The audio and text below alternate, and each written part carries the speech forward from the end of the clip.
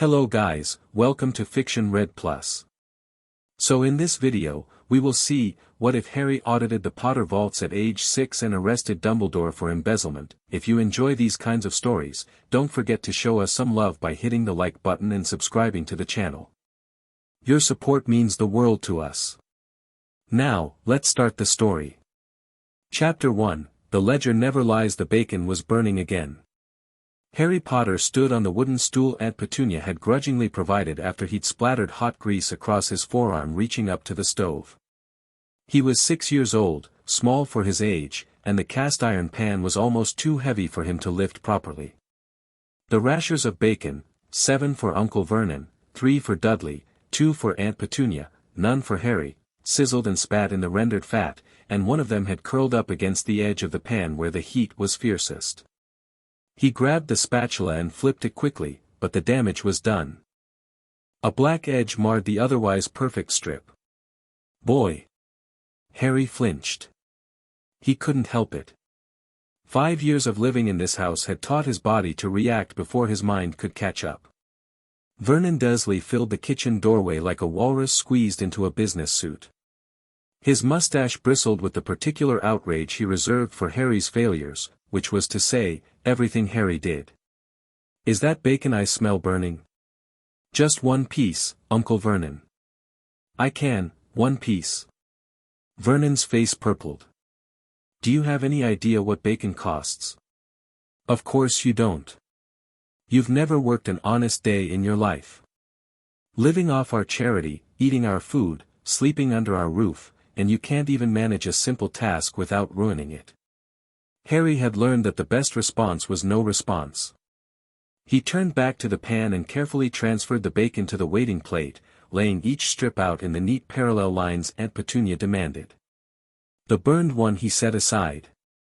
He'd eat it later, if he was lucky enough to eat at all today. "Are you ignoring me, boy?" "No, Uncle Vernon. Look at me when I'm speaking to you." Harry turned. He kept his eyes down. Meeting Vernon's gaze was considered cheek and earned consequences, but he turned. Vernon's meaty hand grabbed his shoulder and squeezed. Harry bit his lip to keep from making a sound. Sounds made it worse. Sounds meant he was being dramatic and attention-seeking, and those things warranted additional correction. "You will show respect in this house," Vernon said, his breath hot and sour with morning coffee. "I don't care what sort of freakish nonsense your parents got up to before they got themselves killed. In my house, you will be normal. You will be grateful. And you will not waste food. Am I understood?" "Yes, Uncle Vernon." The hand squeezed harder, then released. Vernon straightened his tie and smoothed his mustache, transforming back into the respectable businessman he presented to the outside world. "Finish breakfast. I have important news to share with the family." He waddled off to the dining room, where Dudley was already banging his fork against the table in anticipation of food. Harry finished the eggs, scrambled for Vernon, fried for Petunia, both for Dudley, and carried the plates out one by one, moving carefully so nothing spilled. A spill meant no meals for a day. He'd learned that calculation early. Once the Dursleys were served, Harry retreated to his corner of the kitchen to wait. Sometimes there were scraps. Sometimes Dudley decided he didn't want something and it would be thrown away rather than given to Harry, because giving it to Harry would be rewarding his laziness. The logic of Privet Drive operated on rules Harry had never been able to fully map, except for the central one: he was worthless, and should be grateful for every moment of sufferance. Through the doorway, he could hear Vernon's important news. "Grunnings is promoting me," Vernon announced, and Harry could picture the proud puffing of his chest. "Regional Sales Director for the Southeast. 20% salary increase, company car, and, this is the best part, a seat on the pension board." "Oh, Vernon." Petunia's voice dripped with manufactured delight. "How wonderful. I knew they'd recognize your talents eventually. Took them long enough. That idiot Patterson's been blocking my advancement for years, but they've finally shunted him off to the Manchester office. Good riddance." Vernon chuckled, the sound of a man who had finally received what he believed he was owed. "We should celebrate. I'll take you and Dudley to London this weekend. That toy shop Dudley likes, what's it called?" "Hamley's." Dudley squealed. "I want the big robot. The one that shoots things. Anything for my boy." Harry quietly ate the burned bacon strip he'd saved, not tasting it, just filling the hollow space in his stomach. London. They'd be gone for hours, maybe the whole day. He could read in peace. The Dursleys didn't know he could read. Petunia had forbidden him from going to school, claiming he was mentally defective and would be disruptive to normal children. But Harry had taught himself from Dudley's discarded picture books, then graduated to the newspapers Vernon threw away, then to the books Dudley received for birthdays and never opened. He was careful to only read when they were out of the house. Being caught reading was almost as bad as doing magic. Magic. The word they never spoke, except in accusation. Harry didn't understand it, not really. He knew that strange things happened around him sometimes. He knew that his hair grew back overnight when Petunia shaved it off. He knew that he'd somehow ended up on the school roof when Dudley's gang was chasing him, though he had no memory of climbing. He knew these things made him a freak, made him dangerous, made him worthy of the cupboard under the stairs that had been his bedroom for as long as he could remember. He knew, from the fragments of truth that leaked through Petunia's careful lies, that his parents had been freaks too. That they'd been drunks who died in a car crash because they were too irresponsible to live. That he should be grateful the Dursleys had taken him in at all, rather than leaving him to rot in an orphanage where freaks belonged. Harry had stopped believing the car crash story when he was 5. He didn't know what had actually happened to his parents, but he knew Aunt Petunia was lying. She always twisted her wedding ring when she lied, and she twisted it every single time she mentioned his parents. Someday, he told himself, he would find out the truth. Someday he would be old enough to leave this place and never come back. Someday, boy. Get in here. Harry swallowed the last of the bacon and hurried into the dining room. Vernon was leaning back in his chair, hands folded over his substantial belly, wearing the expression he got when he'd thought of something clever. "This promotion," Vernon said, "comes with certain responsibilities. Financial planning. Investment strategies. That sort of thing." He waved a hand dismissively, as if these concepts were beneath him even as he bragged about them. "The pension board wants all executives to open specialized accounts. Tax advantages, you understand." Harry didn't understand, but he nodded anyway. "The thing is," Vernon continued, and now his small eyes were fixed on Harry with an intensity that made the boy want to step backward, "I've been thinking about your situation." Harry's stomach clenched. Nothing good ever started with Vernon thinking about his situation. "You're a burden on this family. Always have been. Your parents," twist went Petunia's ring, "left nothing but debts and shame. But I'm a generous man. A Christian man. I've fed you, clothed you, given you a roof over your head out of the goodness of my heart." The goodness of your fist, Harry thought, but didn't say. "It occurs to me," Vernon said, "that there might be funds. Somewhere. You're kind," he spat the word, "they have their own banks, don't they? Their own money. I remember Petunia's freak sister mentioning something about it once. Gold coins or some such nonsense." Petunia had gone very still. "Vernon, I don't think," "Hush, pet. I'm not suggesting we go to them. God forbid." Vernon shuddered theatrically. "But money is money. If those people left anything for the boy, it should rightfully come to us. For his upkeep. As repayment for our generosity." "You want to steal from me," Harry said, before he could stop himself. The silence that followed was absolute. Vernon rose from his chair.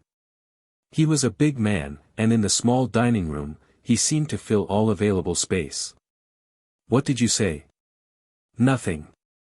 Harry's voice came out steady, though his heart was hammering. "I didn't say anything. You called me a thief. Vernon's voice was dangerously quiet. In my own home. At my own table. After everything I've done for you. Vernon. Petunia's voice was sharp. The neighbors. It was the only thing that could have stopped him. Vernon was obsessed with normalcy, with appearance, with what the neighbors might think. He slowly unclenched his fists and sat back down, though his face remained an alarming shade of purple. You will go to your cupboard, Vernon said. You will stay there until I decide what to do with you. And you will think about what happens to ungrateful freaks who bite the hand that feeds them. Harry went. He didn't run, running invited chasing, but he walked quickly to the cupboard under the stairs and climbed inside, pulling the door shut behind him. A moment later, he heard the latch click. Locked in. The cupboard was perhaps 4 feet wide and 6 feet long, tapering to a point at the back where the stairs rose overhead. Harry had a thin mattress, a threadbare blanket, and a single shelf where he kept his only possessions, a broken toy soldier Dudley had thrown away, a smooth stone from the garden, and 3 colored pencils he'd found in the gutter on the way back from being dragged along on one of Petunia's shopping trips. It was dark. It was cramped. It smelled of dust and cleaning supplies and the particular mustiness of a space that never saw proper air or sunlight. It was home. The only home he had. Harry curled up on his mattress and listened to the muffled sounds of the Dursleys finishing breakfast, clearing the table, going about their day as if he didn't exist. After a while, he heard the front door open and close. Car doors.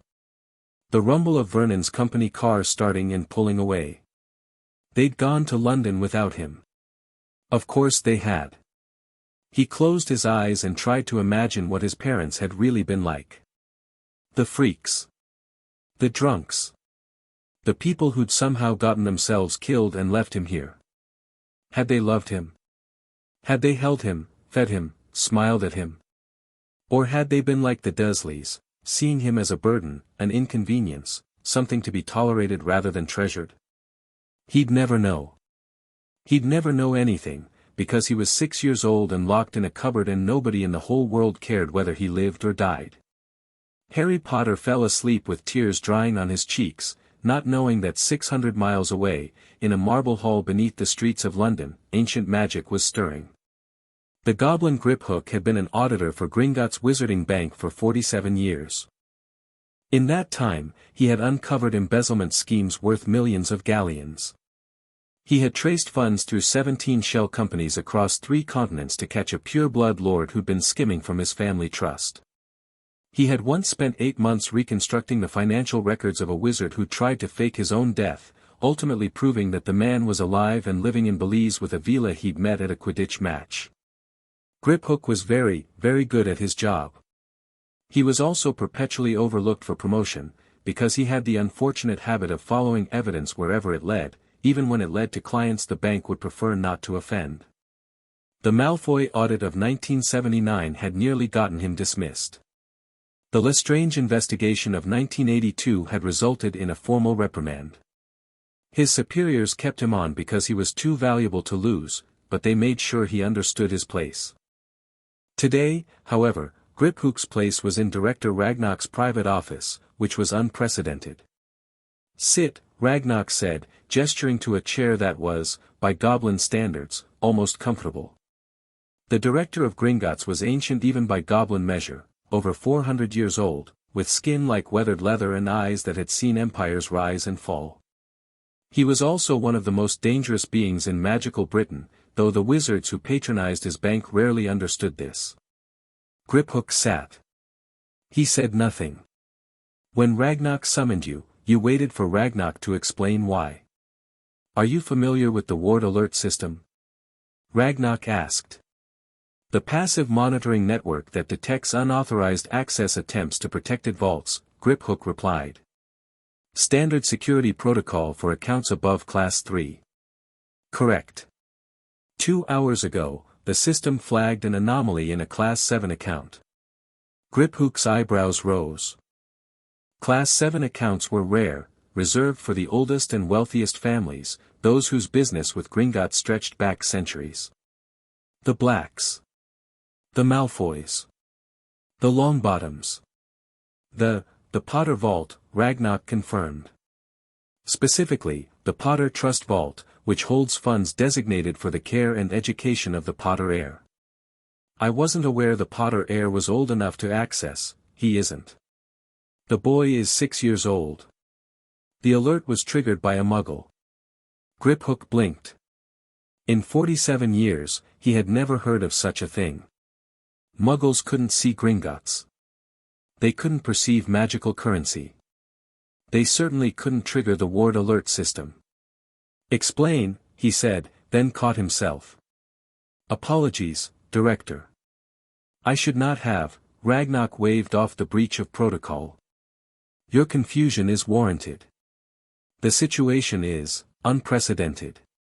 He slid a piece of parchment across his desk. This morning, a muggle named Vernon Dursley attempted to open what he called a trust account at a muggle bank in London. He claimed to be the guardian of a minor child named Harry Potter, and he requested that any funds associated with the child's inheritance be transferred to an account under his control.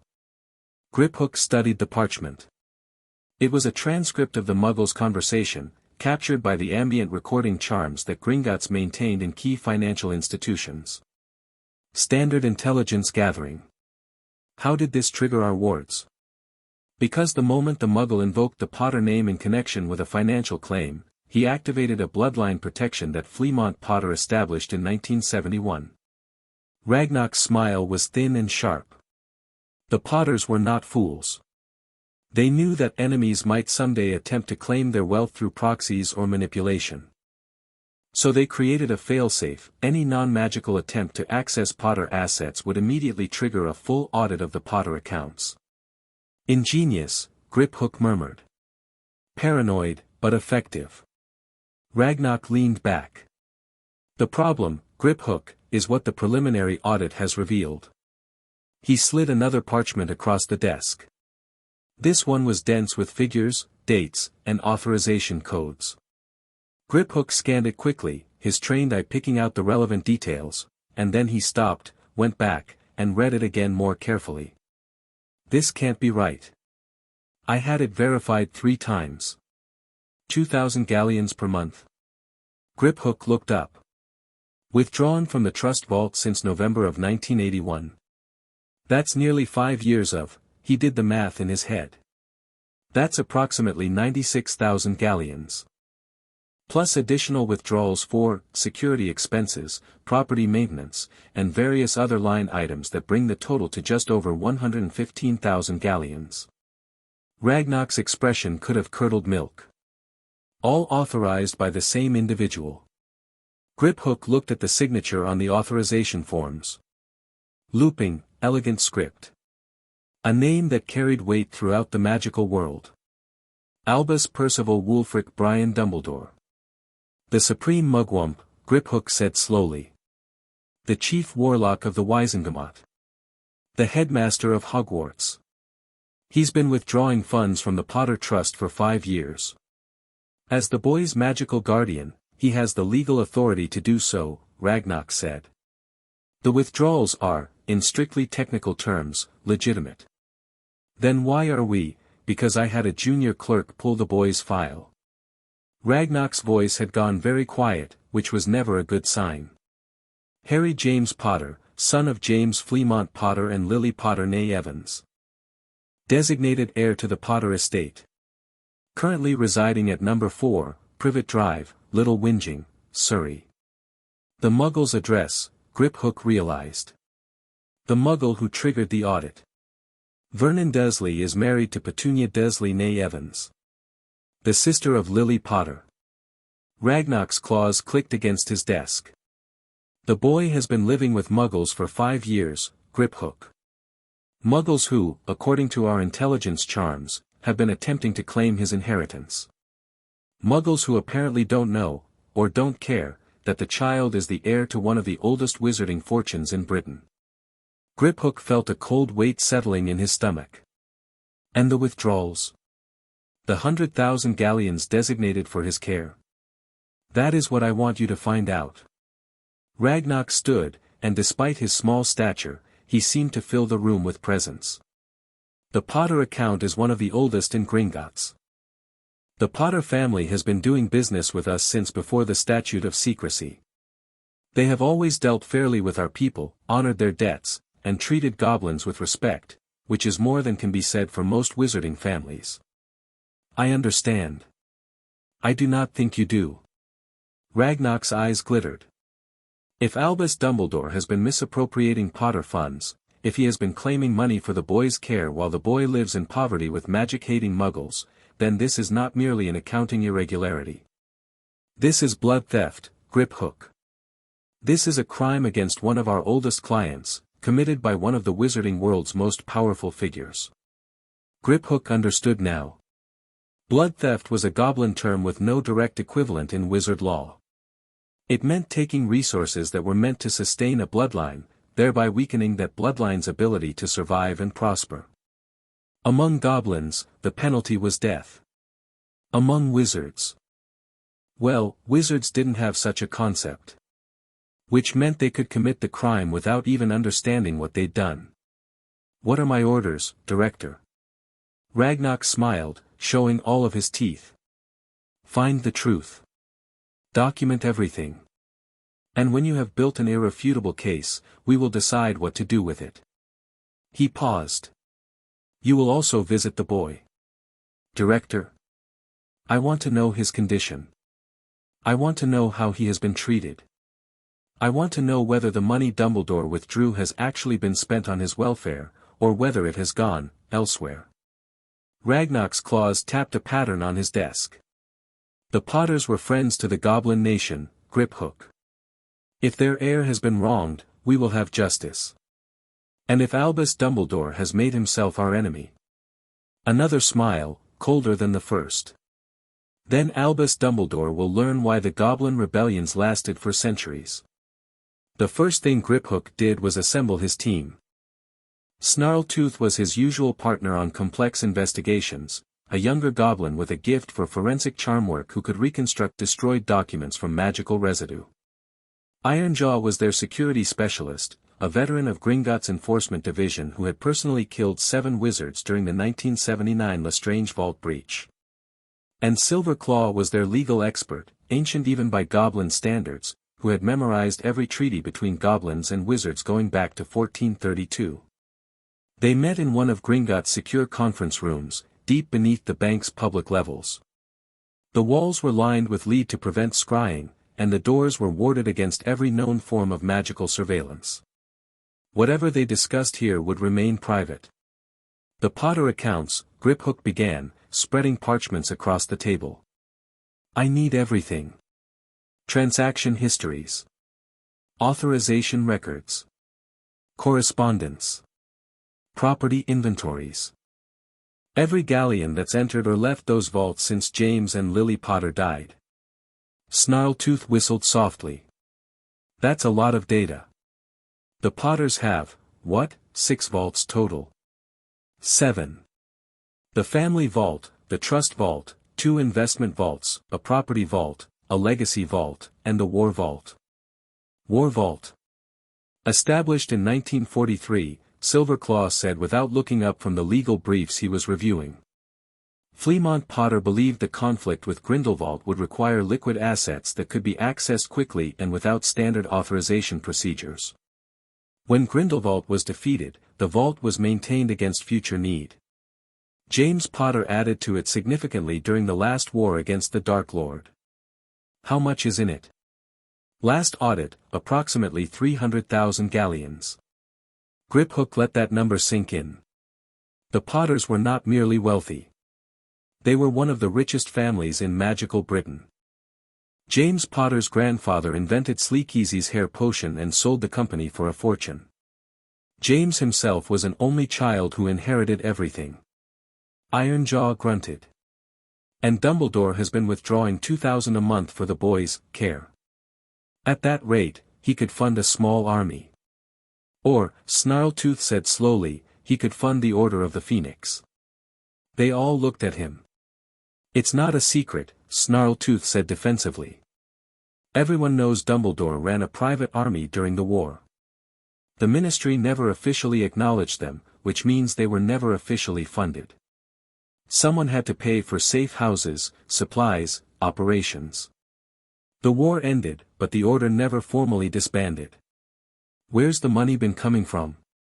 Speculation, Griphook said, but he was making notes. We'll need evidence. Snarltooth, I want you to trace every withdrawal from the trust vault. Not just where it came from, where it went. Follow the gold. That could take weeks. Then start now. What about me? Ironjaw asked. You're with me. Tonight, we visit the boy. Night came slowly to Little Whinging. It was a neighborhood of relentless sameness, identical houses with identical gardens, identical cars parked in identical driveways. The residents prided themselves on normalcy, on conformity, on being exactly like everyone else. They mowed their lawns on Saturday mornings and washed their cars on Sunday afternoons and never, ever did anything to attract attention. Number 4, Privet Drive was no different from its neighbors. The garden was well tended. The brass numbers on the door gleamed. The windows were dark now, the family presumably asleep at this late hour. Griphook and Ironjaw appeared at the end of the street with a soft pop of displaced air. They wore glamours that would make them appear as ordinary men to any muggle who happened to look, not that any muggles were looking. The residents of Privet Drive were tucked safely in their beds, dreaming ordinary dreams. The wards, Ironjaw murmured, his eyes narrowing as he studied the house. Blood wards, layered over standard notice-me-not charms. Keyed to family magic. He paused. Strong work. Old magic.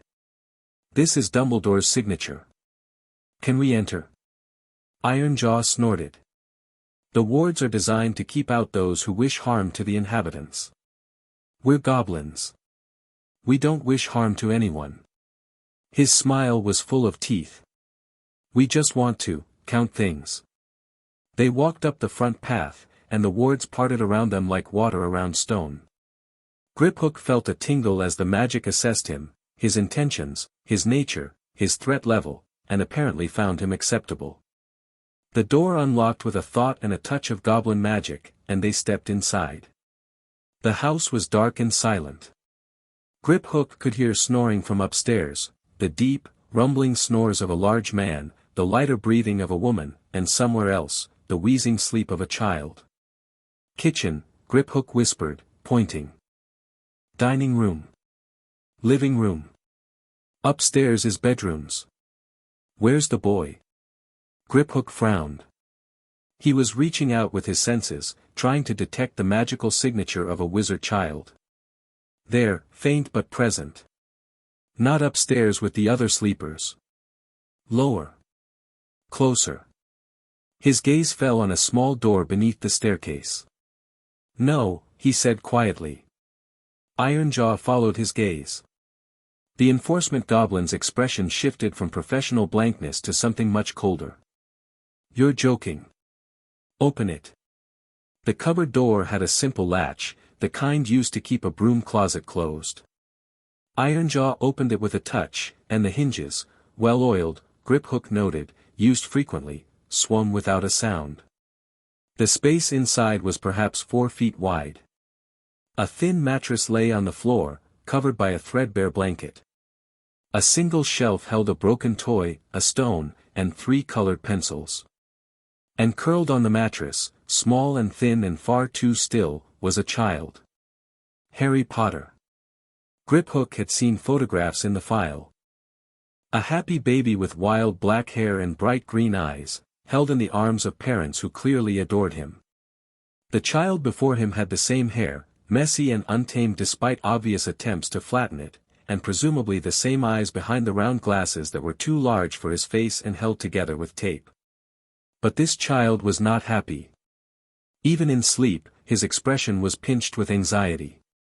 Dark circles shadowed his eyes. His wrists, poking out from a pajama shirt that was several sizes too large, were bony and thin. And there, on his forearm, barely visible in the dim light, bruises, Ironjaw growled. Someone has been hurting this child. Griphook's jaw tightened. Photograph everything. Document the living conditions, the bruises, all of it. We'll need irrefutable evidence.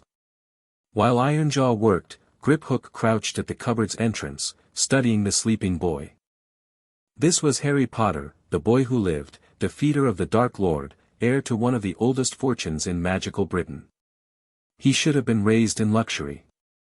He should have been told stories of his parents' heroism. He should have been prepared for his place in wizarding society. Instead, he was sleeping in a cupboard, wearing rags, marked with the evidence of physical abuse, while Albus Dumbledore withdrew 2,000 galleons a month for his care. Something cold and sharp settled in Griphook's chest. It was not quite anger, goblins were creatures of cold calculation, not hot emotion. But it was something close to it. Something that demanded satisfaction. The boy stirred. Griphook went very still. The child's eyes opened, green, so green, even in the darkness, and focused on the goblin crouched at the entrance to his cupboard. For a long moment, neither of them moved. Then Harry Potter spoke, his voice rough with sleep but steady with a kind of weary resignation that no 6-year-old should possess. Are you here to take me somewhere worse? Because I'm not sure that's possible. Griphook had interrogated Dark Lords. He had negotiated with vampires and bargained with dragons and once, memorably, convinced a tribe of mountain trolls to honor a contract they'd been trying to break for 3 centuries. None of it had prepared him for this. I am not here to harm you, he said carefully. My name is Griphook. I am a representative of Gringotts Wizarding Bank. The boy's eyes narrowed. A bank? Why would a bank send someone to my cupboard? Because you have an account with us. Actually, you have several accounts. And we have reason to believe that something has gone very wrong with how those accounts have been managed. Harry sat up slowly, pulling the thin blanket around his shoulders like armor. He was watching Griphook with an intensity that seemed out of place in such a young face. Assessing. Calculating. Trying to determine what the goblin wanted from him and how much it would hurt. I don't have any money, Harry said. The Dursleys don't give me anything. I'm not supposed to cost them more than absolutely necessary. The Dursleys, Griphook repeated. Your aunt and uncle. And Dudley. My cousin. Harry's mouth twisted. He has 2 bedrooms. One for sleeping and one for all the toys that won't fit in the first one. I have a cupboard. Behind Griphook, Ironjaw made a sound that was probably not a growl. Probably. Mr. Potter, Griphook said, choosing his words with care, I am going to tell you some things that may be difficult to hear. But I promise you, and goblins do not make promises lightly, that everything I tell you is true. Can you listen? Harry shrugged, a gesture that managed to convey both wariness and exhaustion. I'm not going back to sleep. Might as well. So Griphook told him. He told him about his parents, not the car crash lie, but the truth. James and Lily Potter, a pure-blood wizard and a Muggleborn witch who had fought against the darkest sorcerer of the age. Their courage. Their sacrifice. Their love for the son they'd barely had time to know. He told him about the war, about Voldemort, about the prophecy that had made Harry a target from before his birth. He told him about Halloween night in 1981, when his parents had died protecting him, and about the curse that should have killed him but instead rebounded on the monster who cast it. He told him about Albus Dumbledore, the supposed leader of the Light, who had placed baby Harry on the doorstep of Privet Drive with nothing but a letter and a blanket. And he told him about the money. 115,000 galleons, Griphook said, watching Harry's face. The boy had been quiet throughout the explanation, his expression giving nothing away. That's approximately £575,000 in Muggle currency. Withdrawn over 5 years. Supposedly for your care. Harry was silent for a long moment. Then, in a voice that was perfectly flat, he said, I've never seen a pound of it. No. I don't imagine you have. Where did it go? That's what we're trying to determine. Harry pulled his knees up to his chest, making himself smaller in the cramped space of the cupboard. Why do you care? It was a fair question. Goblins were not known for their charity or their concern for wizard children. Griphook considered several possible answers: because it's good business, because the Potters were valued clients, because Dumbledore's actions threatened goblin interests, and discarded them all. Because it's wrong, he said finally. What has been done to you is wrong.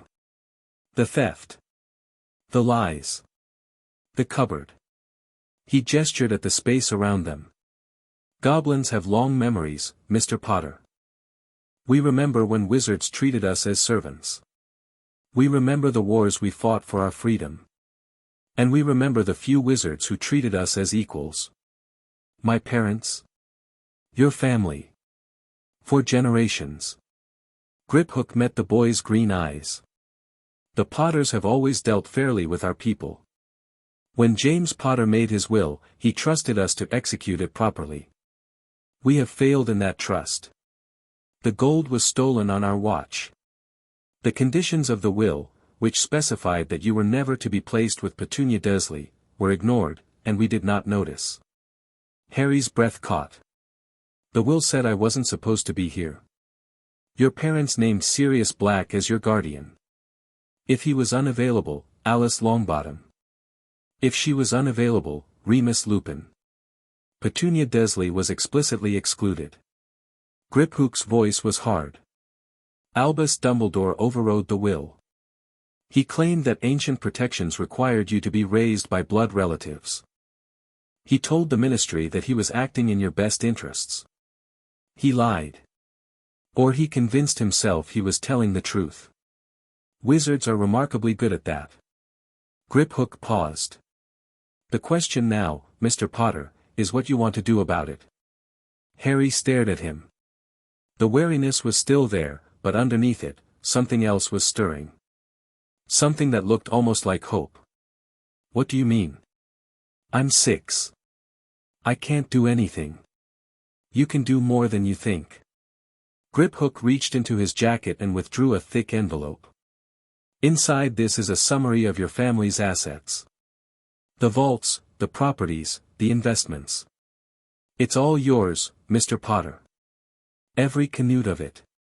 You are the sole heir to the Potter estate, and when you turn 11, or earlier, if you can demonstrate sufficient maturity, you can claim your inheritance. Harry took the envelope with trembling hands. But what about Dumbledore? He's supposed to be important. He's the one who put me here. How can I possibly, if he took money to take care of you, Griphook said, but didn't take care of you, what does that make him? Harry's jaw set. Despite his age, despite his size, despite everything, there was steel in him. Griphook could see it now. The same steel that had made his parents stand against Voldemort when everyone else ran. A thief, Harry said. In Goblin law, it's called blood theft. The penalty is significantly worse than what your ministry would impose. Griphook stood, brushing dust from his trousers. You don't have to decide anything tonight, Mr. Potter. You don't have to trust us. But I want you to know that you have options. You are not powerless. And if you choose to pursue justice, Gringotts will stand with you. He turned to leave, then paused. One more thing. The Dursleys cannot harm you again. By morning, there will be complications in their lives. Legal complications. Financial complications. The kind that make it very difficult to care for a child, even one they despise. His smile was not kind. You may find yourself in need of alternative accommodation very soon. When that happens, ask for Ragnarok. He will know what to do. Harry's voice stopped him at the cupboard door. Mr. Griphook? Yes. If I wanted to know more about my parents, about what they were really like, could you help me find out? Griphook turned back. The boy was still huddled on his thin mattress, the envelope clutched to his chest like a lifeline. He was small and scared and so desperately alone. But he was also asking questions. He was thinking ahead. He was not giving up. "Yes, Mr. Potter," Griphook said. "We can help you find out everything." Back at Gringotts, dawn was painting the sky gold and pink above Diagon Alley. Griphook stood before Ragnar's desk, Ironjaw silent at his side, and delivered his report. He showed the photographs. He described the cupboard, the bruises, the boy who spoke like someone 3 times his age and expected nothing from the world but more pain. Ragnar listened without expression. When Griphook finished, the director was quiet for a long moment, his claws drumming against the desktop. "Blood theft," he said finally. "Committed against the heir of a family that has dealt fairly with our people for 15 generations. Yes, Director. Authorized by the most powerful wizard in Britain, who sits on our regulatory board and influences our treaties. Yes, Director. And the boy? What did you make of him?" Griphook considered the question. "He's been broken, but not destroyed. There's something in him, some core of strength, that his relatives couldn't crush. Given time and proper support, I believe he could be extraordinary. Can he be trusted? He's 6 years old. Trust isn't the right concept yet. But he's sharp. He asked the right questions. And when I told him what Dumbledore had done, Griphook remembered the look in those green eyes. He didn't cry. He didn't rage. He just went very quiet and then asked what he could do about it. Ragnar's smile was slow and dangerous. Then we will give him the tools to do something about it. He pressed a button on his desk. Send in Silverclaw. And contact our solicitors in the International Confederation. It's time to draft a formal complaint. Director. The Potters were our clients, Griphook. Their heir has been wronged. And regardless of what Albus Dumbledore believes about his own importance, Ragnar's eyes glittered with centuries of accumulated grudges, he is about to learn that some ledgers always balance. The following morning, Vernon Dursley woke to find 3 owls sitting on his car. This was annoying enough, but it was only the beginning. By noon, he had received notice that his trust account application had been flagged for fraud investigation.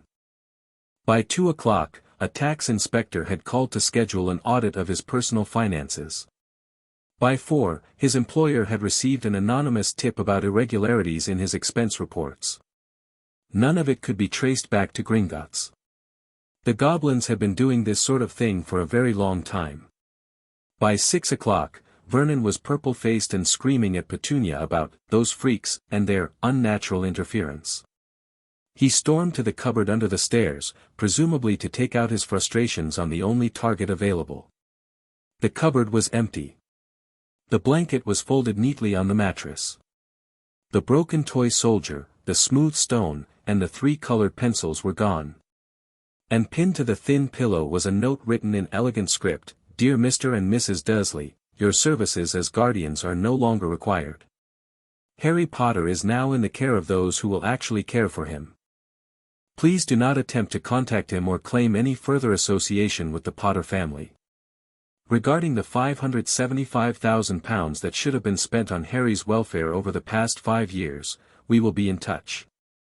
Warmest regards, Gringotts Wizarding Bank Estate 1474." Vernon's scream of rage could be heard 3 houses away. Harry Potter sat in a suite at Gringotts that was larger than the entire ground floor of Privet Drive. There was a bed with actual sheets and pillows and a blanket that was thick and warm. There was a bathroom with a tub big enough to swim in and hot water that came out of the tap as if by magic, which, he supposed, it probably was. There was a sitting room with comfortable chairs and a fireplace and shelves of books that no one would yell at him for reading.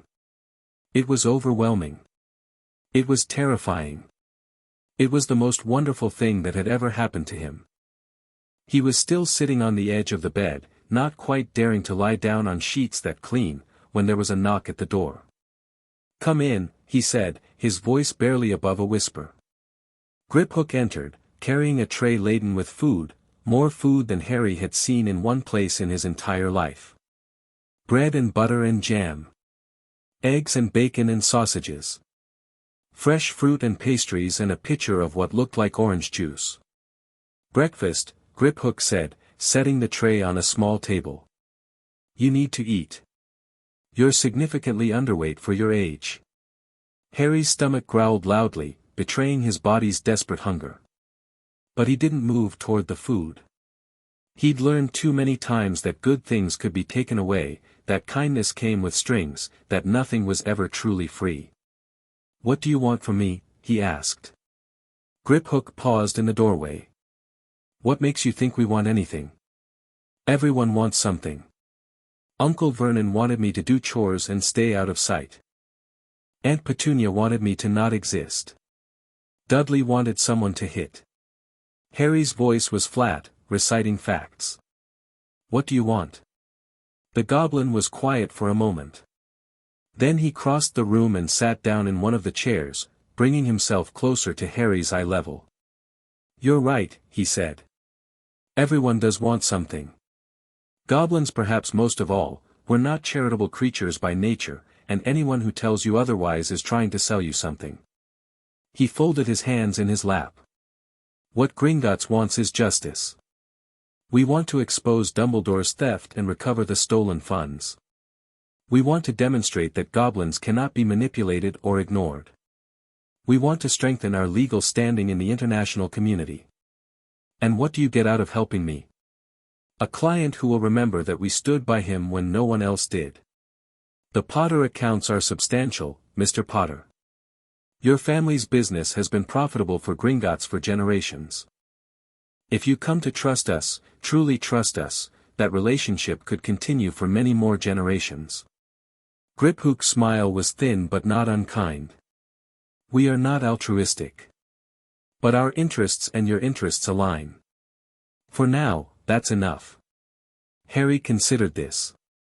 It was honest, at least. More honest than anything the Dursleys had ever told him. Okay, he said finally. What happens now? Now, you eat breakfast. You rest. You recover from 5 years of mistreatment. Griphook stood. Tomorrow, if you're feeling up to it, we'll begin your education. Not just in magic, you're too young for that, but in the things you'll need to know to survive in our world. History. Politics. Finance. The tools you'll need to claim justice and keep it. And Dumbledore? Leave Dumbledore to us.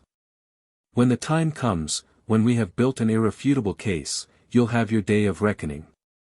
Griphook moved toward the door. But that day is not today. Today, your only job is to eat, sleep, and remember that you are not worthless. You are Harry James Potter, Lord Presumptive of House Potter. You are the heir to a legacy of courage and honor. And you are not alone anymore. The door closed softly behind him. Harry sat very still for a long moment. Then, slowly, he got up from the bed and walked to the table where breakfast waited. He picked up a piece of bread, warm bread, fresh bread, spread with butter that tasted like actual butter, and took a bite. He started crying before he'd finished chewing. He couldn't have said why. It was just bread. Just food. But somehow, sitting alone in a room that was warm and safe, eating bread that someone had brought him without being asked, the walls he'd built around himself began to crack. He cried for the parents he'd never known. He cried for the years in the cupboard. He cried for the little boy who'd named 23 spiders because they were the closest thing he had to friends. And when he was done crying, when the tears had run dry and his chest had stopped heaving, he wiped his face with a napkin that was softer than anything he'd ever owned and reached for another piece of bread. He was Harry Potter. He was 6 years old. And for the first time in his life, he had a future worth fighting for. Beneath the streets of London, in the deepest vaults of Gringotts, ancient magic stirred.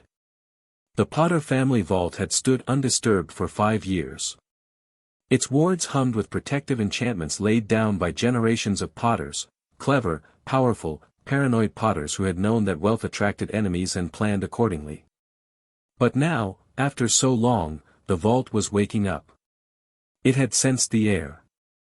It had felt his presence in the bank above, had recognized the blood and the magic that marked him as one of its own.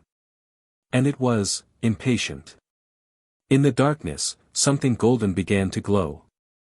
The Potter Lordship ring, waiting on its velvet cushion for the hand that would claim it, pulsed with light. Soon. Very soon. The ledgers would balance. And Albus Dumbledore would learn that in the war between good intentions and compound interest always won.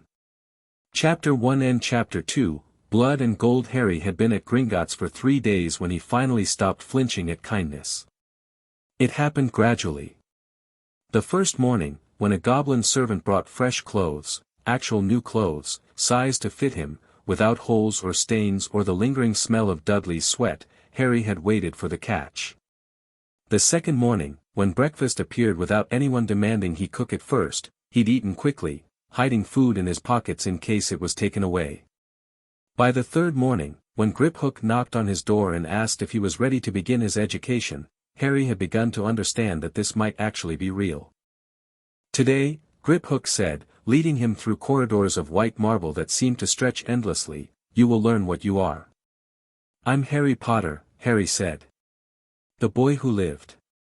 "You told me that already." "That's what the newspapers call you." "That's a title, a brand, a piece of propaganda. It tells you nothing about who you actually are." Griphook stopped before a door carved with symbols Harry didn't recognize. "Today, we find out the truth." The room beyond was circular, domed ceiling painted with constellations that moved slowly overhead. In the center stood a stone pedestal holding a silver basin filled with liquid that looked like mercury but moved like water. 3 goblins waited around it, each wearing robes marked with symbols of office that Harry didn't understand. "The Heritage Chamber," Griphook said. "This is where Gringotts verifies the bloodlines of its clients. Every magical family in Britain has records here going back centuries." Harry approached the basin cautiously. "What do I have to do?" One of the robed goblins, ancient, with a long white beard and eyes like chips of obsidian, stepped forward. "7 drops of blood, young lord. Freely given. The basin will do the rest." Harry looked at the silver knife the goblin was holding and felt his stomach clench. He'd been hurt enough times to be wary of sharp objects. But these goblins had fed him and clothed him and given him a room with a real bed. If they wanted to hurt him, they wouldn't need to trick him with a ritual.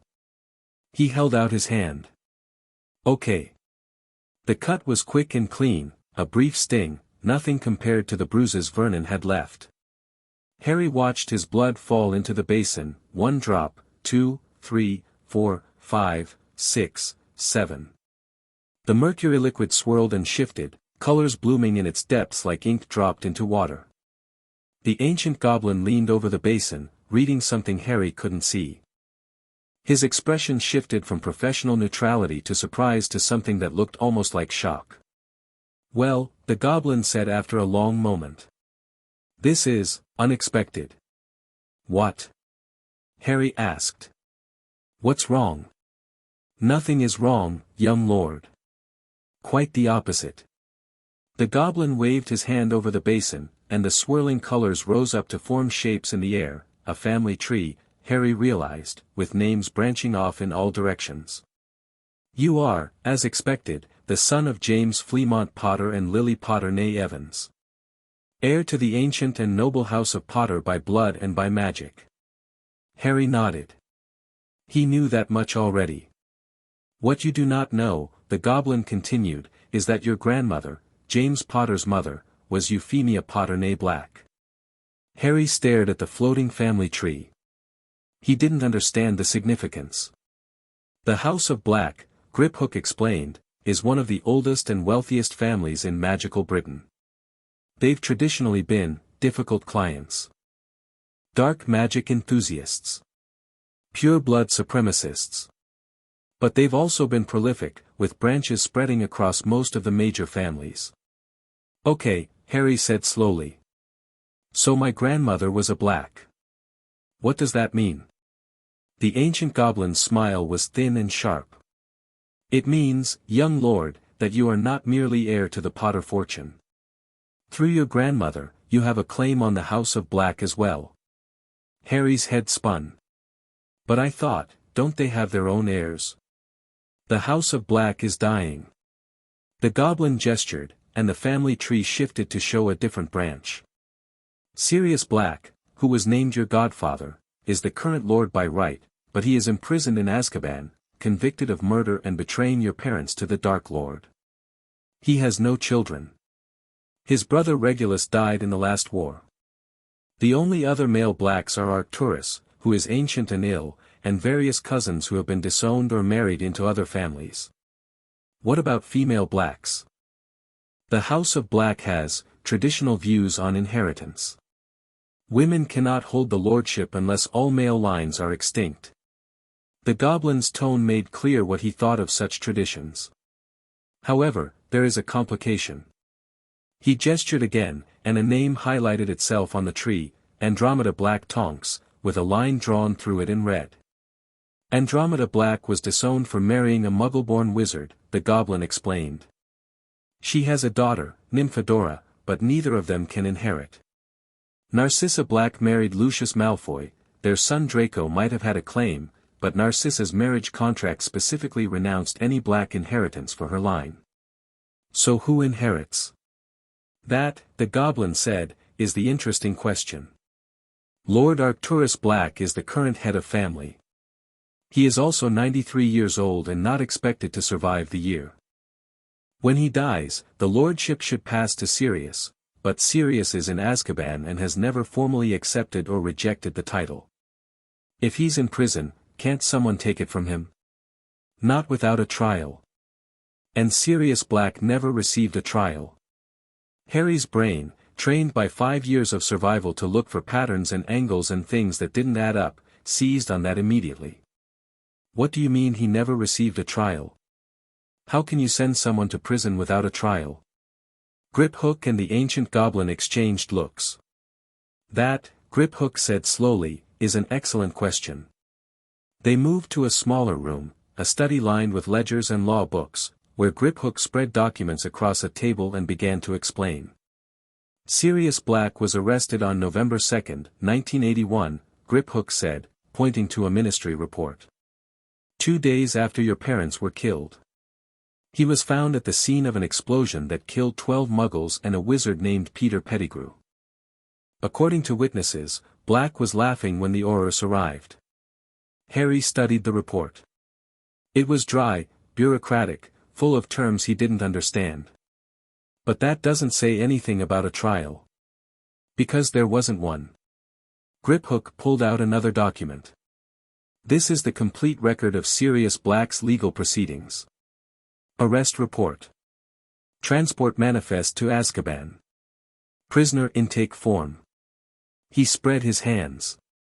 That's it. No trial transcript, no formal charges, no verdict. He was simply put in Azkaban. Is that legal? In the chaos immediately following the Dark Lord's defeat, the Ministry was operating under wartime emergency provisions. Those provisions allowed for detention without trial of suspected Death Eaters. Griphook's expression was sour. The provisions were supposed to be temporary. They were never formally revoked. So he's been in prison for 5 years without ever being convicted of anything? Correct. Harry sat back, his mind racing. And he's my godfather. The person my parents wanted to raise me. Also correct. And the person who put me with the Dursleys instead, was Albus Dumbledore. Who, as chief warlock of the Wizengamot, had the authority to demand a trial for Black and chose not to. Griphook's voice was carefully neutral, but Harry was learning to read goblin expressions. The auditor was angry. The same Albus Dumbledore who overrode your parents' will, placed you with abusive relatives, and withdrew over 100,000 galleons from your trust vault for your care. Harry was quiet for a long moment. Then, you think Sirius Black might be innocent? I think it's remarkably convenient that the one person who could have challenged Dumbledore's guardianship was thrown in prison without a trial within 48 hours of your parents' deaths. Griphook began gathering the documents. I also think that the Gringotts records show Sirius Black's vault has been untouched since his arrest, no withdrawals from his personal funds to support Death Eater activities, no suspicious transfers. If he was truly the Dark Lord's servant, where's the financial evidence? You can tell that from bank records. Mr. Potter, I can tell many things from bank records. Evil is expensive. Dark Lords need funding, safe houses need maintenance, weapons need purchasing. The gold always leaves a trail. Griphook smiled thinly. Your godfather's gold went nowhere. His vault has been accruing interest for 5 years, completely untouched. Harry filed that information away. It didn't prove anything, but it was a data point. Another piece of a puzzle that was beginning to take shape. What happens next? He asked. Next, we continue your heritage verification. There may be other surprises in your bloodline. Griphook stood. And then, when you're ready, we visit the Potter family vault. The lordship ring is waiting for you. The heritage verification revealed 2 more significant connections. The first was the Peveril line, ancient, thought extinct, but apparently still alive in Harry's blood. The Peverils had been the creators of 3 legendary magical artifacts, the Elder Wand, the Resurrection Stone, and the Cloak of Invisibility. The goblins couldn't tell Harry where these items were now, but they could tell him that as a Peveril descendant, he had certain magical inheritances that might manifest as he grew older. The second connection was more immediately relevant. Through some Byzantine tangle of marriages and inheritances, Harry had a distant claim on the Gryffindor line. Not the lordship, the ancient goblin clarified. The Gryffindor line has been dormant for centuries, no one has been able to claim it since the Founders' era. But the connection is there. It may grant you certain privileges at Hogwarts. What kind of privileges? The castle is semi-sentient. It recognizes the bloodlines of its founders. Students with founder heritage sometimes find that doors open for them that remain closed to others. The goblin shrugged. It's not a significant advantage. Merely, interesting. Harry's head was spinning by the time the verification was complete. He was heir to the Potters. He had a claim on the Blacks. He was descended from Peverils and Gryffindors. He was connected to families and legacies and histories that he hadn't even known existed 3 days ago. And none of it changed the fact that he was 6 years old and couldn't do a single spell. You're overwhelmed, Griphook observed, not unkindly. That's understandable. You've just learned that you're one of the most significant magical heirs in Britain. It would be strange if you weren't overwhelmed. I don't feel significant, Harry said quietly. I just feel small. You are small. You're 6. Griphook's voice was matter-of-fact. Significance isn't about size or age or power. It's about position.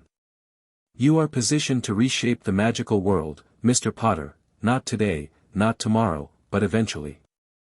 The question is whether you'll be ready when the time comes. How do I get ready?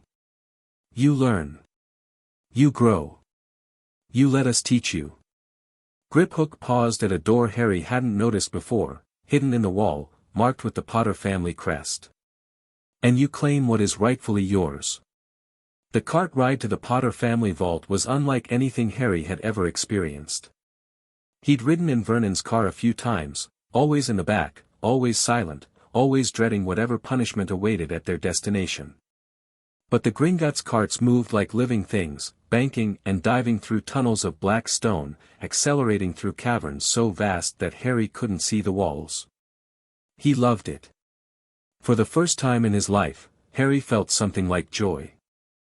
Pure, uncomplicated joy, the rush of wind in his hair, the stomach-dropping sensation of the cart's dives, the impossible speed of their descent into the earth. He caught himself laughing, actually laughing, and for a moment he didn't feel like a burden or a freak or a problem to be solved. He felt like a kid. The cart slowed as they reached the older vaults. The numbers here were lower, single digits, some of them, and the doors were grander, worked with precious metals and glowing with protective enchantments. The Potter Vault is one of the oldest in Gringotts, Griphook said. Established in 1203, when Linfred of Stinchcombe, your ancestor, deposited the profits from his potion-making business. The Potters have been adding to it ever since. The cart stopped before a door of burnished bronze, decorated with the Potter crest, a lion rampant holding a wand in one paw and a sword in the other. Harry could feel something pulsing behind that door, a warmth, a welcome, a sense of home that he'd never experienced before. To enter the family vault, you must be accepted by the family magic, Griphook said. This is not a test of power or knowledge. It's a test of character. The vault will examine your heart and judge whether you are worthy to carry the Potter name. Harry's momentary joy evaporated, replaced by cold anxiety. What if I'm not worthy? Then the door won't open, and we'll try again when you're older. Griphook's voice was matter-of-fact. But I don't think that will be necessary. The vault has been waiting for you, Mr. Potter. It knows you're coming. Harry approached the door. Up close, the bronze was warm to the touch, almost body temperature, and the crest seemed to shimmer in the torchlight. He didn't know what he was supposed to do, there was no handle, no keyhole, nothing that suggested how to open it. So he just asked. My name is Harry James Potter, he said, his voice echoing in the cavern. I'm the son of James and Lily Potter. I don't really know what I'm supposed to say or do, but I'd like to come in. Please. For a long moment, nothing happened. Then the bronze began to glow, warm light spreading from the center of the crest outward. The door didn't open, it dissolved, revealing a chamber beyond that made Harry gasp. He'd expected gold. Griphook had mentioned that the Potters were wealthy, and Harry had vague images of treasure chests like in storybooks. What he saw was a library. Shelves stretched up into darkness, crammed with books and scrolls and leather-bound journals. There was gold too, mountains of coins in one corner, glittering artifacts on pedestals throughout the space, but the books dominated. Thousands of them. Tens of thousands. The Potter family valued knowledge, Griphook said, following Harry inside. Every generation added to the collection. Spell research, potion recipes, political histories, personal journals. This vault contains one of the most extensive private libraries in magical Britain. Harry walked forward in a daze. He could feel the family magic now, wrapping around him like a warm blanket. It was examining him, yes, but it was also welcoming him. Recognizing him. Accepting him as one of its own. He passed shelves of books in languages he couldn't read, display cases holding objects that hummed with power, portraits of men and women who shared his messy black hair and wore expressions ranging from stern to amused. His family. His history. His legacy. And in the center of the vault, on a pedestal of white marble, a ring. It was simple, a gold band with a red stone that seemed to hold flickering fire in its depths. The Potter crest was etched into the metal, tiny but perfectly detailed. As Harry approached, the ring began to glow with the same warm light that had opened the door. The Lordship ring, Griphook said. Put it on, and you become Lord Potter. Refuse, and the title remains held in trust until you're of age. Harry reached out, then hesitated. What does being Lord Potter actually mean? It means you have a voice in the Wisengamot, the Wizarding Parliament. It means you control the Potter estates and investments. It means you can enter into contracts, make decisions, speak with authority. Griphook paused. For a child your age, most of those powers would be exercised through a proxy, an adult who acts on your behalf. But the title itself would be yours. And I could use it to go after Dumbledore. Among other things, yes. Harry stared at the ring. Such a small thing to carry so much weight. He thought about his cupboard, about the years of hunger and pain, about the burned bacon and the locked door and the 23 spiders he'd named because he had no other friends. He thought about Dumbledore, sitting in some office somewhere, withdrawing gold from Harry's vault every month while Harry starved. He thought about his parents, who had loved him enough to die for him, and had been betrayed by everyone who was supposed to protect their son. Harry Potter picked up the ring and put it on his finger. The world went white. He was standing in a field of golden light. Before him stood figures, dozens of them, men and women and children, all with black hair and varying combinations of features he recognized from his own face. His family. His ancestors. They stood in a loose semicircle, watching him with expressions ranging from curious to skeptical to warmly welcoming. One figure stepped forward, a man with glasses like Harry's and a smile that looked like it came easily. "Hello, Harry," James Potter said. "We've been waiting for you." Harry couldn't breathe. Couldn't think. Could only stare at the father he'd never known. "This isn't real," he whispered. "You're dead." "I am," James agreed. "What you're seeing is an echo, a piece of me preserved in the family magic when I accepted the lordship. I'm not truly your father, Harry. I'm more like, a memory of him. A recording." "Oh." Harry felt tears threatening and forced them back. He wouldn't cry. "Not now." "Why am I here?" "Because you're claiming the lordship, and the family magic needs to judge you." James, the echo of James, gestured at the assembled figures. "We all went through this. Everyone who's ever worn that ring had to prove themselves worthy." "What do I have to prove?" "Nothing specific. The magic looks at who you are, your heart, your intentions, your character, and decides whether you're fit to carry the Potter name." James smiled sadly. "Though if you're anything like me, you're probably wondering if you've already failed." Harry blinked. "How did you know?" "Because I wondered the same thing. I wasn't a good student, too busy pranking and playing Quidditch to take school seriously. I wasn't particularly brave or noble. I was just James.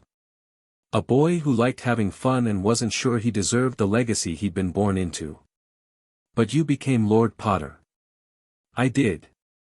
Because the magic doesn't look for perfection, Harry. It looks for potential. It asks whether you have the capacity to grow, to learn, to become what the family needs you to be."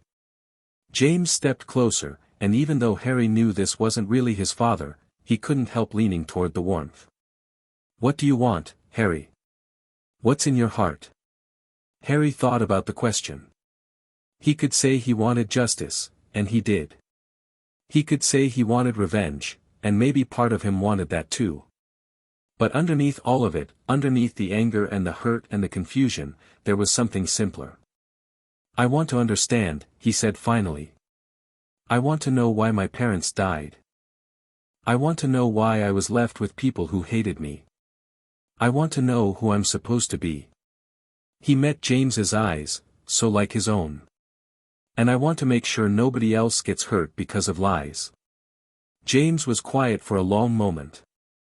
Then he turned to the other figures, and some silent communication passed between them. "He'll do," said an elderly woman with sharp eyes and Harry's stubborn chin. "More than do," said a young man with a mischievous smile. "He's got the Potter fire." One by one, the figures nodded their approval. James turned back to Harry with a smile that made Harry's heart ache. "Welcome to the family, Lord Potter. We're proud of you."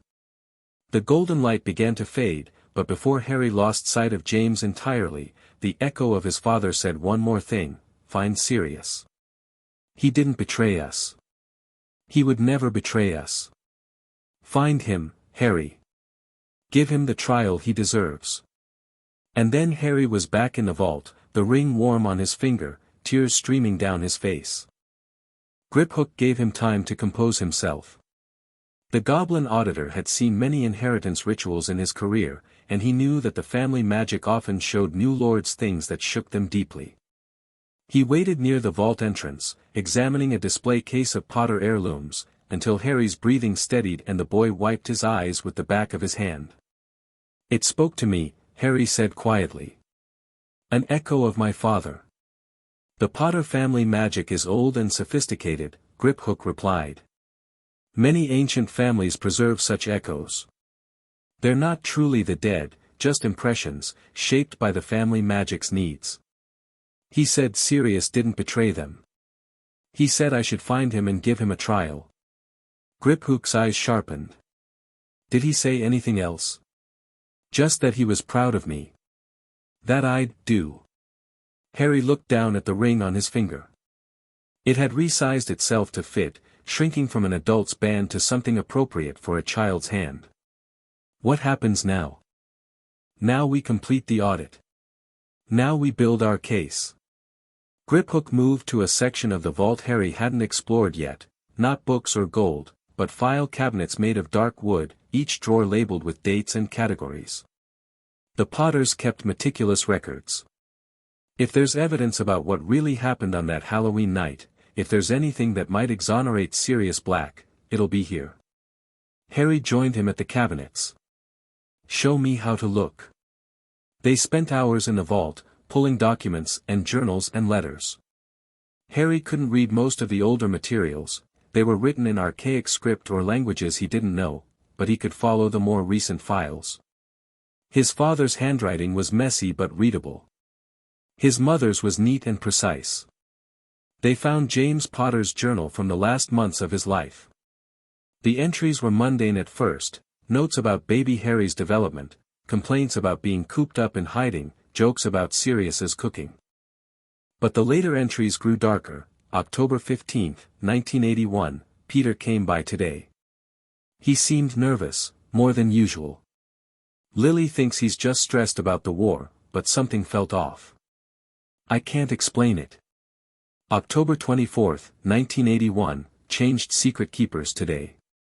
Dumbledore thinks we should use Sirius, but Sirius suggested Peter instead. Said it would be the perfect bluff, everyone would assume Sirius was the keeper, so Peter would be safer. Made sense at the time. Now I'm not sure. October 29, 1981, Peter missed our meeting. Said he was sick, but he sounded strange when I spoke to him through the flu. Sirius is worried too. He wanted to check on Peter tonight, but I told him to wait until tomorrow.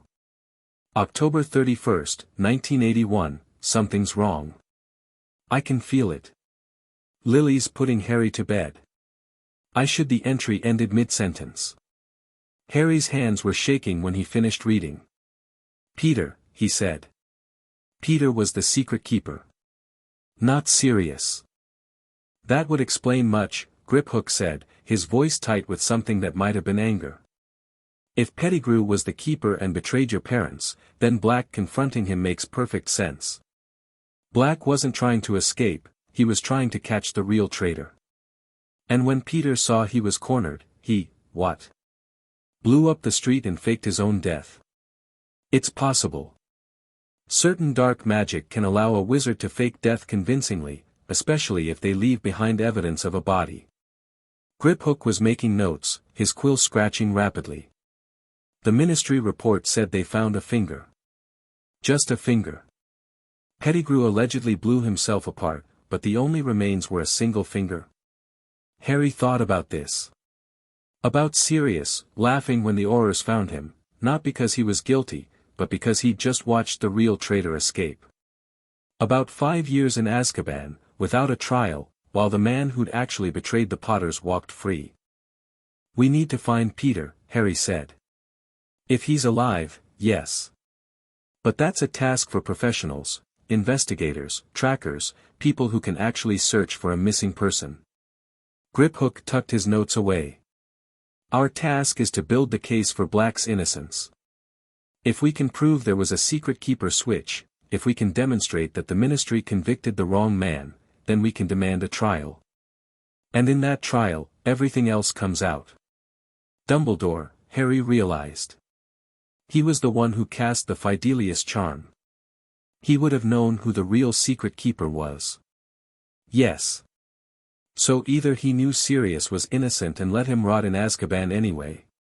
Or he genuinely believed Black was guilty, which raises the question of why he didn't confirm the keeper's identity before allowing the arrest.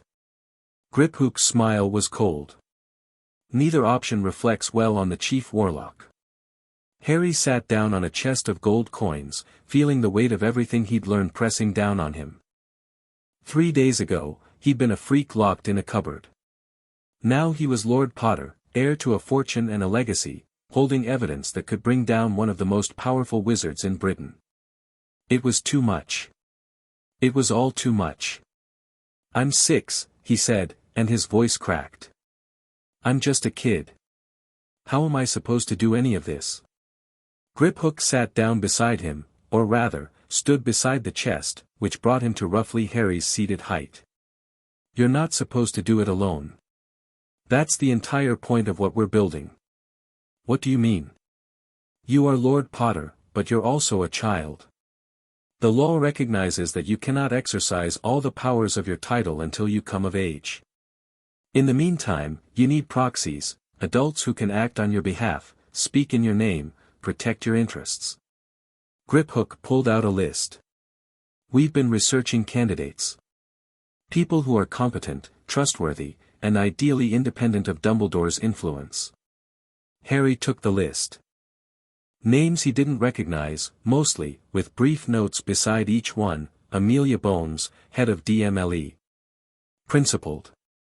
Lost family to Death Eaters. Respects law over politics. Augusta Longbottom, regent of House Longbottom. Formidable. Old allies of Potter family. Grandson Frank was friend of James Potter. Ted Tonks, solicitor. Muggle-born. Specializes in cases against pureblood establishment. Married to Andromeda Black. That last name caught his attention. Andromeda Black. Like, a black family member. Sirius's cousin. She was disowned for marrying a Muggle-born, but she's still technically family. Griphook's expression was carefully neutral. She would have a personal interest in seeing justice done for Sirius. And her husband is one of the few solicitors in magical Britain who isn't beholden to the old families. Have you contacted them? Not yet. We wanted to wait until you'd claimed the lordship, until you had the authority to engage representation. Griphook stood. With your permission, Lord Potter, I'll reach out to Ted Tonks this evening. We'll need human legal expertise for what comes next. Harry nodded slowly. The weight was still there, but it felt more manageable now. He wasn't alone. He had allies. He had resources. He had a plan, or at least the beginning of one. "Do it," he said. "And Griphook?" "Yes, Lord Potter.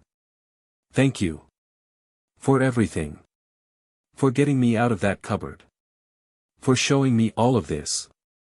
Harry gestured at the vault around them, the books, the gold, the legacy.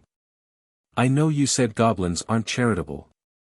But you didn't have to be kind about any of this, and you were." Griphook was quiet for a moment. Then, in a voice that was softer than Harry had heard from him, "Your family has been kind to mine for centuries, Lord Potter. That counts for something." He turned toward the vault entrance. "Now come. You need food and rest. Tomorrow, we begin building your case." That night, in his suite at Gringotts, Harry dreamed. He was in his cupboard again, but this time he wasn't alone. James Potter sat beside him, cramped and awkward in the tiny space, his glasses reflecting light from somewhere Harry couldn't see. "You're not real," Harry said. "Real enough," James replied. "The ring connects you to all of us now. We can't interfere directly, but we can visit. When you need us." "I need you all the time," Harry whispered. "I needed you for 5 years." "I know." James's voice was thick with grief. "I'm sorry, Harry. I'm so sorry we couldn't protect you. We thought we were doing everything right, hiding, trusting our friends, following Dumbledore's advice. And instead I ended up here. Not anymore." James reached out, and even though Harry knew this was a dream, knew his father was dead, he could swear he felt a hand on his shoulder. "You're Lord Potter now. You have the ring, the vault, the family magic. You're not helpless anymore. I'm still scared. Good. Fear keeps you careful. Just don't let it keep you small. James's form was beginning to fade, the edges of the dream growing soft. Find Sirius, Harry. He loved you like his own son. He deserves to know that someone believes in him. I will, Harry promised. I'll find him. James smiled, that easy, mischievous smile that Harry had seen in photographs and echoes. Make us proud, son. And then Harry was awake, alone in his comfortable bed in his comfortable room, the lordship ring warm on his finger and the taste of tears on his lips. He didn't go back to sleep. Instead, he got up, found paper and pen, and began to write. Dear Sirius Black, you don't know me, but I'm Harry Potter, James and Lily's son. I just learned that you're my godfather, and I just learned that you might be innocent. He stopped. Crumpled the paper. Started again. Sirius, I found my father's journal. I know about Peter. I know about the secret keeper switch. I'm going to get you a trial. I'm 6 years old and I don't know how to do any of this, but I have goblins and lawyers and a really angry feeling in my chest that won't go away until someone pays for what was done to my parents. I hope you're still alive. I hope you haven't given up. I'm coming for you. Harry James Potter Lord Potter. He couldn't send the letter, he didn't know how to get mail to Azkaban, and Griphook would probably tell him it was a security risk. But writing it helped. It made the commitment real. Harry tucked the letter under his pillow and finally fell asleep. The next morning brought visitors. Harry was halfway through breakfast, still marveling at the novelty of eating as much as he wanted, when Griphook knocked and entered with 2 people following behind him. The first was a man in his 40s, with thinning brown hair and kind eyes behind wire-rimmed spectacles. He wore wizarding robes, but something about his bearing suggested Muggle origins, a comfort with the ordinary world that purebloods never quite managed. The second was a woman with hair so black it seemed to absorb light, and features that reminded Harry of someone, though he couldn't place who. She had the look of someone who had once been very beautiful and had become something better, striking, powerful, certain. Lord Potter, Griphook said formally, may I present Ted and Andromeda Tonks. Harry stood, nearly knocking over his juice. Hello. Thank you for coming. Ted Tonks smiled warmly and extended his hand. The pleasure is mine, Lord Potter. I've been waiting years for someone to take on the establishment, and it seems you're going to give me the chance. Andromeda didn't offer her hand. Instead, she studied Harry with an intensity that made him want to squirm. You have your mother's eyes, she said finally. I met her once, at James and Lily's wedding. She was the only Muggle-born I'd ever seen tell Sirius Black to stuff his head up his arse. Harry blinked. What? He was being insufferable about something, I don't remember what. Lily waited until he paused for breath and then told him exactly what she thought of his opinion. In detail. In front of 50 guests. Andromeda's stern expression cracked into a smile. I liked her immediately. I wish I remembered her, Harry said quietly. You were barely a year old when she died. But from what I've heard of your actions, demanding accountability from Dumbledore, claiming your heritage, refusing to be a victim, I think she'd be proud of you. Andromeda finally offered her hand.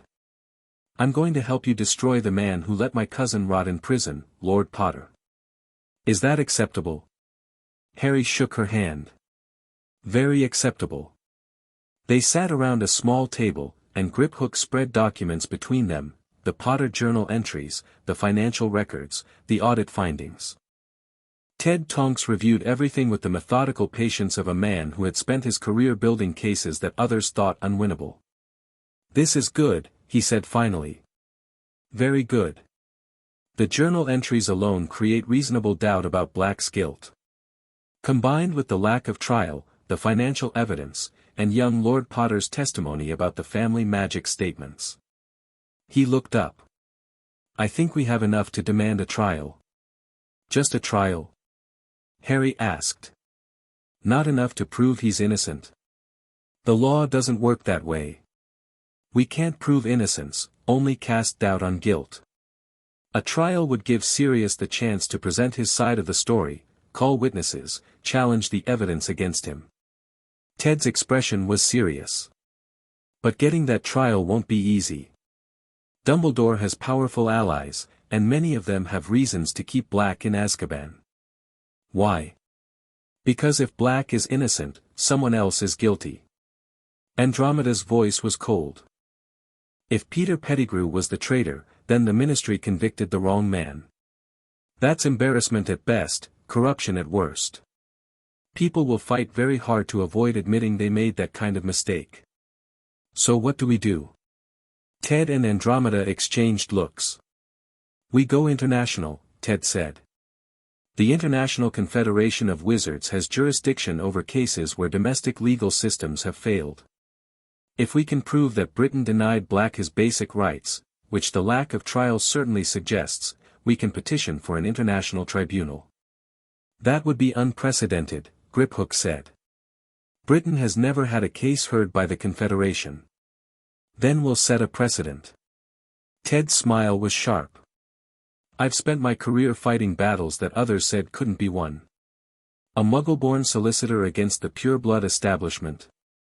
Everyone told me to give up, go back to the Muggle world, accept my place. I didn't listen then, and I won't listen now. Neither will I, Andromeda added. Sirius was an arrogant prat sometimes, but he loved James and Lily like family. He would never have betrayed them. Never. If there's a chance to give him justice, I'll fight for it. Harry looked at them, these strangers who had become allies overnight, who believed in his cause and were willing to risk their own positions to support it. He thought about what Griphook had said, you're not supposed to do it alone. Okay, he said. How do we start? They started with paperwork. Over the next week, Harry learned more about magical law than he'd ever wanted to know. Ted Tonks walked him through the process of filing an international petition, explaining every form and every requirement in patient detail. Andromeda helped him understand the political landscape, who would support them, who would oppose them, who might be persuaded. And Griphook continued the financial audit, uncovering layer after layer of irregularity in how the Potter accounts had been managed.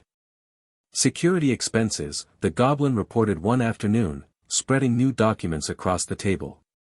15,000 galleons paid over 5 years to security consultants for monitoring services related to the Potter heir. What does that mean in plain language? Harry asked. It means someone was being paid to watch you. Griphook's expression was sour. I traced the payments. They went to a woman named Arabella Figg. Harry's stomach dropped. Mrs. Figg?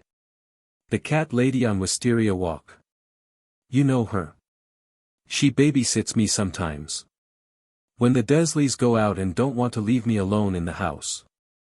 Harry thought back to those visits, the musty smell, the endless photographs of cats, the stale cake that was still better than anything he got at Privet Drive. She never said anything about watching me for someone. She was almost certainly under orders to maintain secrecy. Dumbledore's orders, presumably. Griphook made a note. But here's the interesting part, Arabella Figg is a squib, a non-magical person born to magical parents. She's part of the magical world but has no power of her own. So she was being paid 3,000 galleons a year to monitor you. That's a significant salary for someone whose only qualification is proximity. Griphook's smile was cold. She reported to Dumbledore monthly. I found the correspondence in Ministry records, it was filed under Special Advisors to the Chief Warlock. Every report says essentially the same thing, the boy is healthy. The boy is being cared for. No concerns. Harry's hands clenched into fists. She knew. She knew what they were doing to me, and she told Dumbledore everything was fine. Either she knew and lied, or she was willfully blind to evidence that was right in front of her. Neither option is flattering. Griphook gathered the documents. Regardless, this gives us another angle of attack. Dumbledore can't claim ignorance, he had someone watching you, someone reporting to him directly. If your treatment was abusive, he knew or should have known. Can we use this in the petition? We can use everything in the petition. That's the point of building a comprehensive case, every piece of evidence reinforces the others. Griphook stood. But there's something else we need to discuss. Something more immediate. Harry looked up. What? Director Ragnarok would like to speak with you. Directly. The director's office was nothing like Harry had expected.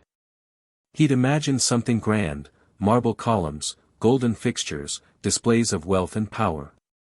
Instead, Ragnarok's private chamber was almost austere, stone walls, simple furniture, a desk covered in paperwork that looked remarkably like any busy executive's workspace. The goblin behind the desk was ancient, older than any being Harry had ever seen, with skin like weathered parchment and eyes that seemed to have witnessed centuries of history. He rose as Harry entered, which Griphook had told him was a significant honor.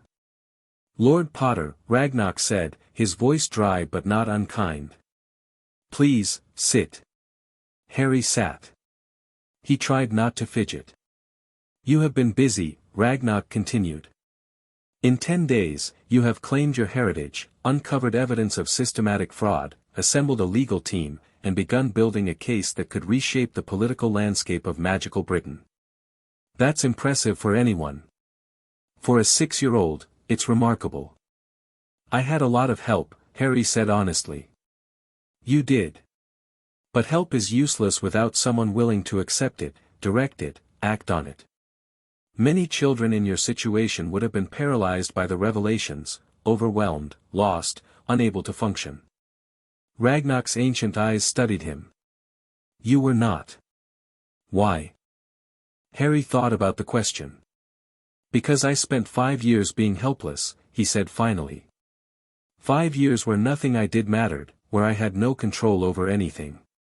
When Griphook showed me the ledgers, showed me the proof of what had been done, it was the first time in my life that someone handed me a weapon and said, fight. He met Ragnarok's gaze. I'm never going to be helpless again. Not if I can help it. Ragnarok was silent for a long moment. Then he did something Harry hadn't seen a goblin do before, he laughed. It was a rusty sound, like metal scraping metal, but it was genuine. Oh, you are your father's son, Ragnarok said. James Potter said nearly the same thing to me, once. After Voldemort killed his parents, after he inherited the lordship at 17. I'm going to fight, he told me. Even if I lose, I'm going to fight. Did he lose? He died. But dying isn't losing, Lord Potter. Losing is giving up. Losing is surrendering before the battle begins. Your father never surrendered. He fought until the very end, and when the end came, he faced it standing. Ragnarok's expression softened infinitesimally. I believe you will do the same. I hope I won't have to find out. As do I. Ragnarok folded his hands on his desk. I asked you here because we have reached a decision point. The case you are building against Dumbledore is strong. Strong enough to win, if pursued correctly. But winning will have consequences. What kind of consequences? Dumbledore is not merely a man. He is a symbol, the leader of the light, the defeater of Grindelwald, the only wizard Voldemort feared. If you expose his crimes, you don't just hurt him. You shake the foundations of wizarding society. You tell everyone who believed in him that their belief was misplaced. You create a vacuum of power that others will rush to fill. Harry hadn't thought about that. So you're saying I shouldn't do it? No. I'm saying you should understand what you're doing. Ragnarok leaned forward. Goblins do not engage in wizarding politics. We have learned, over centuries, that such engagement brings only suffering for our people. When we back one faction, the other faction punishes us. When we remain neutral, both factions try to use us. It is a game with no winning moves. Then why are you helping me? Because you are not asking us to take sides in wizard politics. You are asking us to do what goblins do best, follow the gold. Count the coins. Balance the ledger. Ragnar's smile showed teeth. Dumbledore stole from a client of Gringotts. That is not politics. That is business. And in business, the goblin nation protects its own. Harry nodded slowly. He was beginning to understand. You'll help me expose the theft. But I'm on my own for everything else. Not entirely. But essentially, yes. The Tonks's, the legal case, the petition to the Confederation, that is your battle to fight. Gringotts will provide evidence, resources, sanctuary. We will not provide soldiers or political support. That's fair. Ragnar's eyebrows rose. You're not disappointed. I'm grateful. You've already done more for me than anyone else in my life. Harry stood, feeling suddenly that this conversation was coming to its natural end. Thank you, Director.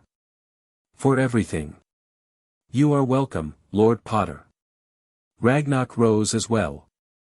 One more thing before you go. Yes. Albus Dumbledore is dangerous. Not because he is evil, I do not believe he is, but because he is certain. Certain that he knows what is right. Certain that his methods are justified. Certain that anyone who opposes him is, at best, misguided. Ragnar's eyes were hard. That kind of certainty is more dangerous than malice. Malice can be reasoned with, bargained with, redirected. Certainty cannot. Remember that, in the battles to come. Harry thought about that warning all the way back to his suite. 2 weeks after Harry left Privet Drive, Ted Tonks filed the petition. The International Confederation of Wizards received it on a Tuesday morning, a formal complaint alleging financial malfeasance, breach of guardian duties, and denial of basic legal rights, filed by Harry James Potter, Lord of the Ancient and Noble House of Potter, against Albus Percival Wulfric Brian Dumbledore. By Tuesday afternoon, the news had spread through magical Britain like wildfire. Harry watched it happen from the safety of Gringotts, monitoring the newspaper coverage that Griphook brought him.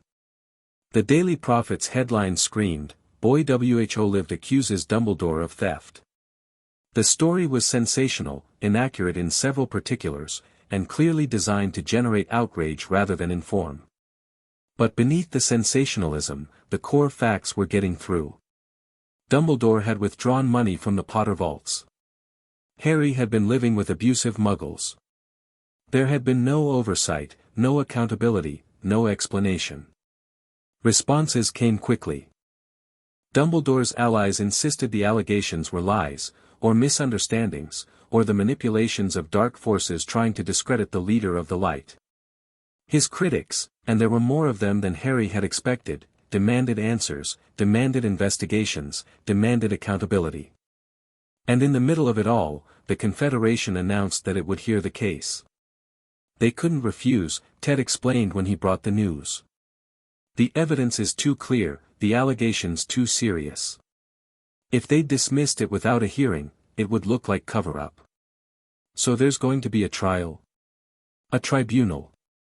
It's different from a trial, less formal, more investigative. The Confederation will examine the evidence, hear testimony, and issue a finding. If they find in your favor, they can impose penalties and require remediation. What kind of penalties? Financial restitution, certainly. Possibly suspension from official positions. In extreme cases, imprisonment, but I don't think we'll get there. Dumbledore's crimes, while serious, aren't the kind that typically result in incarceration. Harry nodded. He hadn't expected Dumbledore to go to prison, that had never really been the point. The point was exposure. The point was making the wizarding world see what their hero had done. The point was justice. When is the tribunal? 3 months from now. The Confederation moves slowly, they have to coordinate delegates from 37 countries, arrange translators, prepare facilities. Ted smiled. But that gives us time. Time to prepare your testimony. Time to gather additional evidence. Time to make sure we're ready. And Sirius? That's a separate track. We filed for a review of his case based on the new evidence, the journal entries, the lack of trial. It's working its way through the system. Ted's expression sobered. But I have to be honest, Harry. Getting Sirius a trial is going to be harder than exposing Dumbledore. There are people in power who really don't want those old questions reopened. Why not? Because if Sirius is innocent, then Peter Pettigrew is guilty. And if Peter Pettigrew was a Death Eater spy, then someone helped him infiltrate the Order of the Phoenix. Someone vetted him, trusted him, put him in position to betray your parents. Ted met Harry's eyes. That someone might still be in a position of power. They might have a very strong interest in keeping the truth buried. Harry felt cold. He hadn't thought about it that way, hadn't considered that there might be people beyond Dumbledore who had reasons to keep him quiet. But it made sense. Betrayals didn't happen in isolation. There were always webs, connections, people who benefited from keeping secrets. We keep going, he said firmly. Whatever it takes. Ted smiled. That's what I hoped you'd say. That night, Harry sat in his suite and read his father's journal again. He'd read it a dozen times now, but he kept coming back to the final entries. The growing unease. The sense that something was wrong. The trust in friends that had been betrayed. Changed secret keepers today. Dumbledore thinks we should use Sirius, but Sirius suggested Peter instead. Dumbledore had thought Sirius should be the keeper. That meant Dumbledore had known about the switch, or should have known. He'd been involved in the planning. He'd cast the Fidelius charm himself. So why hadn't he said anything when Sirius was arrested? Why hadn't he told the Ministry that Peter was the real keeper? Why had he let his own supposed ally rot in Azkaban for 5 years without raising a single objection? Harry didn't have answers. But he had suspicions, and they all pointed in the same direction. Dumbledore had wanted Sirius out of the way. With Sirius in prison, Dumbledore had unchallenged control over Harry's placement, Harry's money, Harry's future. It was so cold. So calculated. And the worst part was, Harry didn't think Dumbledore saw it that way. From everything Harry had learned about the old wizard, Dumbledore genuinely believed he was doing the right thing. He'd convinced himself that Harry needed to be raised in obscurity, needed to be kept humble, needed to be protected from the corrupting influence of fame and wealth. He'd convinced himself that the ends justified the means. And now Harry was going to prove that they didn't. Lord Potter. Harry looked up from the journal. Griphook stood in the doorway, his expression unreadable. There's someone here to see you. Who? She says her name is Amelia Bones. She's the head of the Department of Magical Law Enforcement. Griphook paused. She says she has information about Sirius Black. Harry was on his feet before Griphook finished speaking. Amelia Bones was a square-jawed woman with close-cropped gray hair and eyes that missed nothing. She sat across from Harry in one of Gringotts' meeting rooms, her posture rigid and her expression carefully neutral. Lord Potter, she said, I'll be direct with you. I shouldn't be here. This meeting is unofficial, off the record, and if anyone asks, it never happened. Then why are you here?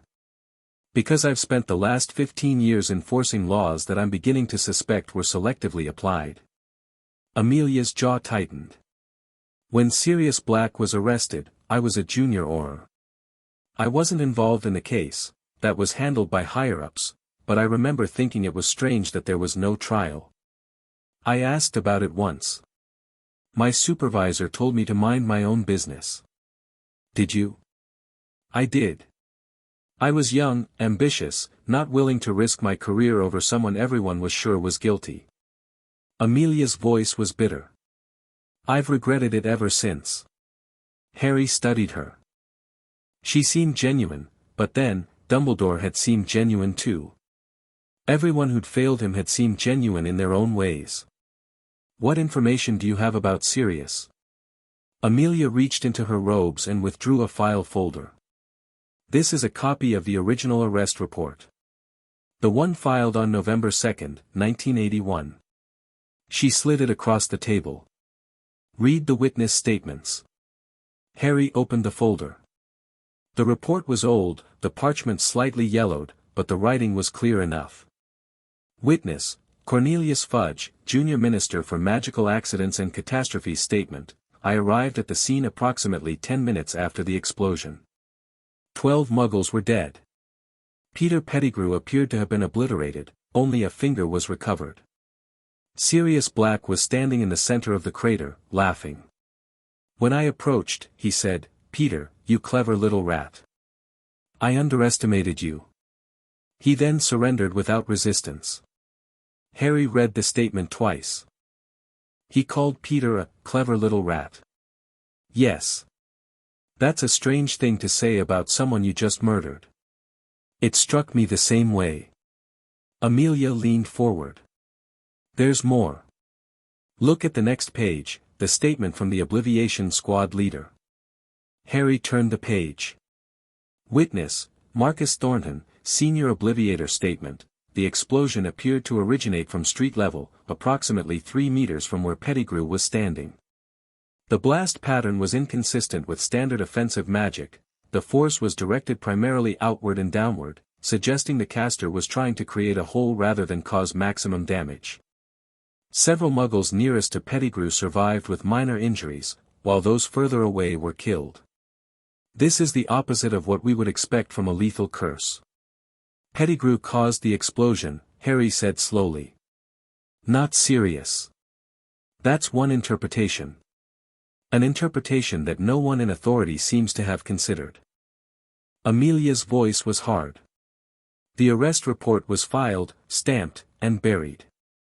No one followed up on the inconsistencies. No one asked why the blast pattern was wrong. No one questioned whether the rat comment might have been significant. Because they didn't want to know. Because they wanted the case closed. Voldemort had just fallen. The public wanted scapegoats.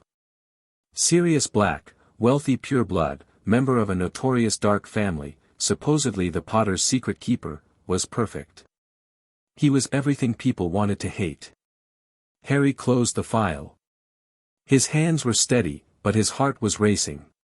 Why are you showing me this? Amelia was quiet for a moment.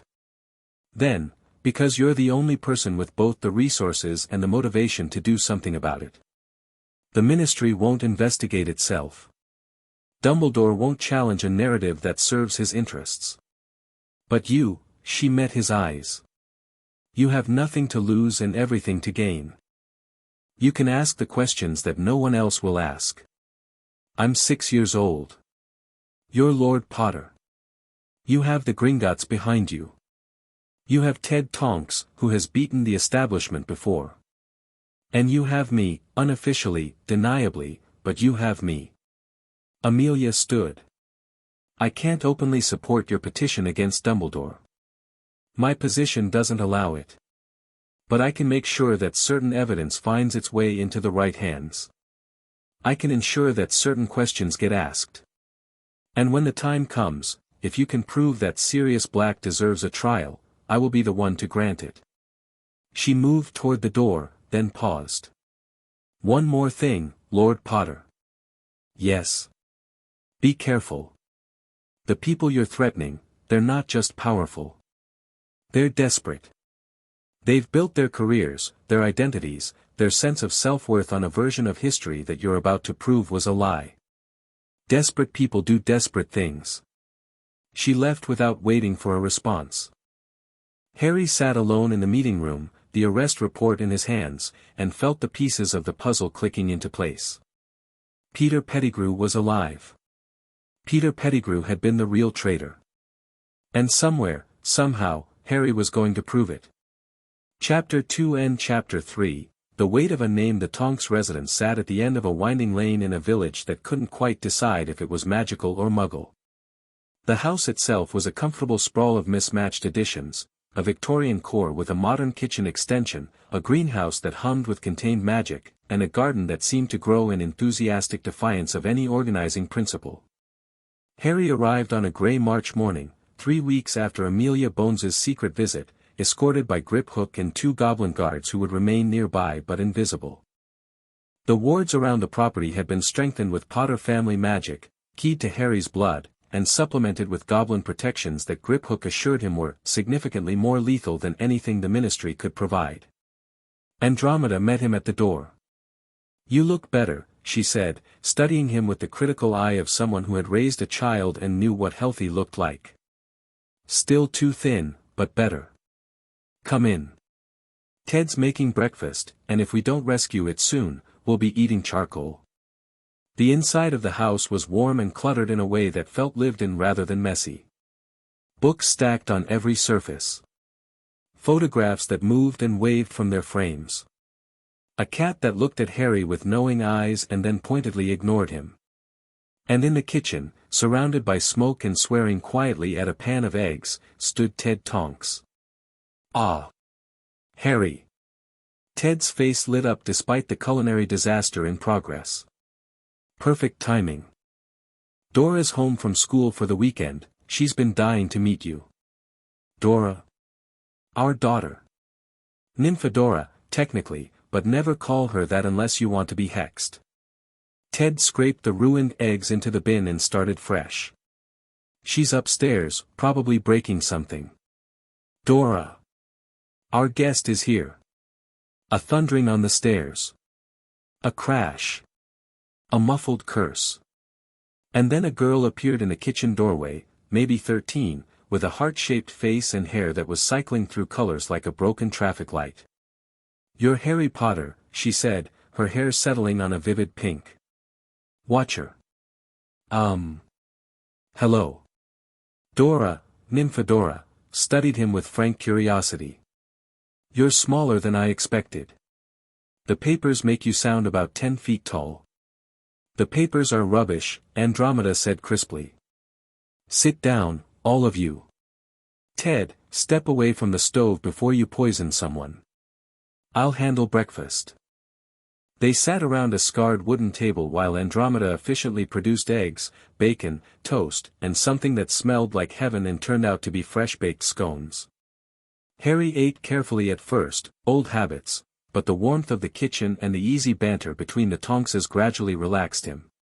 "So," Dora said through a mouthful of scone, "is it true you told Dumbledore to stuff it?" "Dora!" Andromeda's voice was sharp. "Language. What?" "That's basically what he did.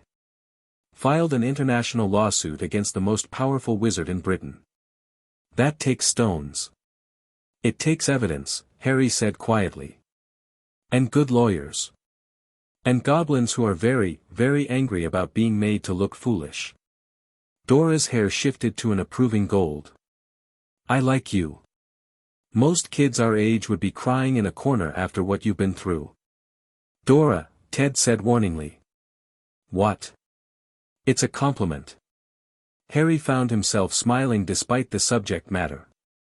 There was something infectious about Dora's energy, chaotic and warm and completely unafraid of saying what she thought. It was so different from the careful, calculated interactions he'd had with adults over the past weeks. "It's fine," he said. "She's right. Most kids would be crying. I think I've just run out of tears." The table went quiet. Andromeda and Ted exchanged a look that Harry couldn't read, concern, maybe, or sadness. Dora's hair dimmed to a more subdued blue. "Well," she said after a moment, "if you ever find more tears, we've got tissues. And chocolate. Mum keeps a secret stash in the pantry." "It's not secret if you keep telling people about it," Andromeda muttered, but there was no real annoyance in her voice. Harry looked around the table, at these people who had opened their home to him, who were risking their reputations and possibly their safety to help him, and felt something crack open in his chest. Not tears. Something older, deeper. Something that had been frozen for so long he'd forgotten it could thaw. Thank you, he said. For all of this. Don't thank us yet, Ted said, his expression growing serious. The hard part is still coming. After breakfast, they got to work. Ted had converted a spare room into a war room of sorts, walls covered with charts and timelines, boxes of documents stacked in corners, a large blackboard filled with names and connections and question marks. The tribunal is in 10 weeks, Ted said, pointing to a date circled in red on a calendar. The Confederation has scheduled 3 days for hearings. We'll present our evidence, Dumbledore will present his defense, and the delegates will vote on their findings. What do we need to prove? Harry asked. 3 things. Ted held up fingers as he counted. First, that Dumbledore withdrew funds from your trust vault. That's easy, we have the records, his signature, the whole paper trail. Second, that those funds were not used for your care as claimed. Also fairly straightforward, your medical records, the Dursleys' living conditions, testimony from Mrs. Figg about what she actually observed. And third? Third is the tricky one. We need to prove that Dumbledore knew or should have known that you were being mistreated, and that he failed to take action. Ted's expression was grave. This is where it gets complicated. Dumbledore is going to argue that he trusted the Dursleys, that Mrs. Figg's reports indicated everything was fine, that he had no reason to suspect abuse. We need to break that defense. Harry thought about this. Mrs. Figg saw me. She must have seen the clothes I wore, how thin I was. If she reported that everything was fine, then either she lied in her reports, or she's lying now about what she observed. Ted nodded. We're going to depose her. Get her testimony under oath, with the proper truth verification charms. Whatever she says, we'll have her on record. What if she refuses to testify? She can't refuse. The Confederation has subpoena power, they can compel testimony from anyone in a member nation. Ted smiled grimly. Dumbledore's allies can't protect her. Not from this. Andromeda stepped forward, pointing to a different section of the board, a web of names connected by lines of various colors. While Ted handles the legal strategy, I've been mapping the political landscape. These are the Confederation delegates, organized by their likely positions. Harry studied the web. Some names were circled in green, others in red, most in yellow. Green means friendly, Andromeda explained. Delegates who have reasons to support us, personal grudges against Dumbledore, political opposition to the British ministry, ideological commitment to accountability. Red means hostile, Dumbledore's allies, people who owe him favors, those who benefit from maintaining the status quo. There's a lot of yellow. Yellow means undecided. Those are our targets. Andromeda's finger traced connections between names. Many of them are waiting to see which way the wind blows. If we can demonstrate that supporting us is politically safe, or that opposing us is politically costly, they'll vote with us. How do we do that? Public opinion. The more people who believe your story, the harder it becomes for delegates to vote against you without facing consequences at home. Andromeda's smile was thin and sharp. I've been reaching out to journalists in various countries. Not the ones in Dumbledore's pocket, the independents, the critics, the ones who've been waiting for a chance to challenge the official narrative. Harry absorbed all of this, the legal strategy, the political maneuvering, the careful calculation of allies and enemies. It was dizzying. 3 months ago, he'd been worried about cooking breakfast without burning it. Now he was planning a campaign against one of the most powerful wizards in the world. What about Sirius? He asked. Ted and Andromeda exchanged another look. That's a separate track, Ted said carefully. The petition for a case review is working its way through the system, but it's moving slowly. The ministry has every incentive to delay. Can we speed it up? Possibly. If we can present enough new evidence, we might be able to force an emergency hearing. Ted hesitated. There's something else you should know. I've been in contact with someone who might be able to help, someone with inside knowledge of what really happened that night. Harry's heart rate spiked. Who? Remus Lupin. The name was familiar, one of his parents' friends, mentioned in the will, another potential guardian who had been passed over. Where is he? That's the problem. He's been living abroad for years, couldn't find work in Britain after the war. The ministry passed laws restricting employment for werewolves, and werewolves. Harry interrupted. Lupin was bitten as a child. It's a condition, not a character flaw. Ted's voice was firm. He was one of your father's closest friends. He, Sirius, and Peter were inseparable at Hogwarts. He would know if Peter was the real traitor. He would know a great deal. He might know things that aren't in any official record, things that could help us prove Sirius's innocence. Ted leaned forward. I've sent him a letter. Explained the situation. Asked him to come back to Britain and meet with us. Will he come? I don't know. He's been in hiding for a long time, ashamed of his condition, convinced that everyone blames him for not seeing the betrayal coming. He may not want to revisit those memories. Harry thought about Remus Lupin, a man who had lost all his friends in a single night, who had been exiled by a society that feared his illness, who had probably spent 5 years wondering if he could have done something differently. In a way, they were alike. Both survivors of a tragedy that had destroyed their families.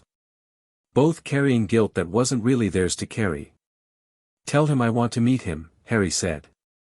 Tell him I don't blame him for anything. And tell him that if he helps me free Sirius, maybe we can both stop feeling guilty for things we couldn't control. Ted nodded slowly. I'll pass that along. The days settled into a rhythm. Mornings were for lessons, Ted teaching Harry about magical law, Andromeda about politics and social dynamics, a parade of tutors covering the basics of magical education that most wizarding children learned before Hogwarts. Harry absorbed it all with the desperate hunger of someone who had spent years being told he was stupid and useless and would never amount to anything. He wasn't stupid. He wasn't useless. Every lesson proved it, every piece of knowledge he mastered a small victory against the voice in his head that still sounded like Vernon Dursley. Afternoons were for preparation. Reviewing evidence. Practicing testimony. Running through every question Dumbledore's advocates might ask and crafting responses that were truthful, compelling, and emotionally resonant without being manipulative. You can't lie, Ted reminded him constantly. The Confederation uses truth verification charms during testimony. If you shade the truth, they'll know. But you can choose which truths to emphasize, which details to highlight, which emotional beats to hit. That sounds like manipulation. It's advocacy. There's a difference. Ted's smile was wry. Manipulation is trying to make people believe something false. Advocacy is trying to make people see something true that they might otherwise miss. Your job isn't to trick the delegates, it's to make them understand what you experienced. Evenings were Harry's own. He spent them reading, sometimes the documents for the case, sometimes books from the Tonks's library, sometimes just novels that let him escape into someone else's story for a while. Dora, when she was home from Hogwarts on weekends, often joined him, sprawled on a couch with her own homework, her hair shifting colors based on her mood. You know, she said one evening, her hair currently a thoughtful violet, most people would be terrified to do what you're doing. Harry looked up from his book. I am terrified. You don't act like it. I've had a lot of practice being scared and doing things anyway. Harry set the book aside. At the Dursleys, being scared didn't help. It didn't make them stop. The only thing that helped was figuring out how to survive until the next day. Dora was quiet for a moment. Then, that's really sad. I know. I don't mean it in a pitying way. Just, she sat up, her hair shifting to a more serious blue. Kids shouldn't have to learn that. Kids should be allowed to be scared and have someone make it better. Did you have that? Someone to make it better? Yeah. Dora glanced toward the kitchen, where her parents were cleaning up after dinner. Mom and Dad. Even when things were hard, and they were, after Mum got disowned, I always knew they'd protect me. That they'd make it okay. Harry tried to imagine what that would feel like, having adults who actually wanted to protect you, who would put themselves between you and danger rather than being the danger themselves. He couldn't quite manage it. The concept was too foreign, too far outside his experience. "I'm glad you had that," he said finally. "I'm glad someone did." Dora's expression softened. "You have it now, you know. Mum and Dad, they've basically adopted you. They argue about you the same way they argue about me." "They argue about me?" "Oh yeah. Dad thinks you're working too hard, that you need more time to just be a kid. Mum thinks you're the most terrifyingly competent 6-year-old she's ever met and she's not sure whether to be proud or concerned." Dora grinned. "They're both right, honestly." Harry found himself smiling. It still felt strange, smiling. His face wasn't quite used to it. But here, in this warm house with these people who had inexplicably decided to care about him, it was getting easier. "Your mum is right about one thing," he said. "I'm not a normal 6-year-old. Good. Normal is boring."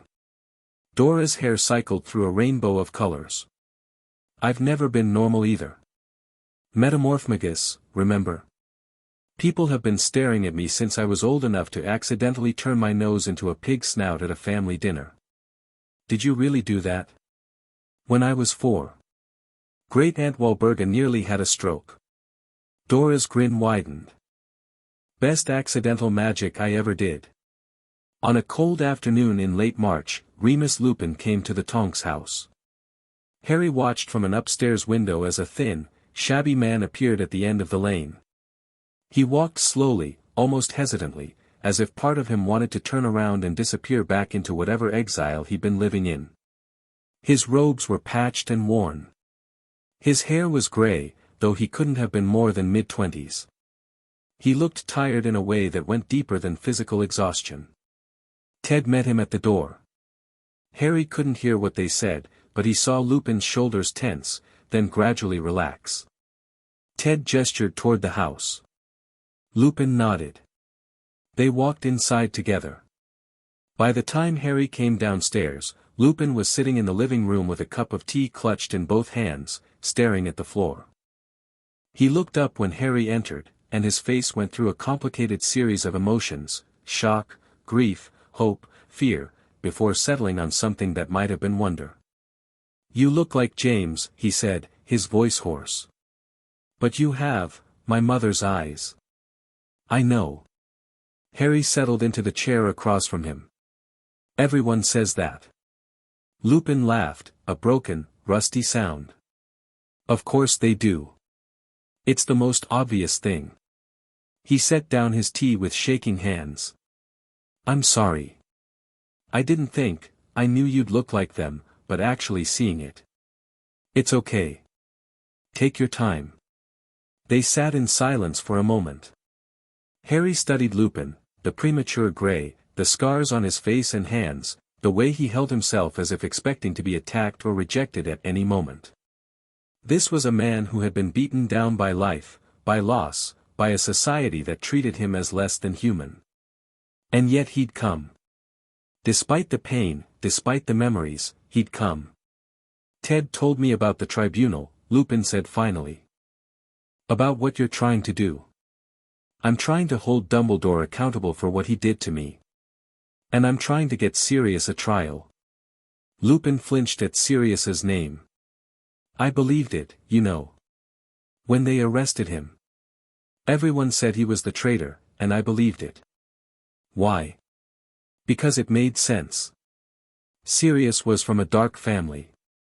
He'd always had a temper, a reckless streak. And he was the secret keeper, at least, that's what everyone thought."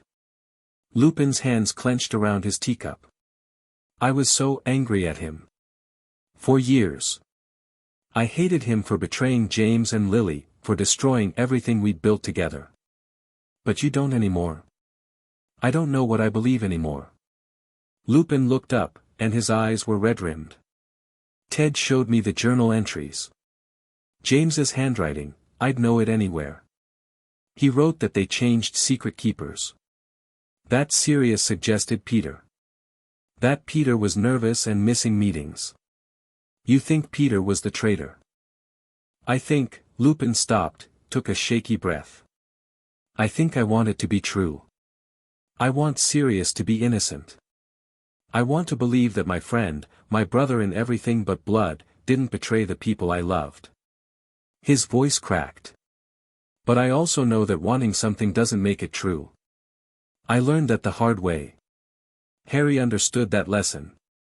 He'd spent years wanting the Dursleys to love him, wanting his parents to somehow still be alive, wanting someone to rescue him from his cupboard. Wanting hadn't made any of it true. But evidence could. I need your help, Harry said. Not your belief, your knowledge. You knew Sirius and Peter better than almost anyone. You might remember things that could prove what really happened. Like what? Like whether Peter was capable of pulling off a deception like this. Like whether there were signs that something was wrong with him. Like whether Sirius would ever, under any circumstances, betray my parents. Lupin was quiet for a long moment. His tea had gone cold, but he didn't seem to notice. Peter was always the weakest of us, he said finally. Not magically, he was decent enough, though nothing special. Weak in character, I suppose. He latched onto James and Sirius because they were powerful, popular, exciting. He wanted to be part of something bigger than himself. That sounds like someone who might be susceptible to manipulation. It sounds like someone who might follow whoever seemed strongest. Lupin's voice was bitter. I never saw it clearly at the time. We were kids, we thought our friendship was unbreakable. But looking back, Peter was always hedging his bets. Always making sure he had options. And Sirius? A ghost of a smile crossed Lupin's face. Sirius was loyal to a fault. Literally. He would have died for James without hesitation. He loved your father like a brother, more than a brother, really. The Blacks treated Sirius terribly, and James's family took him in. That meant everything to him. So there's no way he would have betrayed them. There's no way, Lupin confirmed. I know I said I believed it at the time, but that was grief talking. That was not knowing about the secret keeper switch. If Sirius had been the keeper, and James and Lily died anyway, then Sirius must have betrayed them. That was the logic. But if Peter was the keeper, then Sirius was hunting the real traitor when he was arrested. Yes. Lupin's eyes were bright now, not with tears, but with something else. Hope, maybe. Or determination. He wasn't laughing because he'd won. He was laughing because he'd lost. Because Peter had outmaneuvered him, faked his own death, and left Sirius to take the blame. Harry felt the pieces clicking into place. It made sense. All of it made sense, the inconsistent blast pattern, the rat comment, the lack of trial. Peter Pettigrew had planned his escape perfectly, and everyone had played their part. I need you to testify, Harry said. At the tribunal. Not just about Dumbledore, about all of it. About who Peter really was, about Sirius's character, about what you remember from before and after Halloween. Lupin hesitated. My testimony won't carry much weight. I'm a werewolf. Most people won't believe, the truth verification charms don't care what you are. They only care whether you're telling the truth. Harry leaned forward. And besides, the Confederation isn't like the British ministry. They have different prejudices. You've thought this through. I've had help. Good lawyers, good advisors. Harry met Lupin's eyes. But I also need people who knew my parents. Who can speak about them as real people, not just names on a memorial. You're one of the only ones left. Lupin was silent for a long time. Outside, the afternoon light was fading into evening. Somewhere in the house, Andromeda was preparing dinner, Harry could smell something savory wafting from the kitchen. "You're remarkably like them, you know," Lupin said finally. "You have James's courage and Lily's cleverness. And something else, something that's purely yours. A kind of clarity. Like you can see through all the noise to what actually matters." "Is that a yes?" Another long pause. Then Lupin nodded slowly. "Yes. I'll testify. I'll tell them everything I remember." His smile was still sad, but there was steel underneath it now. "And if it helps free Sirius, if it helps bring justice for James and Lily, then maybe I can finally stop feeling like I failed them." April arrived with spring rains and growing tension. The Daily Prophet had been running articles about the upcoming tribunal almost daily, some sympathetic to Harry, others defending Dumbledore with increasingly desperate arguments. Public opinion was shifting, slowly but noticeably. People were starting to ask questions they'd never asked before. Why had Harry been placed with muggles who hated magic? Why had no one checked on him in 5 years? Why had the hero of the light been withdrawing money from an orphan's trust fund? Dumbledore had given a public statement, calm, measured, full of regret for any unintended consequences of his decisions while maintaining that everything he'd done was in Harry's best interests. It was masterfully vague, designed to sound like an apology without actually admitting wrongdoing. Harry had read it carefully, looking for weaknesses. "He's not denying the withdrawals," he said to Ted during one of their strategy sessions. "He's framing them as legitimate expenses for the greater good." Which is exactly what we expected. Ted crossed out something on his notes and wrote a replacement. "He can't deny the financial evidence, it's too solid. So instead, he's trying to justify it. Make people believe the money was well spent even if Harry didn't directly benefit. What do we do about that? We make him explain every galleon. Every single canute." Ted's smile was sharp. "The Confederation has requested detailed accounting of all Potter Trust withdrawals. If Dumbledore claims the money went to legitimate security operations, he has to prove it. Names. Dates. Receipts. And if he can't, then either he was running an unaccountable slush fund, or he was embezzling. Neither option helps his case." Harry nodded slowly. The legal strategy was sound, but something else was nagging at him, something beyond the tribunal, beyond the immediate battle. "What happens after?" he asked. Ted looked up. "After the tribunal? After all of it. Say we win. Say Dumbledore is held accountable, say Sirius gets a trial and is freed. What happens then? Then you'll have won. You'll have gotten justice. But Dumbledore will still be powerful. He'll still have allies, influence, positions of authority. Even if he's forced to pay restitution, even if he's suspended from some offices, he won't be destroyed." "No," Ted admitted. "He won't be. So what's to stop him from doing something like this again? To me, to someone else?" Ted set down his quill and studied Harry with an expression that was hard to read. "You're thinking further ahead than most adults do. I've had a lot of practice thinking about what happens next. It was the only way to survive the Dursleys. Then you know the answer. One tribunal won't change the system. It might change some specific policies, might create new oversight mechanisms. But the fundamental power structures, the ministry, the Wisengamot, the way magical society is organized, those won't change overnight. So I need to think long-term. If you want lasting change, yes." Ted leaned forward.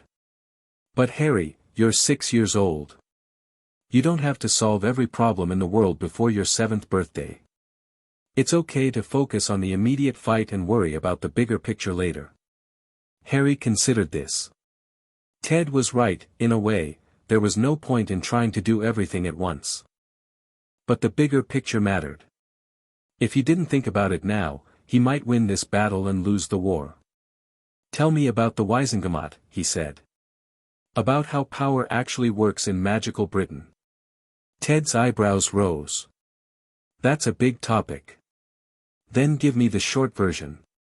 So Ted gave him the short version. The Wisengamot was the legislative and judicial body of magical Britain, part Parliament, part Supreme Court. It had 50 seats, divided among hereditary lords, the old families, appointed officials, ministry representatives, and elected members, theoretically representing the common wizarding public, though the elections were notoriously corrupt. Power in the Wisengamot clustered around a few key figures who could reliably deliver voting blocks. Dumbledore controlled the Light faction, families who had opposed Voldemort, progressives who favored Muggle-born rights, idealists who believed in his vision of a better world. Lucius Malfoy controlled a significant portion of the traditional faction, pure-blood supremacists, dark magic sympathizers, those who had supported Voldemort or at least hadn't opposed him. In between were the neutrals, families who hadn't committed strongly to either side, who voted based on self-interest or deal-making or whatever would cause the least trouble. The Potter seat has been voting with Dumbledore's faction since your parents died, Ted explained. He was assigned proxy voting rights as your guardian. But you could reclaim that seat now if you wanted. What would that accomplish? One vote isn't much by itself. But the Potter name carries weight, symbolic weight. If the boy who lived publicly breaks with Dumbledore, it sends a message. Harry filed that information away for later. One more piece of the puzzle, one more tool in his arsenal. He was building something, he realized, not just a legal case, but a strategy for long-term influence. A way to make sure that what had happened to him couldn't happen to anyone else. It was a lot for a 6-year-old to carry. But Harry had been carrying heavy loads since he was old enough to reach the kitchen counter. This one, at least, was a weight he'd chosen for himself. 2 weeks before the tribunal, Harry received an unexpected visitor. He was in the garden, practicing basic magical exercises under Andromeda's supervision, nothing complex, just learning to feel and direct the energy that lived inside him, when the wards chimed to announce an arrival. Andromeda's wand was in her hand instantly. Stay here. Who is it? The wards don't recognize them. That means it's someone new. Andromeda moved toward the front of the house, her posture alert. Ted. We have company. Harry followed at a distance, ignoring Andromeda's instruction. If someone had found him here, he wanted to know who it was. He reached the front window just in time to see a tall, aristocratic figure emerge from a gleaming black carriage that had somehow appeared on the otherwise Muggle-normal lane. The figure was elderly, clearly ill, he walked with a cane and seemed to struggle with each step, but he moved with the kind of dignity that suggested he'd been powerful once and hadn't forgotten it. Andromeda had gone pale. That's impossible. Who is it? Harry asked again. Andromeda swallowed hard. That's Arcturus Black. My grandfather. The current Lord Black. The man who was supposedly too ill to leave his home. The man who hadn't been seen in public in years. The man who, according to everything Harry had learned, was expected to die at any moment. Arcturus Black stood at the Tonk's front gate, leaning heavily on his cane, and waited. They met in the living room, Andromeda, Ted, Harry, and the ancient lord of the House of Black. Up close, Arcturus looked even more frail. His skin was thin and papery, his eyes clouded with age and illness. But those eyes were sharp when they fixed on Harry, studying him with an intensity that made Harry want to fidget. So, Arcturus said, his voice a dry rasp. You're the Potter boy. The one who's been making so much noise. Yes, sir. Don't call me sir. I'm not some ministry functionary. Arcturus lowered himself into a chair with obvious effort. You can call me Lord Black. Or grandfather, if you prefer, we're family, after a fashion. I know. Through my grandmother, Euphemia. Humph. Arcturus's lips twitched in what might have been approval. At least you've done your research. More than most young lords can say. Andromeda had been standing frozen near the doorway. Now she stepped forward. Why are you here, grandfather? You disowned my mother. You've ignored my existence for 20 years. I ignored your existence because acknowledging it would have caused problems I wasn't prepared to handle. Arcturus's voice was blunt, unapologetic. Your mother married a mudblood. In my generation, in my position, that was unforgivable. I did what was expected of me. And now? Now I'm dying. The expectations of dead men don't trouble me much. Arcturus turned back to Harry. I came because I've been watching you, boy. Watching what you're doing with Dumbledore, with the tribunal. And I have some things to say that I suspect you'll want to hear. Harry sat down across from him, matching the old man's directness. Then say them. Arcturus studied him for another long moment.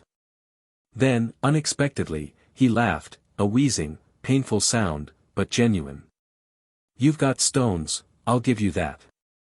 Most people would be intimidated, meeting the Lord of the House of Black. Especially a 6-year-old. He shook his head slowly. Your grandmother would be proud.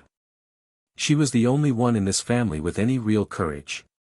What did you come to tell me? Several things. First, Sirius Black is innocent. The room went very still. You know this for certain? Harry asked. I know my grandson. Better, perhaps, than he knows himself. Sirius was many things, reckless, rebellious, infuriating, but he was not a traitor. He would sooner die than betray James Potter. Then why didn't you say anything? When he was arrested, when they sent him to Azkaban without a trial, because I was a coward. Arcturus's voice was flat. Because I had already lost so much of my family, and I convinced myself that Sirius must have gone dark. Because it was easier to believe the lie than to fight for the truth. And now? Now I'm dying, and I find that I don't want to die a coward. Arcturus reached into his robes and withdrew a thick envelope. This is my testimony. Everything I know about Sirius, about the family, about the events leading up to that Halloween. I've had it certified by a goblin notary, it will be valid as evidence even after I'm gone. Harry took the envelope. It was heavier than he expected, both physically and metaphorically. Thank you. Don't thank me. I'm not doing this for you, I'm doing it for myself. For Sirius. For whatever scraps of honor I can salvage before the end. Arcturus's eyes were hard. Which brings me to my second piece of business. Yes. The Black Lordship. When I die, it passes to Sirius, but Sirius is in Azkaban, unable to claim it. If he's freed, he'll be Lord Black. But if something happens before that. Arcturus paused, a cough racking his frail body. You're my closest legitimate heir through Euphemia's line. The magic might pass to you. Harry blinked. I thought you needed to be a male Black.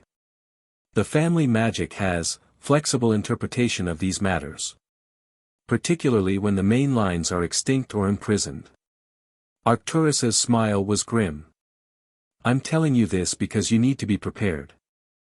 If you become Lord Black as well as Lord Potter, you'll control two of the most powerful voting blocks in the Wizengamot. People will try to use you. Others will try to destroy you. I'm already learning that lesson. Learn it better. Learn it faster. Arcturus leaned forward, his clouded eyes suddenly fierce. You're reshaping the political landscape of magical Britain, boy. Whether you mean to or not. Dumbledore is just the beginning. Once you've proved that even the greatest wizard of our age can be held accountable, others will come after you. Some will want to ally with you. Some will want to stop you before you become too powerful to control. What do you suggest I do? Build alliances with people who have nothing to gain from betraying you. Find advisors who will tell you hard truths instead of what you want to hear. And never, ever forget that in politics, everyone is using everyone else. The only question is whether you're using them back.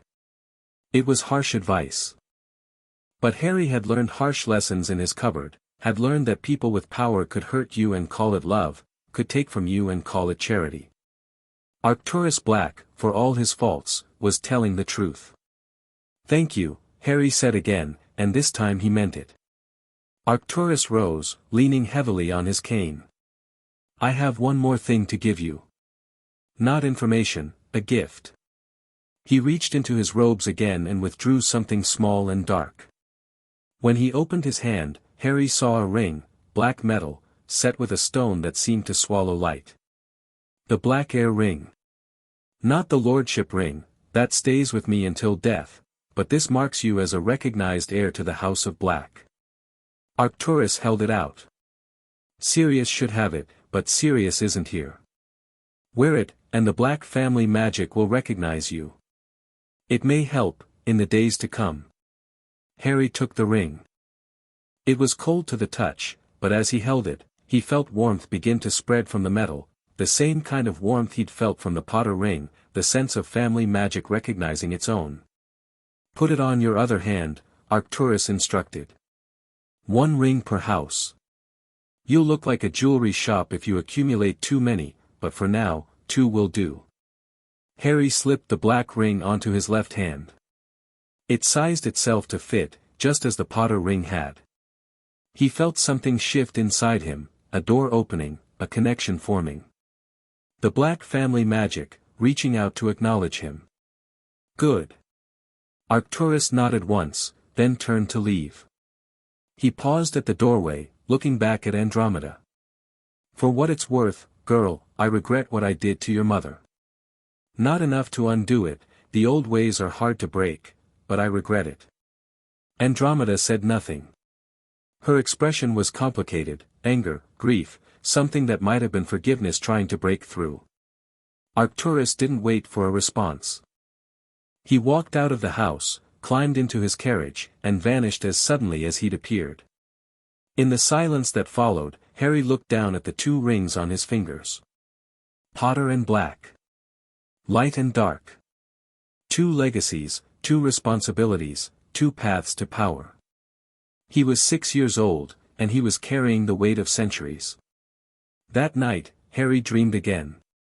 This time, he wasn't in the golden light of the Potter family magic. He was in darkness, not frightening darkness, but deep and quiet, like the space between stars. A woman stood before him. She was beautiful in a cold, severe way, with black hair and the aristocratic features he was beginning to recognize as the Black family look. Her robes were old-fashioned, her bearing regal. She looked at Harry with eyes that seemed to see through him. "So," she said. "You're the one who woke us. Who are you?" "Cassiopeia Black. Your great-great-aunt, more or less. The family connections get complicated after a few generations." "Am I? Is this like what happened with the Potter ring?" "Similar. The Black family magic works differently, we're less about testing and more about observing. Watching what you do, judging whether you're worthy." Cassiopeia smiled thinly. "You've made quite an impression. I haven't done anything yet. You've done more than most Blacks accomplish in a lifetime. You've taken on one of the most powerful wizards in the world. You've uncovered truths that others wanted to stay buried. You've shown courage and cunning in equal measure." Her smile widened. "Very Black of you, actually. I thought the Blacks were dark wizards. Some were. Some weren't. The family has never been as monolithic as reputation suggests." Cassiopeia drifted closer, her form flickering like a candle flame. "We value power, yes. We value ambition. But we also value loyalty to family, to blood, to those who earn our trust. The darkness in our history comes from valuing those things too much, from being willing to do terrible things in their service. And you think I'm like that? I think you're dangerous." Cassiopeia's voice was approving. "I think you have the potential to be very dangerous indeed. The question is what you'll be dangerous for." Harry thought about this. About power and ambition and the willingness to do terrible things. About Dumbledore, who had done terrible things in service of what he believed was right. About Vernon, who had done terrible things because he could. "I want to be dangerous to people who hurt others," he said finally. "Dangerous to people who abuse power. Dangerous to people who think they're above accountability." Cassiopeia laughed, a sound like wind chimes in a graveyard. "Oh, you'll fit in with us just fine. Welcome to the family, Harry Potter. Try not to let us down." The darkness began to fade. Harry felt himself rising, returning to consciousness, leaving the space between stars behind. But Cassiopeia's voice followed him up, "And remember, the Blacks don't forgive. We don't forget. And we always pay our debts." The morning of Harry's departure for Geneva, where the Confederation Tribunal would be held, dawned grey and cold. The Tonks household was in organized chaos. Ted was running through a checklist of documents for the 15th time. Andromeda was ensuring that Harry's formal robes, commissioned from a goblin tailor, perfectly fitted, bearing both the Potter and Black crests, were properly packed. Dora, who had insisted on taking time off from Hogwarts to attend, was trying to find her other shoe and somehow turning every piece of furniture she bumped into a different color. Harry stood in the middle of it all, feeling strangely calm. He knew what was coming. 3 days of testimony, cross-examination, political maneuvering. The most powerful wizard in Britain trying to justify his actions. Delegates from 37 nations deciding whether a 6-year-old orphan deserved justice. It should have been terrifying. And part of him was terrified.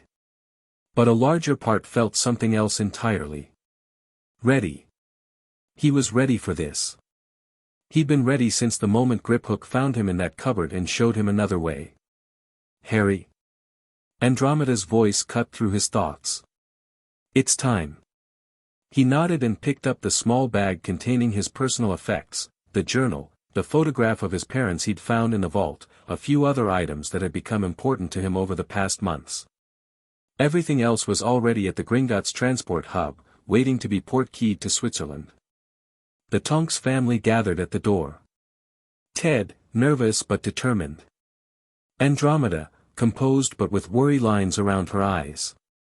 Dora, her hair cycling through supportive colors, gold, green, silver, back to gold. "You've got this," Dora said, pulling him into a hug that he was only slightly awkward about returning. "You're going to destroy that old goat." "Dora," Ted said warningly. Respect for what?" He let Harry live in a cupboard while cashing checks for his care. He doesn't deserve respect. Harry smiled despite himself. "Thanks, Dora." Andromeda knelt down to his level, her hands on his shoulders. "Whatever happens in that tribunal room, whatever they decide, you've already won. You've shown the whole world what was done to you. You've made them pay attention. That matters, Harry. Don't forget that." "I won't." Ted stepped forward, extending his hand. Harry shook it, feeling the weight of the moment. "I'll see you in Geneva," Ted said. "Remus and I are arriving separately, security reasons. But we'll be there. You won't be alone." "I know." Harry looked at them one last time, this family that had taken him in, had taught him, had shown him what it could mean to be cared for. They weren't his parents. They couldn't replace what he'd lost. But they were something new, something precious in its own right. "Thank you," he said. "For everything." Then he turned and walked out the door, toward the waiting goblin escort, toward the transport hub, toward Geneva. Toward justice. The International Confederation of Wizards headquarters occupied a converted medieval castle overlooking Lake Geneva. The building had been magically expanded over centuries, its towers and halls now containing meeting rooms, offices, libraries, and, most importantly, the Grand Tribunal chamber where Harry's case would be heard. He arrived the evening before the hearings began, escorted by Griphook and a contingent of goblin guards who would remain nearby throughout the proceedings. The Confederation had assigned him a suite of rooms, comfortable but not luxurious, where he would stay for the duration. Harry spent that first evening reviewing his testimony with Ted, going over the questions they expected and the answers they'd prepared. Remus was there too, quieter than the others but no less supportive. Every time Harry looked up, he caught Remus watching him with an expression that was equal parts pride and grief. "You keep looking at me like you're seeing a ghost," Harry said finally. Remus smiled sadly. "I suppose I am. The ghost of what might have been, if things had gone differently. If you'd been my guardian instead of, if I'd been allowed to be. If anyone had thought to check on you. If we'd all been less trusting and more suspicious." Remus shook his head. "There's no point dwelling on it. We can't change the past. All we can do is try to make the future better." "Is that what we're doing? Making the future better?" "I think so. What you're doing here, holding power accountable, demanding truth and transparency, it matters. Even if we don't win, even if Dumbledore walks away with his reputation intact, we've started a conversation that won't end easily." Harry considered this. He'd been so focused on winning, on making Dumbledore pay, on freeing Sirius, on getting justice, that he hadn't thought much about the broader implications. But Remus was right. This was bigger than one tribunal. It was about changing how Wizarding society thought about power and responsibility. "I'm scared," Harry admitted. "You'd be a fool not to be. Dumbledore is brilliant, charismatic, centuries older than you. He's won battles that most people can't even imagine. Then how am I supposed to beat him?" Remus leaned forward. "You're not. You're not supposed to beat Dumbledore, you're supposed to tell the truth. That's all. Just tell them what happened to you. Tell them what it was like. Let them see the real Harry Potter, not the myth, not the symbol, just a boy who was hurt by someone who should have protected him. And that will be enough? I don't know. But it's all any of us can do, tell the truth and hope it matters." Remus's smile turned warmer. "Besides, you've got something Dumbledore doesn't have." "What?" "You're actually right. He's going to stand up there and make excuses, and somewhere in his heart, he knows they're excuses. You're going to stand up there and tell the truth, and everyone will see the difference." Harry hoped Remus was right. He hoped truth and justice and all those abstract concepts actually meant something in the real world, where power and influence and centuries of accumulated reputation could bend reality to their will. But even if they didn't, even if this was a fight he couldn't win, he was going to fight it anyway. Because that was what Potters did. That was what Blacks did. That was what Harry did. Morning came too quickly. Harry dressed in his formal robes, the Potter and Black crests gleaming on his chest. The rings on his fingers pulsed with warmth, as if his ancestors were watching, lending their strength. He looked at himself in the mirror. A small boy with messy black hair and green eyes, wearing robes that cost more than the Dursleys made in a year. He looked older than 6. The past few months had aged him in ways that couldn't be measured in years. A knock at the door. "It's time," Griphook called. Harry took one last breath. Then he squared his shoulders, lifted his chin, and walked out to face the tribunal. The Grand Chamber was a vast, circular space, its ceiling painted with murals of famous magical events throughout history. Tiered seating rose around a central floor where the plaintiff and defendant would present their cases. Delegates from 37 nations filled those tiers, wizards and witches of every background, watching with expressions ranging from curious to hostile to carefully neutral. Dumbledore was already present, seated at the defendant's table with a team of advocates in crisp professional robes. He looked exactly as Harry had imagined, the long silver beard, the half-moon spectacles, the grandfatherly twinkle in his eyes. Even now, facing accusations that could destroy his reputation, he projected calm and confidence. He met Harry's eyes as Harry entered, and something flickered in his expression. Surprise, maybe. Or perhaps recognition of a worthy opponent. Harry didn't look away. He held Dumbledore's gaze for a long moment, then turned and took his place at the plaintiff's table. The chief arbiter, an ancient witch from the Belgian delegation, called the chamber to order. This tribunal is convened to hear the matter of Potter versus Dumbledore, concerning allegations of financial malfeasance, breach of guardian duties, and denial of fundamental rights. The plaintiff is Harry James Potter, Lord of the ancient and noble House of Potter. The defendant is Albus Percival Wulfric Brian Dumbledore, Chief Warlock of the British Wizengamot, Supreme Mugwump of this confederation, and Headmaster of Hogwarts School of Witchcraft and Wizardry. She paused, letting the weight of those titles sink in. Let the record show that this tribunal operates under the Charter of Geneva, with all testimony subject to truth verification charms. Witnesses who speak falsely will be held in contempt. Advocates who knowingly present false evidence will face censure. Her eyes swept the chamber. This is a search for truth. We will conduct ourselves accordingly. She turned to Harry's table. The plaintiff may present his opening statement. Ted rose, but Harry put a hand on his arm. I'll do it, Harry said quietly. Ted looked surprised, then nodded. Go ahead. Harry stood. The chamber seemed enormous, the hundreds of faces staring down at him like a wave about to crash. But he thought about the cupboard, about the dark and the spiders and the hunger. He thought about survival. This was just another kind of survival. My name is Harry Potter, he said, his voice carrying in the excellent acoustics. I'm 6 years old.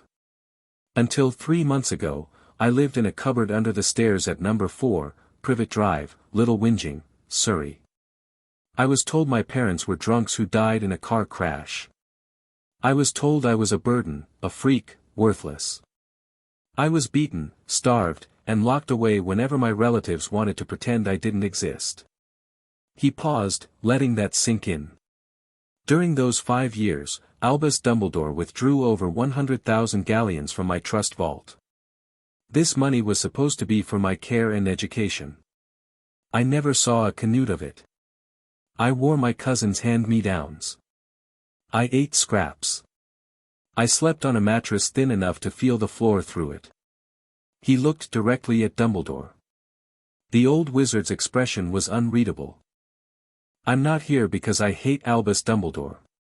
I'm not here for revenge. I'm here because what happened to me was wrong, and the person responsible needs to answer for it. I'm here because if it can happen to me, to the boy who lived, to someone the whole world was supposedly watching, then it can happen to anyone. And I'm here because I believe that truth matters, that accountability matters, that no one, no matter how powerful or respected, should be above the law. He sat down. The chamber was silent. Ted rose to continue with the formal legal arguments, but Harry barely heard him. He was watching Dumbledore, watching for any crack in that calm facade. There was none. The old wizard simply listened, his expression thoughtful, as if he were observing an interesting academic debate rather than a trial that could destroy everything he'd built. That composure should have been intimidating. Instead, it made Harry angry. Dumbledore had taken his childhood, taken his money, taken his parents' trust and used it for his own purposes. And he sat there as if none of it mattered. Harry clenched his fists under the table. This was just the beginning. The truth was coming. And no amount of composure would protect Dumbledore from that.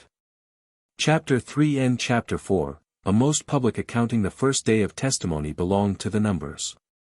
Griphook took the witness stand with the kind of cold precision that made accountants terrifying. He carried ledgers that weighed more than Harry did, each one filled with meticulous records of every transaction involving the Potter Vault since November 1981. The Potter Trust Vault, Griphook began, was established in 1847 by Fremont Potter I, specifically designated for the care and education of Potter heirs until they reach majority. The vault's charter is explicit: funds may only be withdrawn for direct expenses related to the heir's welfare. He opened the first ledger with a crack that echoed through the silent chamber. On November 3, 1981, 2 days after the deaths of James and Lily Potter, Albus Dumbledore filed paperwork claiming magical guardianship of the infant Harry Potter. This guardianship was granted by the British Ministry of Magic without a formal hearing, based solely on Dumbledore's assertion that he was acting in the child's best interests. The chief arbiter leaned forward. Was this process unusual? Highly unusual. Standard procedure requires a review by the Department of Family Services, verification of living arrangements, and confirmation that no closer relatives or designated guardians are available. Griphook's smile was thin and sharp. None of these procedures were followed. The paperwork was processed in under 3 hours. Murmurs rippled through the chamber. 3 hours to assign guardianship of the most famous child in magical Britain.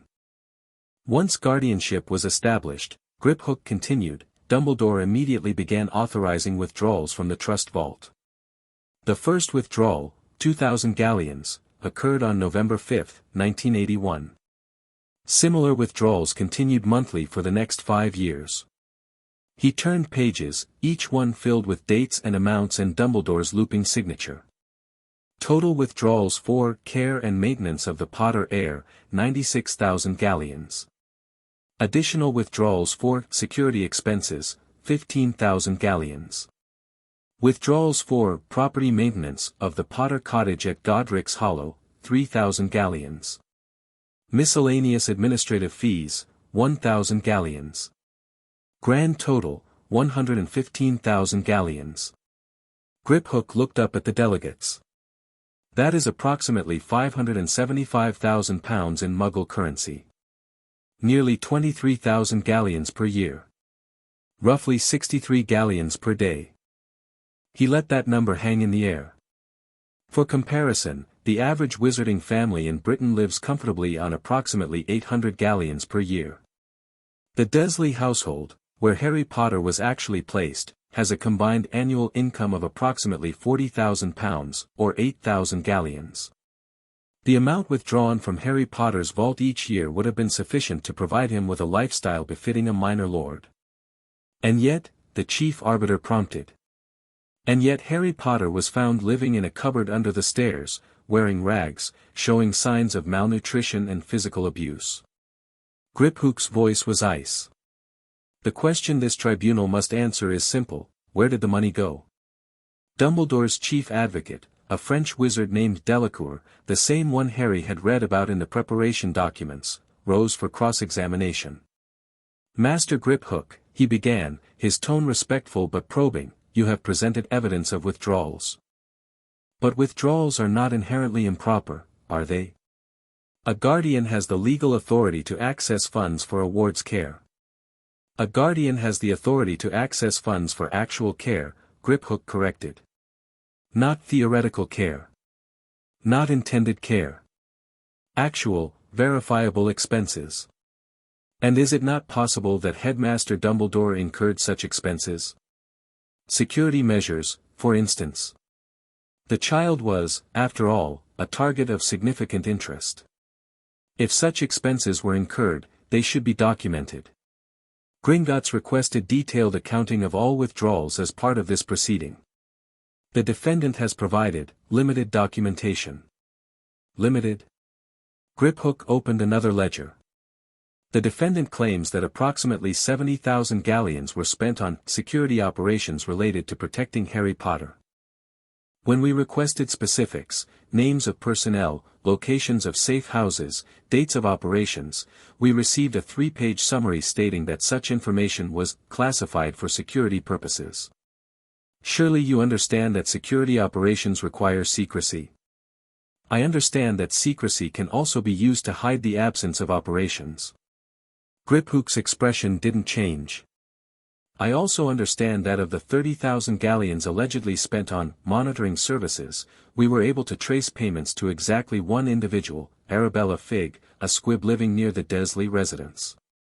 She received 3,000 galleons per year, a generous salary, to observe Harry Potter and report on his welfare. And she did so, did she not? She submitted monthly reports stating that the child was healthy and well cared for. Griphook paused. Those reports were false. Either Mrs. Figg was lying, or she was willfully blind to evidence of abuse and neglect that was plainly visible. Delacour shifted tactics. Master Griphook, you mentioned the Potter cottage at Godric's Hollow. Funds were spent maintaining this property, yes. 3,000 galleons over 5 years. The cottage was rebuilt after the attack that killed James and Lily Potter, and has been maintained as. I believe the term used was a memorial. A memorial to Harry Potter's parents. Surely that qualifies as care for the child's emotional welfare. Harry Potter was never told about the cottage. He was never taken to visit it. He did not know it existed until Gringotts informed him 3 months ago. Griphook's voice was flat. It is difficult to derive emotional benefit from a memorial you don't know about. The cross-examination continued for another hour, but the damage was done. The numbers were clear, the discrepancies obvious. Dumbledore's advocates could raise questions about interpretation, but they couldn't make the missing galleons reappear. When Griphook finally stepped down, Harry caught his eye and nodded slightly. The goblin returned the nod, a gesture that meant more than any spoken thanks. The afternoon session brought Arabella Figg to the stand. She was a nervous, mousy woman, clutching her handbag like a shield. Harry studied her as she took her seat, this neighbor who had watched him suffer for years and reported that everything was fine. Mrs. Figg, Ted began gently, you were engaged by Albus Dumbledore in November 1981 to observe Harry Potter at his residence on Privet Drive. Is that correct? Yes. Her voice was barely above a whisper. He said it was important. Said Harry was special, needed looking after. And you submitted regular reports on Harry's welfare? Monthly. Like clockwork. In those reports, you consistently stated that Harry was healthy and well cared for. Do you stand by those assessments? Mrs. Figg's hands twisted around her handbag. I wrote what I thought was true. What you thought was true. Ted's voice sharpened slightly. Mrs. Figg, you lived 2 streets away from the Dursleys. You babysat Harry on numerous occasions. Are you saying you didn't observe his actual living conditions? I observed what I was allowed to observe. Her voice was defensive now. The Dursleys didn't like me coming around. They said I was a nosy old cat woman. I only saw Harry when they needed someone to watch him, when they were going out and didn't want to bring him along. And during those occasions, did you notice anything concerning about Harry's condition? Silence. Mrs. Figg's face had gone pale. Mrs. Figg, I remind you that you are under truth verification charms. The tribunal will know if you lie. She swallowed hard. He was always thin. Too thin. Dressed in clothes that didn't fit, big, baggy things that looked like they came from a much larger child. He had bruises sometimes. He flinched when adults raised their voices. The chamber was utterly silent. And you reported him as healthy and well cared for. Dumbledore said. Mrs. Figg stopped, visibly trembling. He said it was important that Harry stay with his family. That there were protections, blood wards, that only worked if he lived with blood relatives. He said some temporary discomfort was acceptable to ensure Harry's long-term safety. Temporary discomfort. Ted's voice was cold. Is that what you called the bruises? The malnutrition? A child sleeping in a cupboard? I didn't know about the cupboard. Mrs. Figg's voice rose to something almost like a wail. I never went inside the house. I only saw what they let me see. And Dumbledore said, he said Harry had to stay there, that it was the only way to keep him safe from the dark wizards who wanted to hurt him, so you saw signs of abuse, and you chose to look the other way because Dumbledore told you it was necessary. Mrs. Figg was crying now, tears streaming down her face. I thought I was doing the right thing. I thought Dumbledore knew best. Everyone said Dumbledore knew best. Harry watched her cry and felt nothing. No sympathy, no anger, just a cold empty space where emotion should have been. This woman had seen him suffering and had convinced herself it was acceptable. She was crying now because she'd been caught, not because she was sorry. Ted let her sit in silence for a long moment. Then, no further questions. Delacour rose for cross-examination, but there was little he could do. Mrs. Figg had admitted the essential facts. She'd seen signs of abuse and failed to report them accurately because Dumbledore had told her Harry needed to stay where he was. The Blood Ward defense had officially entered the record. That evening, in Harry's suite, the team regrouped. Blood Wards, Ted said, spreading documents across the table. That's going to be Dumbledore's primary defense. He's going to argue that Harry needed to stay with the Dursleys because of ancient protective magic tied to Lily Potter's sacrifice. Is that real? Harry asked. Are Blood Wards actually a thing? They're real, but they're also complicated. Andromeda took over, her expertise in dark magic and family protections coming to the fore. Blood Wards are based on sacrificial magic. One person dying to protect another creates a magical bond that can be anchored to shared blood. In theory, as long as Harry lived with someone who shared Lily's blood, her sister Petunia, the protection would keep him safe from Voldemort's followers. In theory. In theory. The problem is that Blood Wards aren't absolute protection. They prevent certain kinds of magical attack, but they don't make someone invincible. And they certainly don't require the protected person to be abused for the wards to function. So Dumbledore's going to argue that the abuse was a necessary price for protection? He's going to try. But we have counter-arguments. Ted pulled out a sheaf of notes. First, the Blood Wards, if they existed, would have protected Harry from magical threats. They wouldn't have required him to live in a cupboard or be beaten. Dumbledore could have intervened in the abuse without compromising the wards. Second, Andromeda continued, the wards are tied to love, not just blood. If Petunia hated Harry, and all evidence suggests she did, the wards would have been weakened significantly. A loving home with a non-relative might have provided equal or better protection. Third, Remus added quietly, there were other options. Safe houses with protective wards. Adoption by a magical family with proper security. The Longbottoms were Harry's backup guardians. Before they were attacked, they could have taken him. The idea that the Dursleys were the only possible placement is simply false. Harry absorbed all of this. So we're not disputing that Blood Wards exist. We're disputing that they justified everything Dumbledore did. Exactly. Dumbledore made choices. He chose the Dursleys over other options. He chose to prioritize theoretical protection over Harry's actual well-being. He chose to ignore evidence of abuse because it was convenient for his plans. Ted's voice was hard. Those choices have consequences. That's what this tribunal is about. Day 2 began with medical testimony. A goblin healer named Bonecrusher took the stand. A female goblin with silver-streaked hair and an expression that suggested she'd seen everything the world had to offer and found most of it disappointing. I examined Harry Potter on December 15th of last year, she stated. At that time, he was 6 years old. His height was in the 3rd percentile for his age. His weight was in the 1st percentile. He showed signs of chronic malnutrition, including delayed development of bone density and muscle mass. She produced a scroll filled with diagnostic notations. I documented 7 healed fractures, 3 in the left arm, 2 in the right, 1 in the collarbone, and 1 in 2 ribs.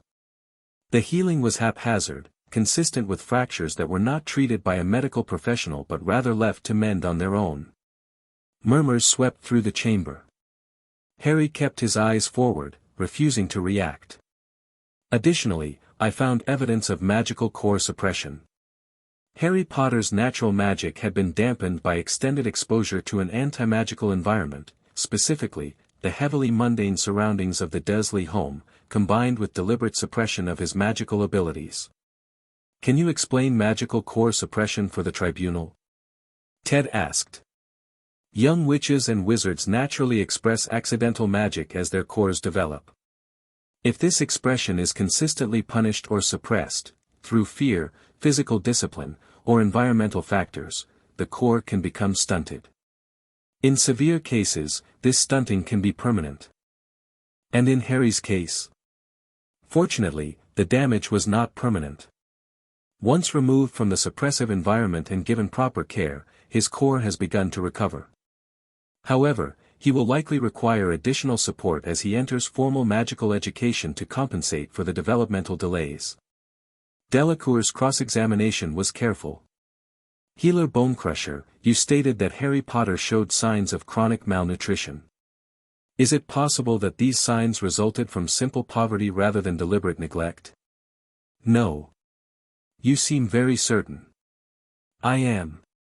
Poverty produces certain patterns of malnutrition, deficiencies based on inability to afford proper food. What I observed in Harry Potter was different. His malnutrition was consistent with food restriction, being given insufficient calories despite food being available. The Dursley household was not impoverished. Their other child showed no signs of nutritional deficiency. The healed fractures, could they have resulted from normal childhood accidents? 7 fractures in 6 years, none of them professionally treated? No. These injuries were consistent with physical abuse. The pattern of healing, bones that mended crookedly because they were never set, tells a story. That story is not normal childhood accidents. Delacour tried several more angles, but Bonecrusher was implacable. She presented the facts without emotion, without exaggeration, and without any opening for reasonable doubt. When she stepped down, Harry noticed several delegates wiping their eyes. Others looked angry, not at him, but at the situation. At the adults who had allowed this to happen. Good, Harry thought. Let them be angry. Anger was fuel. Anger demanded action. The afternoon brought the moment Harry had been simultaneously dreading and anticipating. Albus Dumbledore took the stand. The old wizard rose from the defendant's table with the slow dignity of a man who had faced far worse than a tribunal and emerged victorious. His robes were immaculate, his bearing calm, his eyes holding that famous twinkle that made everyone who met him feel like they were in the presence of a benevolent grandfather. Harry wasn't fooled. I wish to begin, Dumbledore said, his voice carrying easily through the chamber, by expressing my profound regret for any suffering Harry has endured. Whatever decisions I made, whatever reasoning lay behind them, the fact remains that a child in my care was harmed. For that, I apologize unreservedly. It was a masterful opening. Acknowledge the harm, express regret, but avoid admitting wrongdoing. Harry had seen the same tactic from Aunt Petunia when social workers came around. Sorry you feel that way, sorry if there was a misunderstanding, sorry without ever saying what exactly she was sorry for. Ted rose for examination. Headmaster Dumbledore, you have apologized for Harry's suffering. Do you accept responsibility for causing that suffering? I accept responsibility for the decisions I made. Whether those decisions caused the suffering, or whether the suffering occurred despite my best efforts, that is what this tribunal must determine. Let us examine those decisions, then. On November 1, 1981, you personally placed Harry Potter on the doorstep of number 4, Privet Drive. Is that correct? It is. Why did you choose that location? Because of the blood wards. Dumbledore's voice took on a lecturing tone. When Lily Potter sacrificed herself for her son, she created a protection tied to her blood. As long as Harry lived with someone who shared that blood, her sister Petunia, the protection would shield him from those who wished him harm. And you believed this protection outweighed other considerations? I believed, and still believe, that Harry's physical safety was the paramount concern. The followers of Lord Voldemort had not been fully apprehended. Many remained at large, nursing grudges, seeking vengeance. Harry was their primary target. The blood wards were the strongest protection available. Stronger than, say, a safe house with professional security. Stronger than adoption by a capable wizarding family. Different protections serve different purposes. Physical security can be breached. The blood wards were tied to love itself, to the sacrifice Lily made. They could not be broken by any dark wizard's curse or hex. Ted nodded slowly. So your position is that the blood wards were essential, and that placing Harry with the Dursleys was the only way to maintain them? That is correct. Then let me ask you this, did the blood wards require Harry to be abused? Dumbledore's expression flickered, the first crack in his composure. Of course not. Did they require him to sleep in a cupboard? No. Did they require him to be malnourished, beaten, treated as a servant? No. Then why didn't you intervene? You had Mrs. Fig watching him. You had the authority, as his magical guardian, to demand better treatment. Why did you allow the abuse to continue? Dumbledore was quiet for a long moment. When he spoke, his voice was softer. I made mistakes. I trusted that Petunia, despite her antipathy toward magic, would not harm an innocent child. I believed that Mrs. Fig's reports indicated Harry was safe, if not comfortable. I was wrong. Wrong. Wrong. I should have checked more carefully. I should have visited personally. I should have demanded proof that Harry was being treated properly, rather than accepting assurances that served my preconceptions. Dumbledore met Ted's eyes directly. I am not infallible, Mr. Tonks. I am an old man who has made many mistakes in a long life. This was one of the worst. It was good. Harry had to admit it was good. Dumbledore was presenting himself as a flawed but well-intentioned figure, someone who had erred through excess of trust rather than malice. The apologetic grandfather, trying his best in impossible circumstances. But Ted wasn't finished. Let's discuss the financial aspects. You withdrew over 100,000 galleons from Harry's trust vault. Where did that money go? To security operations. To maintaining the protections around Privet Drive. To preparing for the eventual return of Lord Voldemort, which I have always believed was inevitable. Can you provide documentation of these expenses? Some documentation, yes. Much of it is classified. Operational security required that certain expenditures remain hidden from potential enemies. How convenient. I understand your skepticism, Mr. Tonks. But the threat was real. The Death Eaters were real. The need for preparation was real. I used the resources available to me, including the Potter funds, to protect not just Harry, but the entire wizarding world.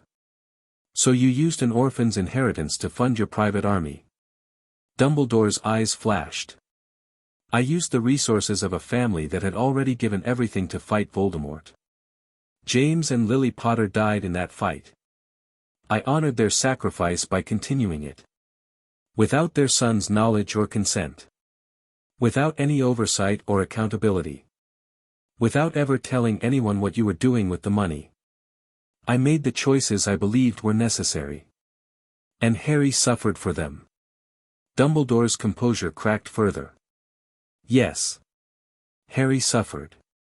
And I will carry that guilt for the rest of my days. But I will not apologize for fighting against darkness.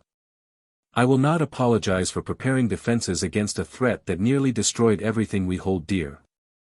I did what I thought was right. I was wrong about some things. But the intention, the fundamental intention, was always to protect. Ted let the silence stretch.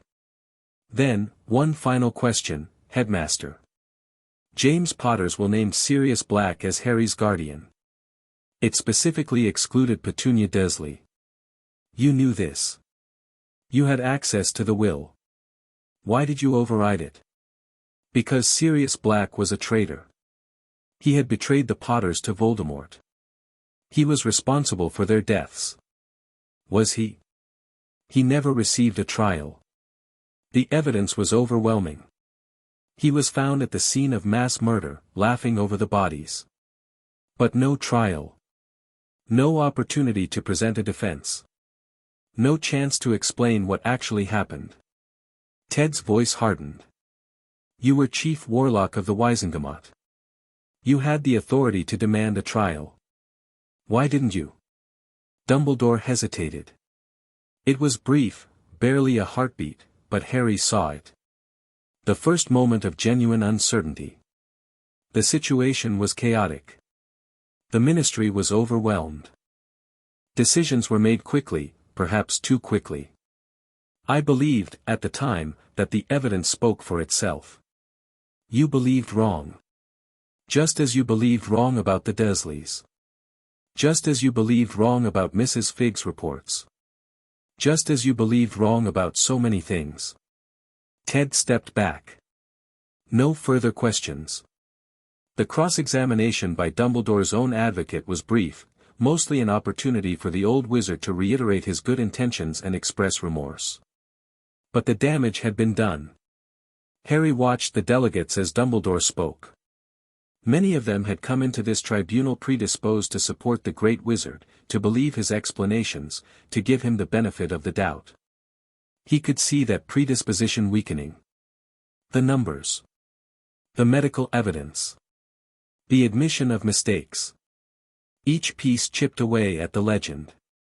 When Dumbledore finally stepped down, he walked past Harry's table. For a moment, their eyes met. "I am sorry, Harry," Dumbledore said softly. "Truly sorry." Harry said nothing. There was nothing to say. Sorry didn't give him back his childhood. Sorry didn't heal the fractures or fill the hungry nights. Sorry was just a word, and words were easy. Actions were what mattered. Day 3, the final day, belonged to Harry. He'd known this was coming. Had prepared for it. Had rehearsed his testimony with Ted until he could recite the key points in his sleep. But standing at the witness stand, looking out at the hundreds of faces in the chamber, he felt suddenly very young and very small. Then he remembered the cupboard. The darkness. The spiders he'd named because he had no one else. He wasn't that boy anymore. He was Lord Potter. He was heir to the House of Black. He was someone who had chosen to fight, and he was going to see this fight through. "Harry," Ted said gently, "in your own words, please tell the tribunal about your life with the Dursleys." Harry took a breath and began. He told them about the cupboard, the dimensions, the thin mattress, the shelf with his 3 meager possessions. He told them about the chores, cooking meals he wasn't allowed to eat, cleaning floors he wasn't allowed to walk on, tending gardens he wasn't allowed to enjoy. He told them about the hunger. The hand-me-downs. The lies about his parents. The way Vernon's fist felt against his face and the sound Aunt Petunia made when she called him a freak. He told them about the spiders. 23 of them. He'd named them because they were his only company in the dark. He didn't cry.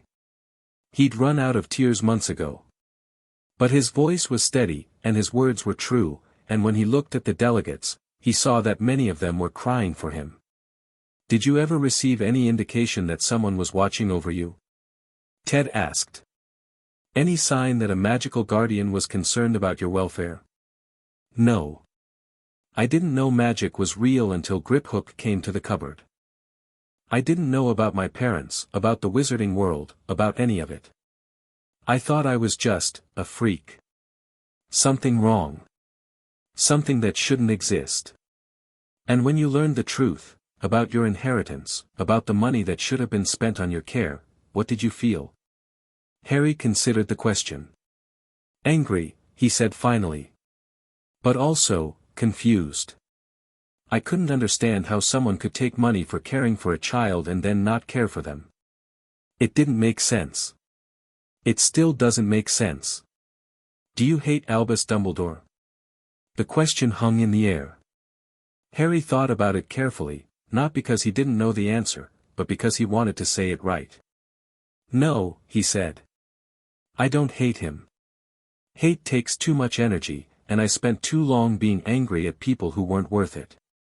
He looked directly at Dumbledore, who was watching him with an expression that might have been guilt or might have been calculation. "I think he believed he was doing the right thing.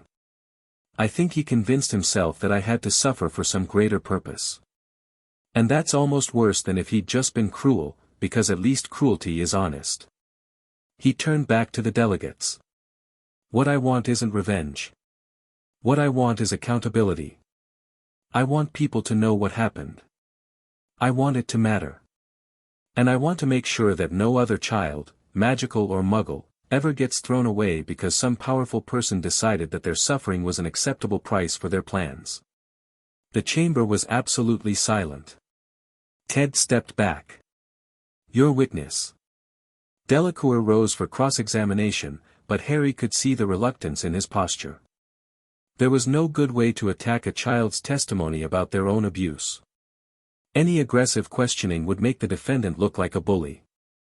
Harry, Delacour said carefully, you've spoken eloquently about your experiences.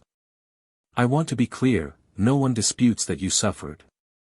The question before this tribunal is who bears responsibility. I understand. The Dursleys, your aunt and uncle, were the ones who actually harmed you. Dumbledore was not present at Privet Drive. He did not deliver the blows or withhold the food. Is it not the Dursleys who should bear primary responsibility? They're Muggles, Harry said. They can't be tried by this tribunal. And they didn't take 100,000 galleons for my care. Dumbledore did. But the money was intended for protection, the money was intended for me. It says so in the Vault Charter. Care and education of the Potter heir. Not secret armies or classified operations or whatever else he spent it on. Delacour tried another angle. You mentioned that you learned the truth from a goblin named Griphook. Is it possible that the goblins have their own agenda? That they've shaped your understanding of events to serve their interests? Is it possible that the most powerful wizard in Britain has his own agenda? That he's shaped everyone's understanding of events to serve his interests? Harry kept his voice calm. The difference is, the goblins showed me evidence. Ledgers. Documents. Records. They didn't ask me to trust them, they proved their claims. Can Dumbledore say the same? Delacour was clearly frustrated, but there was nowhere productive to go. Every avenue of attack reflected badly on his client. No further questions, he said finally. The chief arbiter looked to Ted. Redirect? Ted shook his head. The plaintiff rests. Closing arguments were brief. Ted summarized the evidence, the financial irregularities, the medical findings, the failures of oversight. Delacour emphasized Dumbledore's good intentions, his record of service, the genuine threats that had motivated his decisions. Then the delegates withdrew to deliberate. Harry sat in his suite, waiting. Griphook was there, and Ted, and Andromeda, and Remus. They didn't talk much. There wasn't much to say. 3 hours passed. 4. 5. The sun set over Lake Geneva, painting the water in shades of gold and crimson. Harry watched it through the window, thinking about everything that had led to this moment. The cupboard. The audit. The allies he'd gathered. The truths he'd uncovered. Whatever the verdict, he had done something. He had stood up. He had told his story. He had refused to be invisible. That mattered. Even if he lost, that mattered. A knock at the door. A Confederation functionary, looking nervous. The tribunal has reached a decision. They're reconvening now. The Grand Chamber was hushed as Harry took his seat. The delegates had returned to their places, their expressions giving nothing away. Dumbledore sat at the defendant's table, his composure restored, his hands folded calmly. The chief arbiter rose. The International Confederation of Wizards has considered the evidence presented in the matter of Potter versus Dumbledore. We have deliberated at length. Our findings are as follows. She unrolled a scroll, the official verdict. On the charge of financial malfeasance, we find that Albus Dumbledore did withdraw funds from the Potter Trust Vault in excess of demonstrable expenses. While some withdrawals may have been legitimately applied to security measures, the defendant has failed to account for approximately 73,000 galleons. This constitutes a breach of fiduciary duty. The chamber stirred. Harry's heart was pounding. On the charge of breach of guardian duties, we find that Albus Dumbledore failed to ensure adequate care for his ward. While the defendant did not directly cause the abuse suffered by Harry Potter, his failure to investigate, to verify reports, and to intervene in documented neglect constitutes a serious dereliction of his responsibilities. On the charge of denial of fundamental rights, we find that Harry Potter was denied knowledge of his heritage, his legal status, and his financial position. While the defendant argues this was for security purposes, the complete absence of information, for 5 years, cannot be justified. The chief arbiter looked up from the scroll, her eyes sweeping the chamber. The verdict of this tribunal is that Albus Dumbledore is guilty on all charges. The chamber erupted. Shouts, gasps, the pounding of gavels demanding order. Harry sat perfectly still, letting the words wash over him. Guilty. Guilty. Guilty. Silence. The chief arbiter's voice cut through the chaos. I have not finished. The chamber slowly quieted. In light of the verdict, this tribunal orders the following remediation. First, Albus Dumbledore shall repay all misappropriated funds to the Potter estate, with interest. The total sum, calculated by Gringotts auditors, is 847,000 galleons. Harry heard Ted's sharp intake of breath. That was far more than the original withdrawal amount, the interest and penalties had compounded significantly. Second, Albus Dumbledore is stripped of all proxy voting rights and magical guardianships. Any wards currently under his care shall be reassigned through proper channels.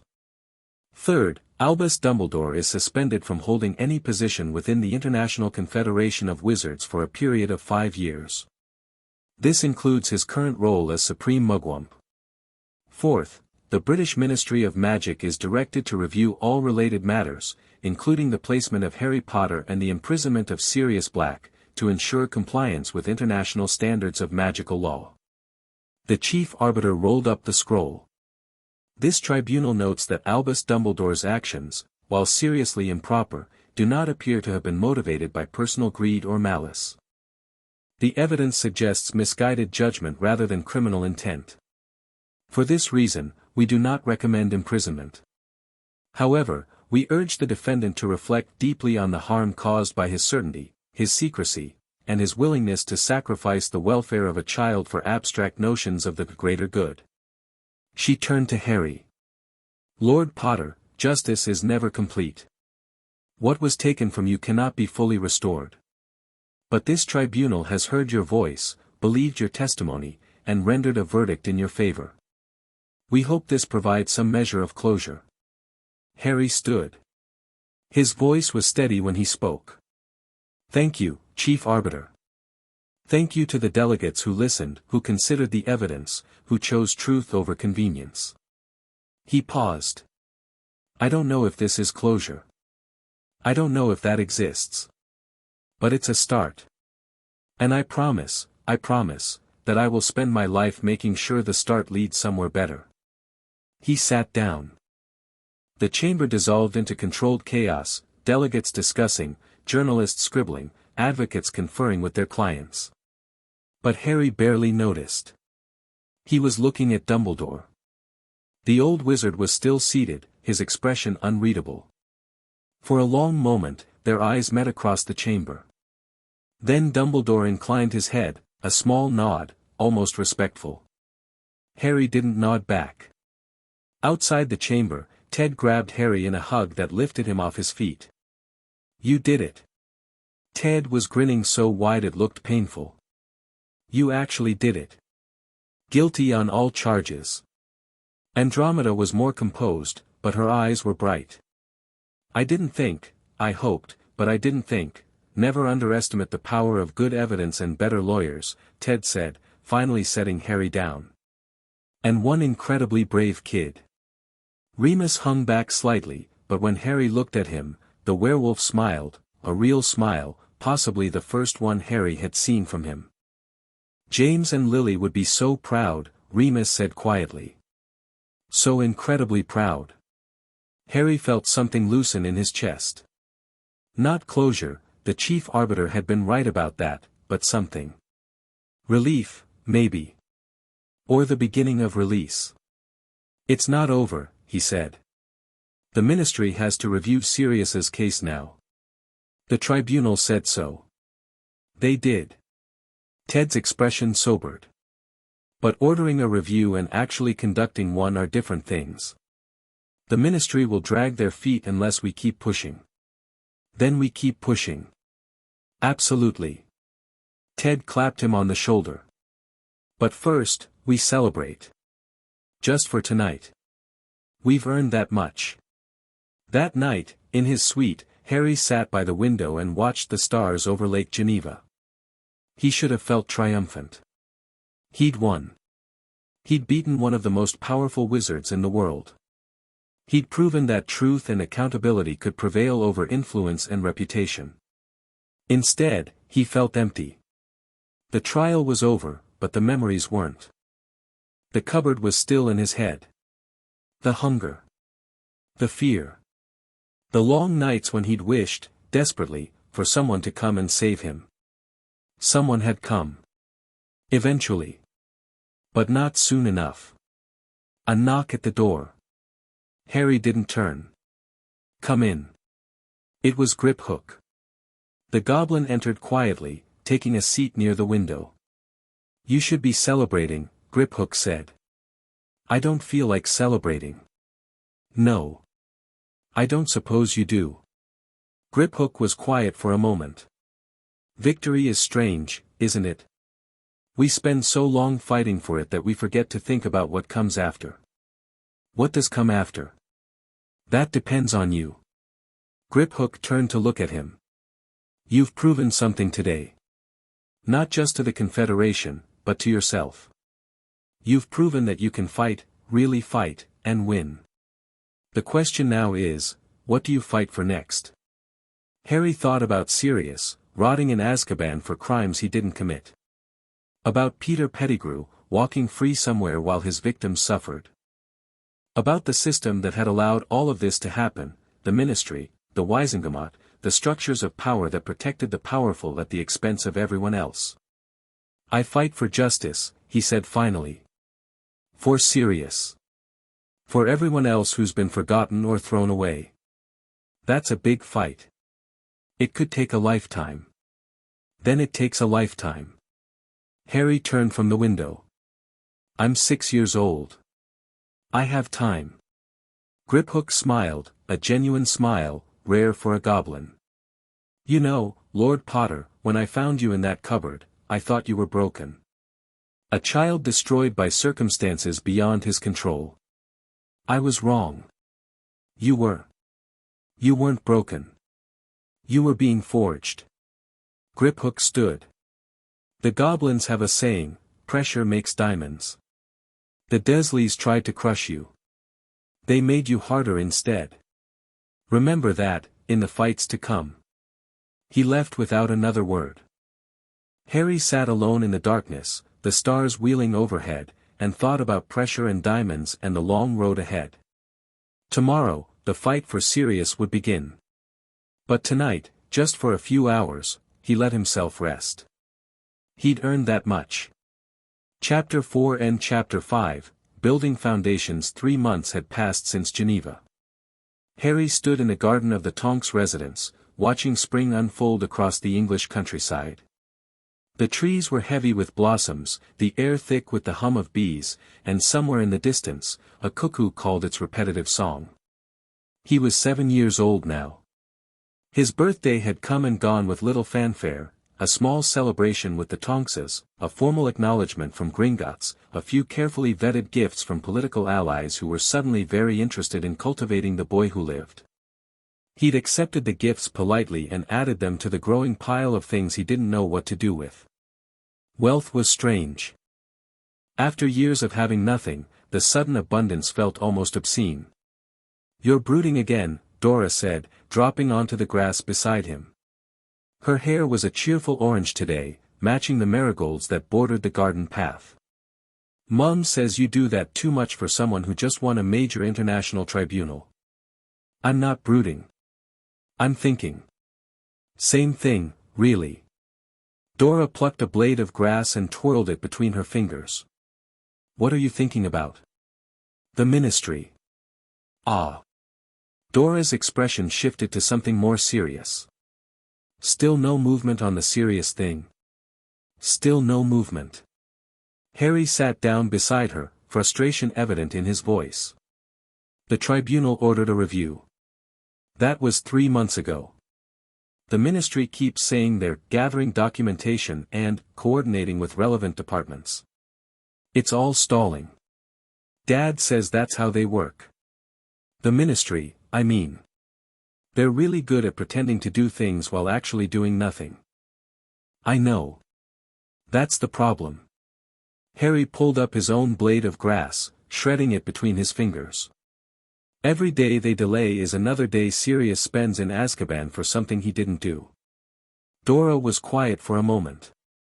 Then, have you tried going around them? What do you mean? The ministry isn't the only option, right? You've got international contacts now, all those Confederation delegates who supported you. And Gringotts has its own legal structures. Maybe there's a way to force the issue without waiting for the ministry to get its act together. Harry considered this. It wasn't a new idea, he and Ted had discussed various pressure tactics over the past months. But none of them had seemed sufficient to overcome the ministry's institutional inertia. The problem is jurisdiction, he said finally. Sirius is in a British prison, charged under British law. The Confederation can recommend a review, but they can't actually order his release. And Gringotts, what about Gringotts? They've been helpful, but they're also careful. The Goblin Wizard treaties limit what they can do in legal matters that don't directly involve their bank. Harry sighed.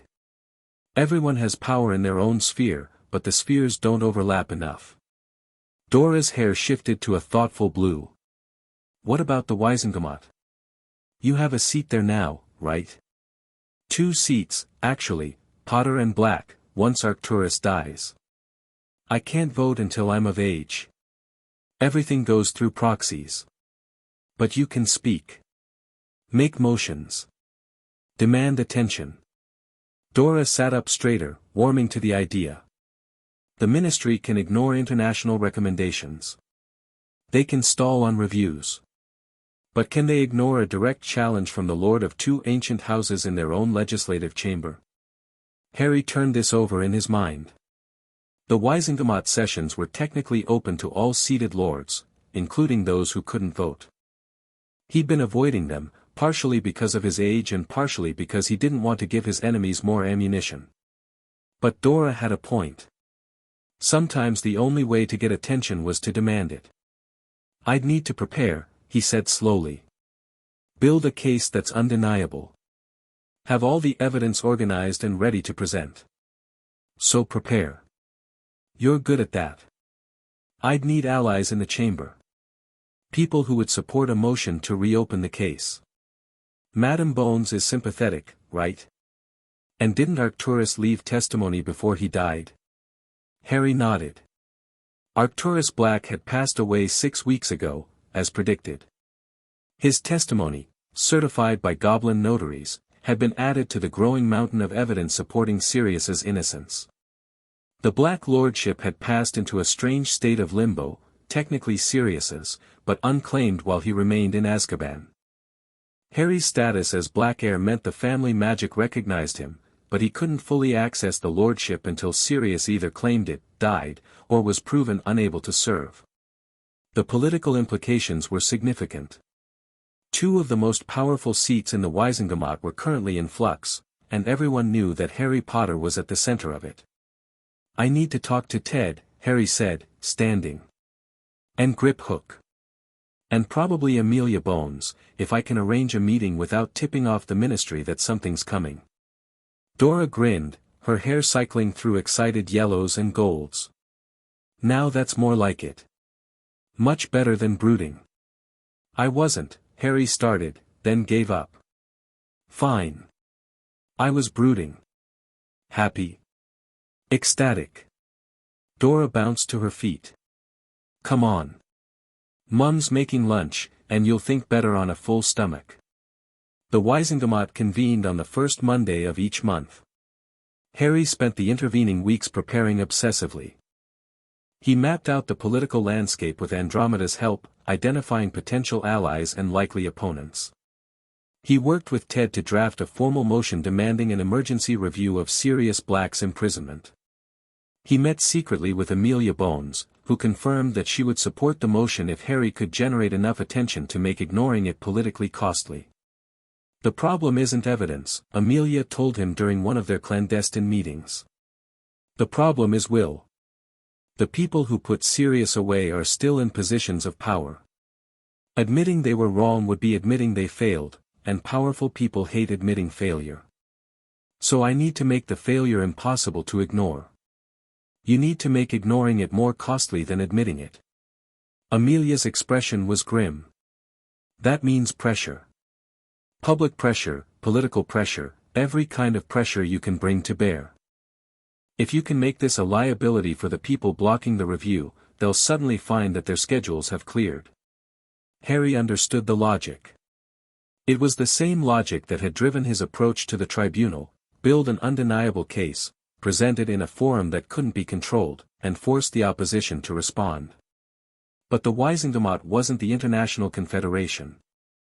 It was Dumbledore's home turf, or had been, before the tribunal stripped away some of his influence. It was full of old families with old grudges and old ways of doing things. Breaking through that wall of tradition would require more than just good evidence. It would require a performance. The morning of the Wizengamot session, Harry dressed with unusual care. His robes were new, commissioned specifically for this occasion from a goblin tailor who understood the importance of impression. Black fabric with subtle silver threading, the Potter crest on his right breast and the black crest on his left. The effect was striking, a child's frame wrapped in the trappings of power, small but impossible to ignore. Ted helped him with the final preparations, going over the speech one last time. Remember, you're not asking for a favor. You're demanding justice. There's a difference in tone, in posture, in every word you choose. I know. And when they try to dismiss you, because they will, don't get angry. Get colder. Make them feel the weight of what they're ignoring. I know. Ted studied him for a long moment, then nodded. You're ready. Gods help me, I think you're actually ready. The Fluke connection deposited them in the ministry atrium at precisely 9:30 a.m. The session began at 10 o'clock, giving them time to navigate the security checkpoints and reach the chamber. Harry ignored the stares from passing ministry employees. He'd grown used to being recognized, though he still didn't like it. The Wizengamot chamber was a cavernous space, designed to impress and intimidate. Tiered benches rose in a semicircle around a central floor, each tier assigned to different factions and interest groups. The highest tier, reserved for the chief warlock, was conspicuously empty. Dumbledore's suspension had created a vacuum that hadn't yet been filled. Harry's assigned seat was in the second tier, among the hereditary lords. He climbed the steps with deliberate calm, feeling the weight of hundreds of eyes tracking his progress. When he reached his seat, 2 seats, actually, side by side, with the Potter and Black names inscribed on small plaques, he settled in and waited. The chamber filled around him. Wizards and witches in formal robes took their places, murmuring to each other in the careful tones of people who knew their words might be overheard. Harry recognized a few faces from his research: Augusta Longbottom, regent for her grandson Neville, looking like she'd been carved from granite. Lucius Malfoy, platinum blonde and coldly handsome, watching Harry with an expression of calculated interest. Various ministry officials, looking uncomfortable in their ceremonial robes. And there, in the section reserved for the Department of Magical Law Enforcement, Amelia Bones. She caught Harry's eye and gave an almost imperceptible nod. The session was called to order by an elderly wizard serving as interim chief warlock, a placeholder chosen specifically for his lack of strong opinions. The first hour was consumed by routine business, budget allocations, trade agreements, minor legislative adjustments. Harry sat through all of it, waiting for his moment. Finally, the interim chief warlock called for new business. Harry stood. The chamber went quiet. Whatever they'd expected from the boy who lived at his first Wizengamot session, this apparently wasn't it. The chair recognizes Lord Potter, the interim chief said, his voice uncertain. You wish to introduce new business? I do. Harry's voice carried clearly. He'd practiced projection with Ted until he could fill a room without shouting. I move for an emergency review of the imprisonment of Sirius Orion Black. The silence shattered into chaos. Out of order, someone shouted from the back benches. The child has no standing. That was Lucius Malfoy, rising to his feet with theatrical outrage. He cannot vote, he certainly cannot introduce substantive motions. Any seated lord may introduce a motion, Harry replied, his voice cutting through the noise. That's in the Wisengamot Charter, Section 3, Paragraph 7. The voting restriction applies to final decisions, not to the introduction of business for consideration. The interim chief warlock was frantically consulting with his clerks. After a moment of hurried whispers, he cleared his throat. Lord Potter is, technically correct. Any seated lord may introduce business for consideration. Whether the body chooses to consider it is a separate matter. Then let us not consider it. Malfoy's voice dripped with contempt. This is a transparent attempt by a child to circumvent proper procedures. The Ministry is already reviewing the Black case through appropriate channels. The Ministry has been reviewing for 3 months. Harry turned to face Malfoy directly.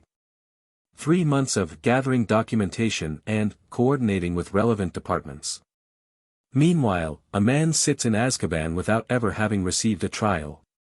Is that what passes for justice in magical Britain? Black is a convicted murderer. Black has never been convicted of anything.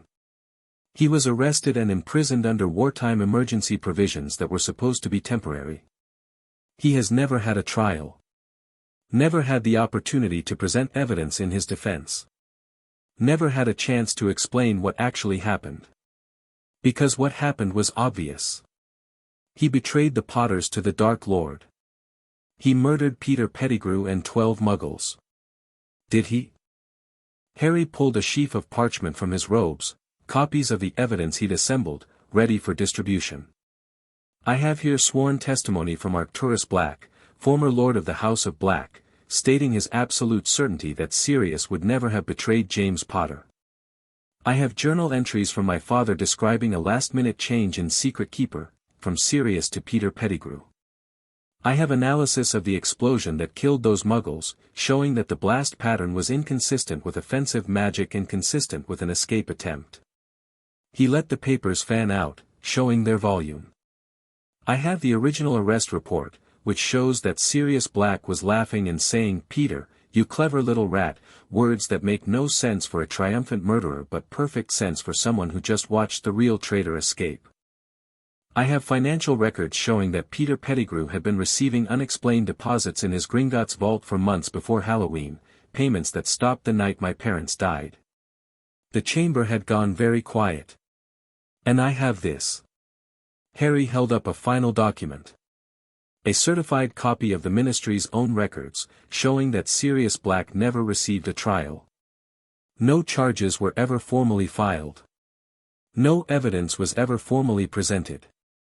He was simply put away. Because it was convenient. Because everyone was sure he was guilty. Because the great Albus Dumbledore said so.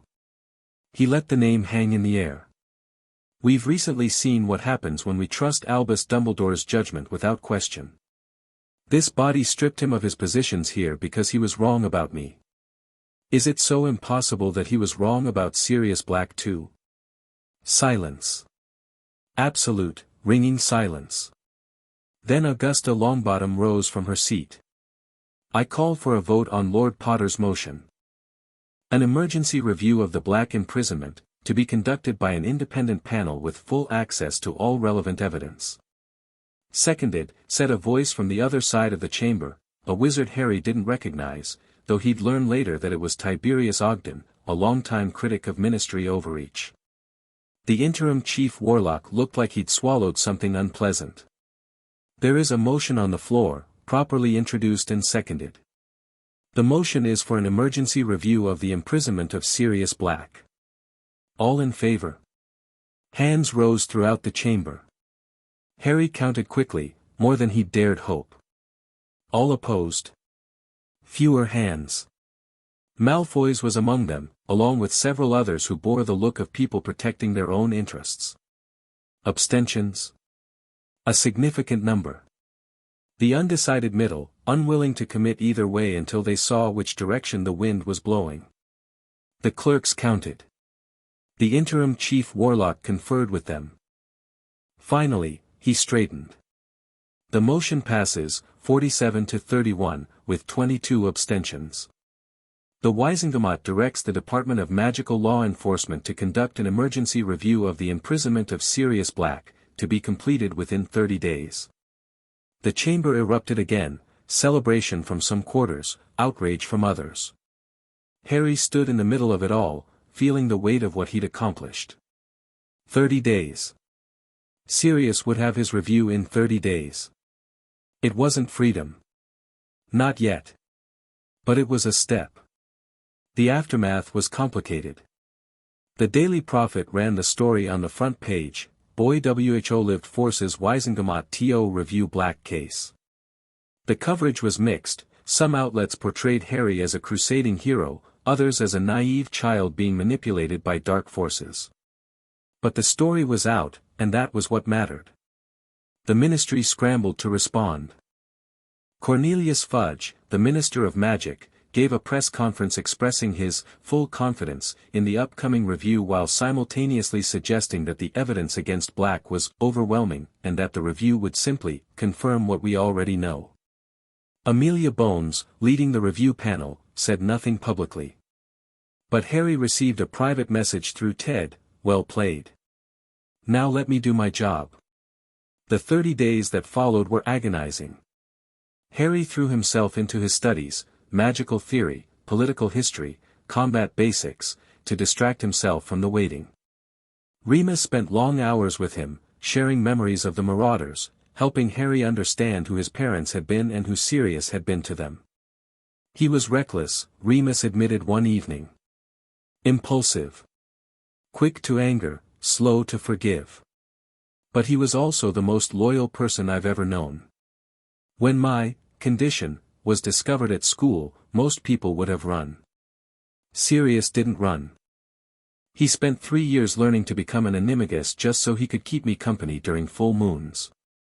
An animagus? Someone who can transform into an animal at will. It's incredibly difficult magic, only a handful of wizards master it in each generation. James and Sirius both did it, just for me. Because I was their friend, and they refused to let me suffer alone. Harry filed this away. Another piece of evidence, another glimpse of the truth. Sirius Black was a man who had become something impossible just to help a friend. Did that sound like someone who would betray James Potter? On the 28th day, Amelia Bones requested a meeting. They met at Gringotts, in a secure conference room warded against every form of surveillance. Ted was there, along with Grip Hook and Remus. The atmosphere was tense, everyone knew that what Amelia said next would determine everything. "I've completed my review," Amelia said without preamble. "The findings are conclusive." Conclusive how? Harry asked. Sirius Black never received a trial. That alone is grounds for immediate review of his imprisonment under the Charter of Magical Rights. Amelia's expression was grim. But it gets worse. The evidence I found, the same evidence you presented to the Wisengamot, plus additional materials from Ministry archives, creates serious doubt about his guilt. Doubt isn't the same as proof of innocence. No. But it's enough for a trial. Amelia pulled out her own documents. The emergency provisions under which Black was imprisoned were supposed to be temporary. They were never formally revoked, but they were also never meant to replace proper judicial procedures. I've determined that Black's continued imprisonment without trial is legally indefensible. So what happens now?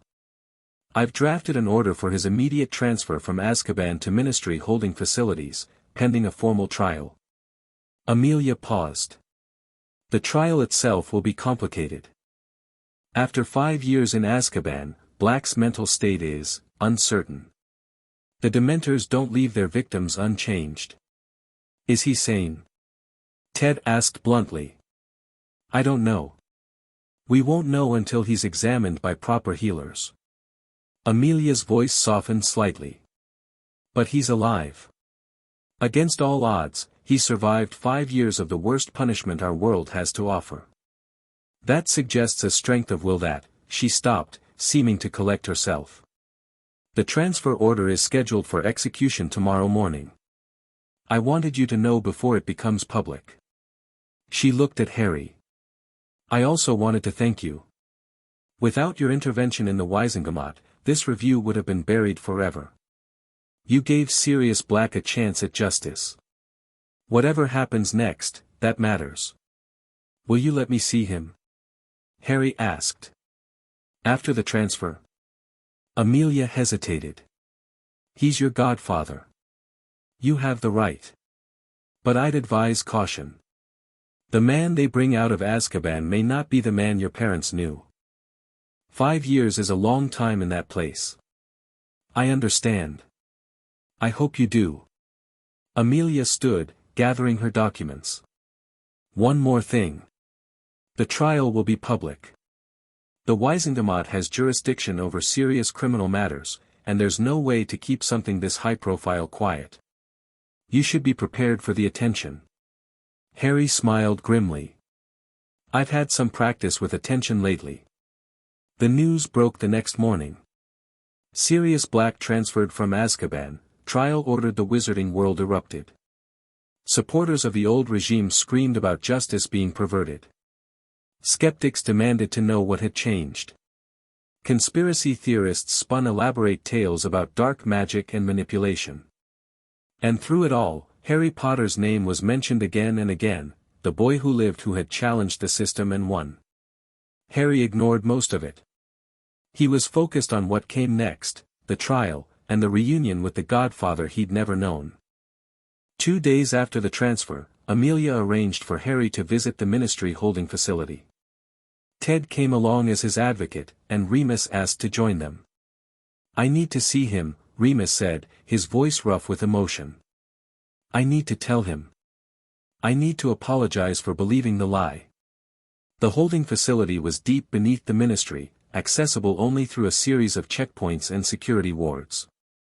The corridors were cold and gray, designed to depress and disorient. Harry felt the weight of the place pressing down on him, and he thought, Azkaban must be 1,000 times worse. They reached a heavy door guarded by 2 Aurors. Amelia spoke with them briefly, and the door swung open. The room beyond was small but clean, a vast improvement over a cell in Azkaban. A bed, a chair, a small table with a few books. And sitting on the bed, staring at the wall, was Sirius Black.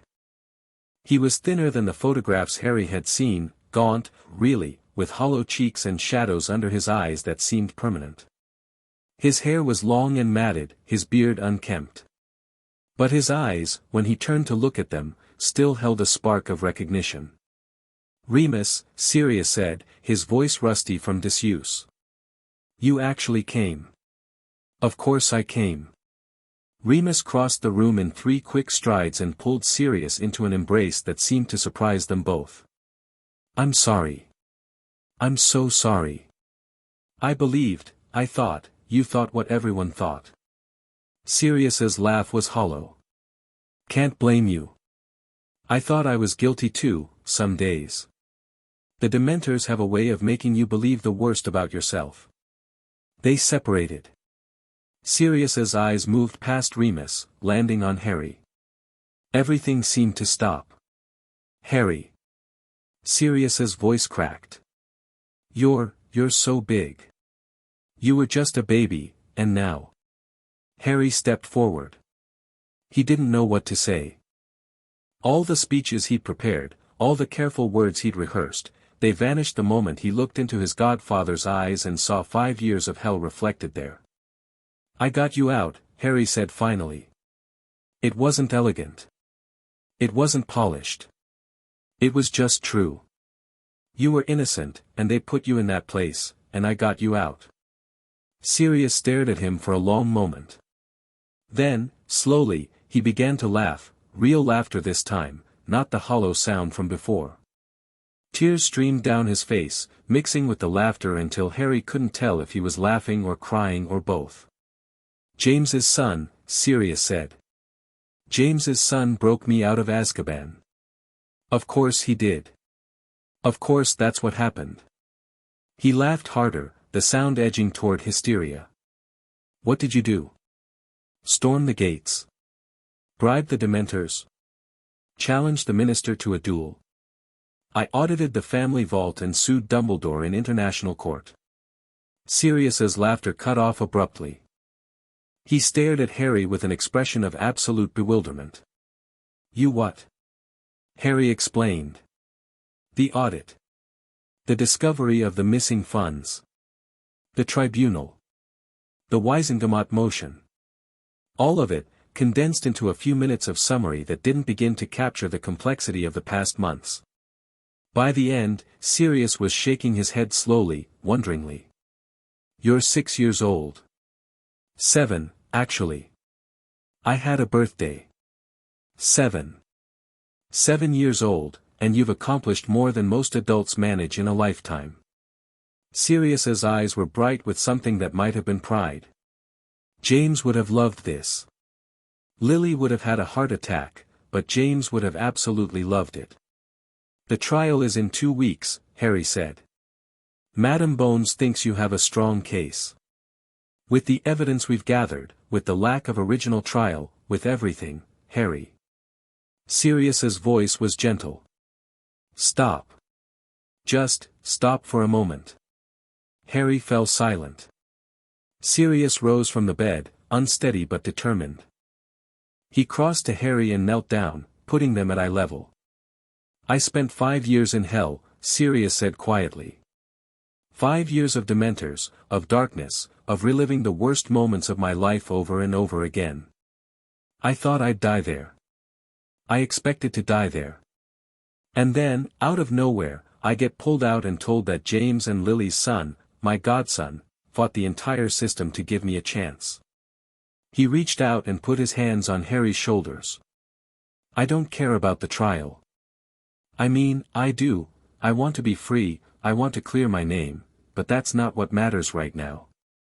What matters is that you did this. You saw an injustice and you fought it. That's who you are. That's who your parents raised you to be, even though they didn't get the chance to finish the job. The Dursleys didn't make you. They tried to break you, and they failed."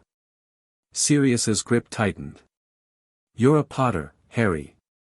Through and through. And I'm so proud of you I could burst." Harry felt something crack inside him, the same something that had cracked at the Tonks house, when Dora told him he had a family now. He'd spent so long being strong, being strategic, being the Lord Potter who couldn't afford weakness. But Sirius wasn't looking at Lord Potter. He was looking at Harry, just Harry, and seeing someone worth being proud of. "I don't know how to do this," Harry admitted, his voice barely above a whisper. "The family thing.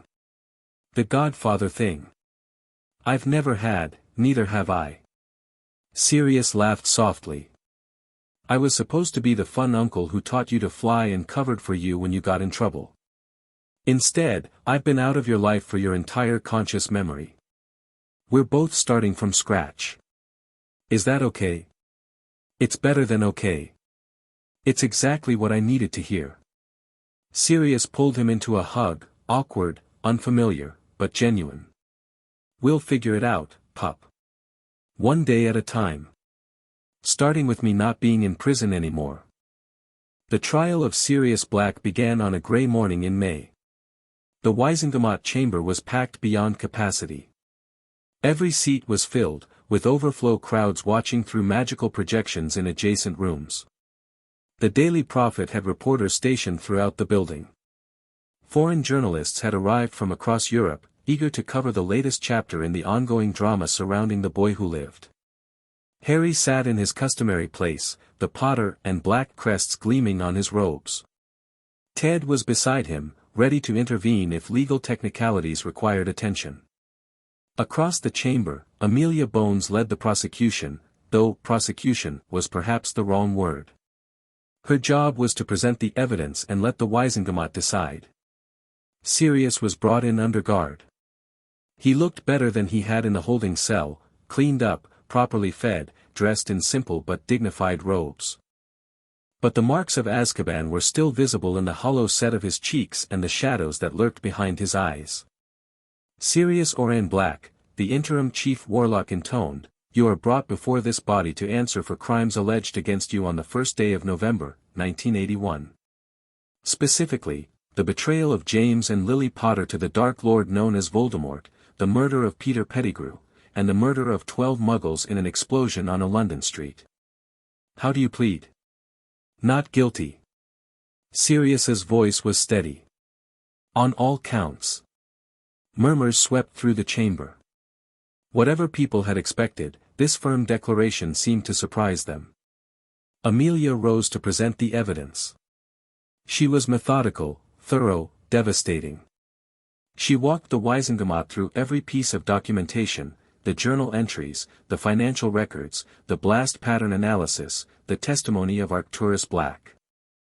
She presented the timeline of that horrible night and showed how the official narrative didn't add up. Then she called her first witness, Remus Lupin. Remus had been terrified of this moment. Harry knew because they'd discussed it at length, the fear of prejudice, the worry that his testimony would be dismissed because of his condition. But Remus walked to the witness stand with his head held high, and when he spoke, his voice was clear. "I knew Sirius Black for 11 years, Remus said. "We met at Hogwarts when we were 11 years old. Along with James Potter and Peter Pettigrew, we were inseparable. We called ourselves the Marauders, and we thought we'd be friends forever." He paused, collecting himself. "When I learned that Sirius had supposedly betrayed James and Lily, I was devastated. It didn't make sense to me. Sirius loved James like a brother, but everyone said he was guilty, and I was too lost in grief to question it. I've spent 5 years hating a man I should have been fighting for, and that guilt will haunt me for the rest of my life." "Mr. Lupin," Amelia said gently, "in your professional opinion, as someone who knew all parties involved, do you believe Sirius Black was capable of betraying the Potters?" "No." Remus's voice was firm. "Sirius would have died before betraying James. I believe that with absolute certainty. If anyone was capable of that kind of betrayal, it was Peter, not because he was evil, but because he was weak. He attached himself to whoever seemed strongest. When Voldemort seemed like the winning side, Peter would have had no loyalty strong enough to resist. Do you believe Peter Pettigrew could have orchestrated the events of November 1st, 1981? Faking his own death, framing Sirius for the murders? Yes. Peter was never the fighter we were, but he was clever. Cleverer than we gave him credit for. He spent years learning to become an animagus, that takes dedication and intelligence. If he decided to betray us, he would have had a plan. He would have made sure there was no way to trace it back to him." More murmurs. The word animagus had caught people's attention. "Mr. Lupin, can you explain the significance of animagus transformation in this case?" Peter's animagus form was a rat. Remus's voice was heavy with meaning. "A small, ordinary rat. When Sirius confronted him on that London street, Peter wasn't trying to fight, he was trying to escape. He could have transformed, slipped into a sewer, disappeared completely. No one would have seen a rat fleeing the scene. They would only have seen the finger he left behind." "You're suggesting that Peter Pettigrew is still alive?" "I'm suggesting it's possible.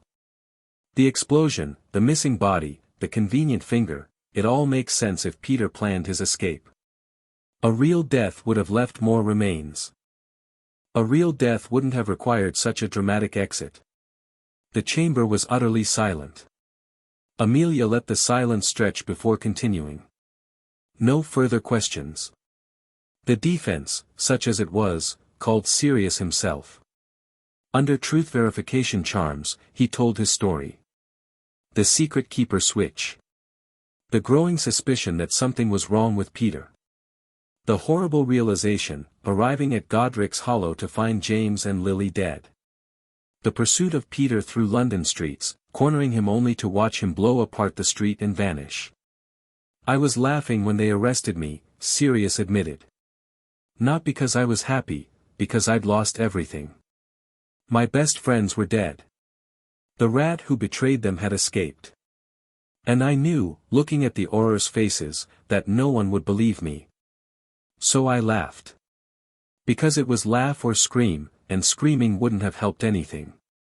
Why didn't you explain? Demand a trial? I tried. I told them about the secret keeper switch. They didn't believe me. Dumbledore said I was the keeper, his word against mine, and who was going to believe Sirius Black, the son of a notorious dark family? Sirius's voice was bitter. I gave up. In Azkaban, you learn to give up. The Dementors take everything else, hope, happiness, the will to fight. All you have left is the truth, and the truth doesn't set you free when no one's listening. But someone did listen. Eventually. Sirius smiled, the first genuine smile Harry had seen from him. Yeah. A 7-year-old boy who didn't know he was supposed to accept the official story. James's son. He listened. The Wizengamot deliberated for 4 hours. Harry waited in an antechamber with Ted, Remus, and the Tonks's, who had come to support them. No one spoke much. There wasn't much to say. Everything that could be done had been done. Now it was just waiting. When the summons finally came, Harry's heart was pounding so hard he could feel it in his throat. The chamber was still packed, the tension palpable. Sirius had been brought back in, standing tall despite the obvious exhaustion in his frame. The interim chief warlock rose, a scroll in his hands. The Wizengamot has deliberated on the matter of Sirius Orion Black. Our findings are as follows. Harry held his breath. On the charge of betraying James and Lily Potter to the Dark Lord, we find insufficient evidence to support conviction. The testimony regarding the secret keeper switch, combined with the defendant's behavior on the night in question, creates reasonable doubt about his involvement in the betrayal. A wave of murmuring swept through the chamber. On the charge of murdering Peter Pettigrew, we find insufficient evidence to support conviction. The anomalies in the physical evidence, combined with testimony suggesting that Pettigrew may have staged his own death, prevent us from determining beyond doubt that a murder occurred. Louder murmuring now. Some outraged voices. On the charge of murdering 12 Muggles, we find insufficient evidence to support conviction. The blast pattern analysis indicates that the explosion was defensive rather than offensive, consistent with a failed attempt to apprehend a fleeing suspect rather than a deliberate attack. The interim chief warlock lowered the scroll. Sirius Orion Black, this body finds you not guilty on all charges. You are hereby cleared of all accusations and released from custody with immediate effect. Furthermore, we formally acknowledge that your imprisonment was unjust, conducted without proper legal procedure, and we extend the apologies of this body for the wrong done to you. The chamber exploded. Harry barely heard it. He was watching Sirius, watching the man process what had just happened. 5 years of hell, erased with a few sentences. A life destroyed, now returned. Sirius turned to find Harry in the crowd. Their eyes met. Thank you, Sirius mouthed. Harry nodded. It wasn't over. There was still so much to do, finding Peter, rebuilding their lives, navigating the political fallout of everything that had happened. But for this moment, this single perfect moment, justice had been done. And Harry Potter, 7 years old, lord of 2 ancient houses, had made it happen. That night, they celebrated at the Tonks house. It was a small gathering, just family and close allies. Ted broke out a bottle of elven wine he'd been saving for a special occasion. Andromeda cooked a feast that rivaled anything Harry had seen at Hogwarts. Dora provided entertainment by constantly changing her appearance to match whoever was speaking. And Sirius, cleaned up and properly fed and looking more alive than he had since Harry met him, sat in a comfortable chair by the fire and just existed. Free. Finally free. I don't know how to thank you, Sirius said quietly to Harry as the evening wound down. All of you. Ted, Andromeda, Remus, everyone who helped. But especially you, Harry. You don't have to thank me. Yes, I do. You gave me back my life. Sirius's voice was thick with emotion. When I was in Azkaban, I used to think about what I'd do if I ever got out. I had these elaborate revenge fantasies, finding Peter, making him pay, clearing my name in some dramatic fashion.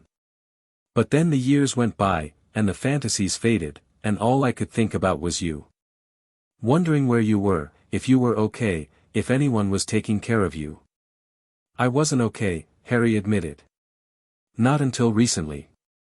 I know. And that's on me too. I was supposed to be your guardian. I was supposed to protect you. Instead, I chased Peter and got myself thrown in prison while you suffered with those muggles. That wasn't your fault, maybe not. But it still happened. And nothing can change that. Sirius leaned forward. What I can change is the future. Whatever you need, Harry, support, resources, advice, a family, I'm here. I'm not going anywhere. Not ever again. Harry felt tears threatening for the first time in months. He blinked them back. I could use a family, he said quietly. Sirius's smile was the most genuine expression Harry had seen from anyone in his entire life. Then you've got one. Such as it is. A reformed convict, a werewolf, and the most terrifying 7-year-old in magical Britain. Not exactly traditional, but... It's perfect, Harry said. And it was. Chapter 5 and Chapter 6, the first year of the rest of his life. Summer arrived in England with unusual warmth. Harry spent the first weeks of June learning what it meant to have a family. Not the careful, grateful acceptance he'd developed with the Tonks's, though they remained dear to him, but something messier, more complicated, more real. Sirius was a disaster. This wasn't a criticism. It was simply a fact. 5 years in Azkaban had left marks that no healing spell could fully address. He had nightmares that woke the household. He forgot to eat for days at a time. He would start sentences and trail off mid-thought, his eyes going distant as memories pulled him under. Some days he couldn't leave his room. Other days he couldn't stop moving, pacing through the house like a caged animal finally released. Harry understood. He had his own nightmares, his own moments of paralysis, his own scars that didn't show. The difference was that he'd learned to hide them, to function despite them. Sirius hadn't had that chance. You don't have to be strong all the time, Harry told him one morning, finding Sirius sitting in the garden at dawn, clearly having not slept. Not with me. Sirius laughed, the hollow laugh Harry was learning to recognize. That's supposed to be my line. I'm the adult here. Adults can struggle too. When did you get so wise? Around the time I sued an international tribunal at age 6. Harry sat down beside him on the damp grass. I'm not wise, Sirius. I'm just, practical. I learned early that pretending to be okay when you're not doesn't actually make you okay. It just makes you alone. Sirius was quiet for a long moment. Then, very softly, I'm not okay. I know. I don't know if I'll ever be okay again. Maybe not. Maybe you'll just be a different kind of okay. Harry leaned against his godfather's shoulder. That's allowed. Being different than you were before. As long as you're still here. They sat in silence as the sun rose, painting the garden in shades of gold and pink. It wasn't a solution. It wasn't even really a conversation. But it was something, a moment of connection, of understanding. A foundation to build on. The practical matters took time to sort out. Sirius's assets had been frozen during his imprisonment but not seized, a legal technicality that Ted had identified and exploited during the trial. With his exoneration, the Black family vaults were unlocked, and Sirius found himself in the strange position of being both traumatized and wealthy. "I don't know what to do with it," he admitted during one of their planning sessions. "Gold was never important to me. James and I used to joke about burning through our inheritances on stupid adventures. Now he's gone, and I have more money than I could spend in 10 lifetimes, and none of it matters." "Then use it for something that does matter," Harry suggested. "Like what?" "Like making sure what happened to you never happens to anyone else." Harry had been thinking about this for weeks, ever since the trial ended and the immediate crisis passed. The ministry locked you away without a trial. They broke their own laws because it was convenient. What's stopping them from doing the same thing to someone else? Sirius considered this. Nothing, really. The emergency provisions are still on the books. Then let's get them removed. Or at least reformed. Create some kind of guarantee that everyone gets a trial, no matter what. That would require legislative action. Weisengamot votes. Political capital. We have political capital. Harry gestured at himself. The boy who lived just proved that the system failed spectacularly.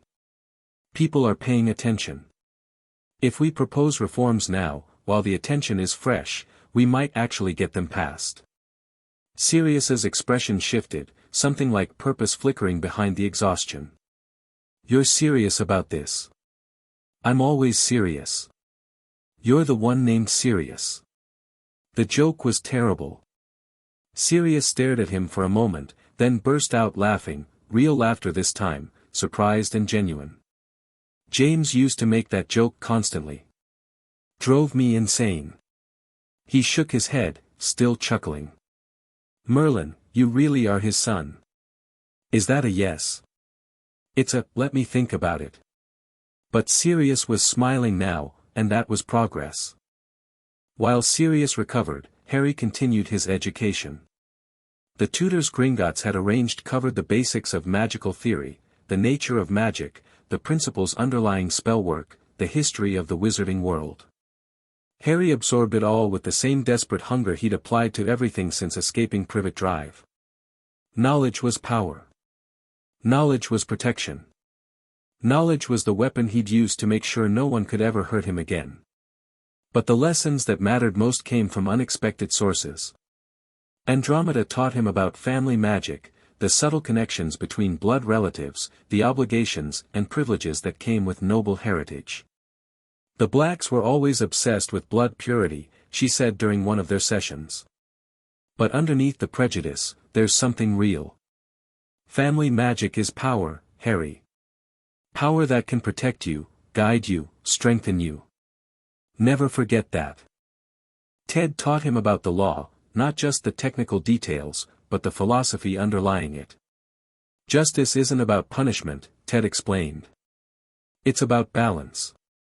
About making sure that power comes with accountability, that those who are harmed have recourse, that society functions fairly even when individuals want to cheat. Remus taught him about defense, practical magic, combat theory, the skills he would need to protect himself in a dangerous world. Your parents were both excellent fighters, Remus said. James was creative, always finding unexpected solutions. Lily was precise, every spell exactly where it needed to be. You'll find your own style eventually. For now, learn everything. And Dora, when she was home from Hogwarts, taught him about being a teenager. You're too serious, she declared one afternoon, dragging him away from his books. All work and no play makes Harry a very boring lord of ancient houses. I have responsibilities, you're 7.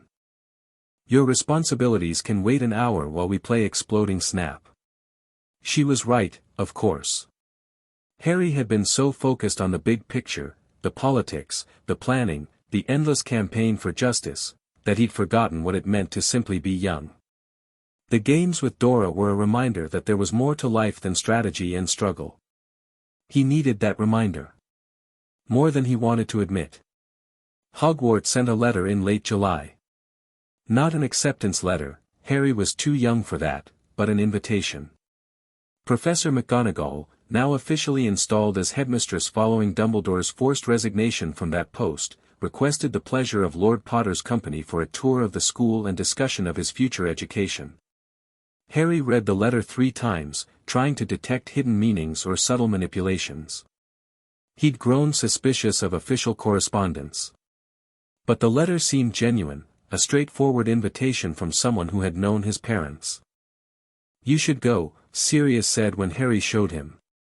"Hogwarts was the best time of my life. Before everything went wrong. And McGonagall is good people, strict as hell, but fair. Will you come with me?" Sirius hesitated. "Hogwarts has a lot of memories for me. Not all of them good. All the more reason to make new ones." A long pause. Then Sirius nodded slowly. "All right. We'll go together. Godfather and godson, visiting the old stomping grounds." His smile was fragile but present. James would have loved this. They traveled to Hogwarts on a clear August morning. The journey was by flow. Apparently the school had opened a special connection for their visit, and Harry emerged from the fireplace into an office that radiated warmth and practicality. Tartan curtains. Sensible furniture. A tin of biscuits on the desk that looked well used. McGonagall rose to greet them. She was tall and stern, with the look of someone who had seen too much to be easily impressed. But her eyes softened when they landed on Harry. "Mr. Potter," she said. "Or I should say, Lord Potter. Thank you for accepting my invitation. Thank you for offering it, Professor." Harry had practiced formal greetings until they came naturally. "May I introduce my godfather, Sirius Black?" McGonagall's expression flickered as she turned to Sirius. "Mr. Black. It's good to see you out of that place." "It's good to be out, Professor." Sirius's voice was quiet. "Though I'll admit, I never expected to be back here. Life rarely goes as expected. Please, both of you, sit. We have much to discuss." They settled into chairs across from her desk. McGonagall poured tea with the precise efficiency of someone who had done it thousands of times. "I wanted to meet with you, Lord Potter, for several reasons. First, to express my personal regret for what you endured. I taught your parents. They were among my favorite students. To know that their son was placed in such circumstances, while I, did nothing." She paused, visibly composing herself. "It's a failure I will carry for the rest of my life." "You didn't know," Harry said. "I should have checked. We all should have." McGonagall's voice was hard. "Albus assured us you were safe. We trusted him. That trust was misplaced, and you paid the price." Harry considered this. "May I ask you something, Professor?" "Of course. Did you ever question it? Dumbledore's decisions about me?"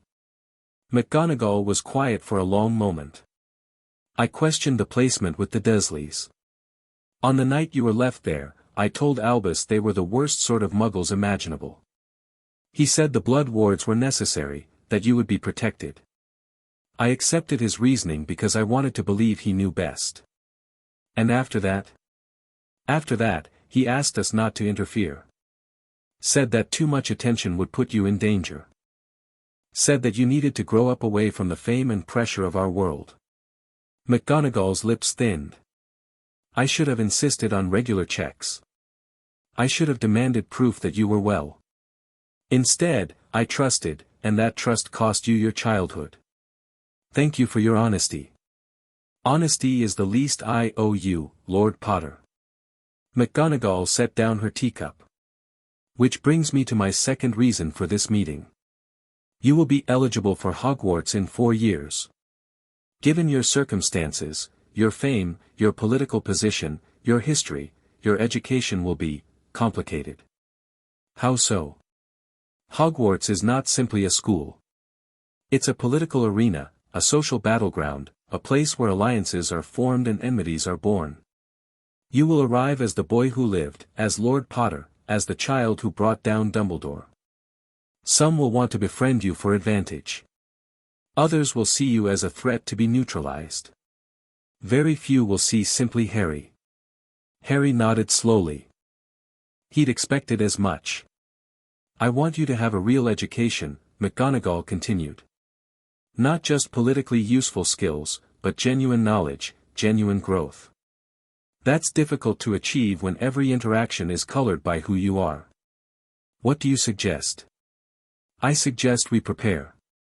Over the next 4 years, I would like to visit you regularly, here, or at your residence, to ensure you have the academic foundation you'll need. Not just magical theory, but practical skills, ethical reasoning, the habits of mind that will serve you well regardless of what career you eventually choose. You want to tutor me personally? I want to ensure that when you arrive at Hogwarts, you're ready for everything it will throw at you. McGonagall's expression softened slightly. Your mother was brilliant. Your father was creative. You have the potential to be both, and more. I refuse to let that potential be wasted on political games. Harry glanced at Sirius, who was watching the exchange with something like wonder. She's offering you what she gave us, Sirius said quietly. The best education possible, from someone who actually cares about the result. Then I accept, Harry said, turning back to McGonagall. Gratefully. McGonagall nodded once, briskly. Good. Now, shall we tour the castle? I believe you've never seen it, and there's no better way to understand Hogwarts than to walk its halls. The castle was extraordinary. Harry had seen photographs, had heard descriptions, had imagined what it might be like. None of it prepared him for the reality. Hogwarts was vast, ancient, alive in a way that defied explanation. The stairs moved. The portraits spoke. The very walls seemed to hum with accumulated magic. McGonagall led them through corridors and courtyards, pointing out classrooms and common rooms and hidden passages. Harry absorbed it all, filing away details that might be useful later. But it was Sirius who seemed most affected. He walked through the castle in a daze, his eyes constantly flickering to corners and doorways as if expecting ghosts to emerge. In a way, Harry supposed, they were. The ghosts of James and Lily, of Peter before his betrayal, of the marauders in their prime. We used to sneak out through there, Sirius murmured as they passed a particular tapestry. James had this invisibility cloak, family heirloom, incredibly rare. We'd wander the castle for hours, looking for trouble. Did you find it? Always. Sirius's smile was distant, bittersweet. We were idiots, really. Brilliant idiots, but idiots nonetheless. We thought we were invincible.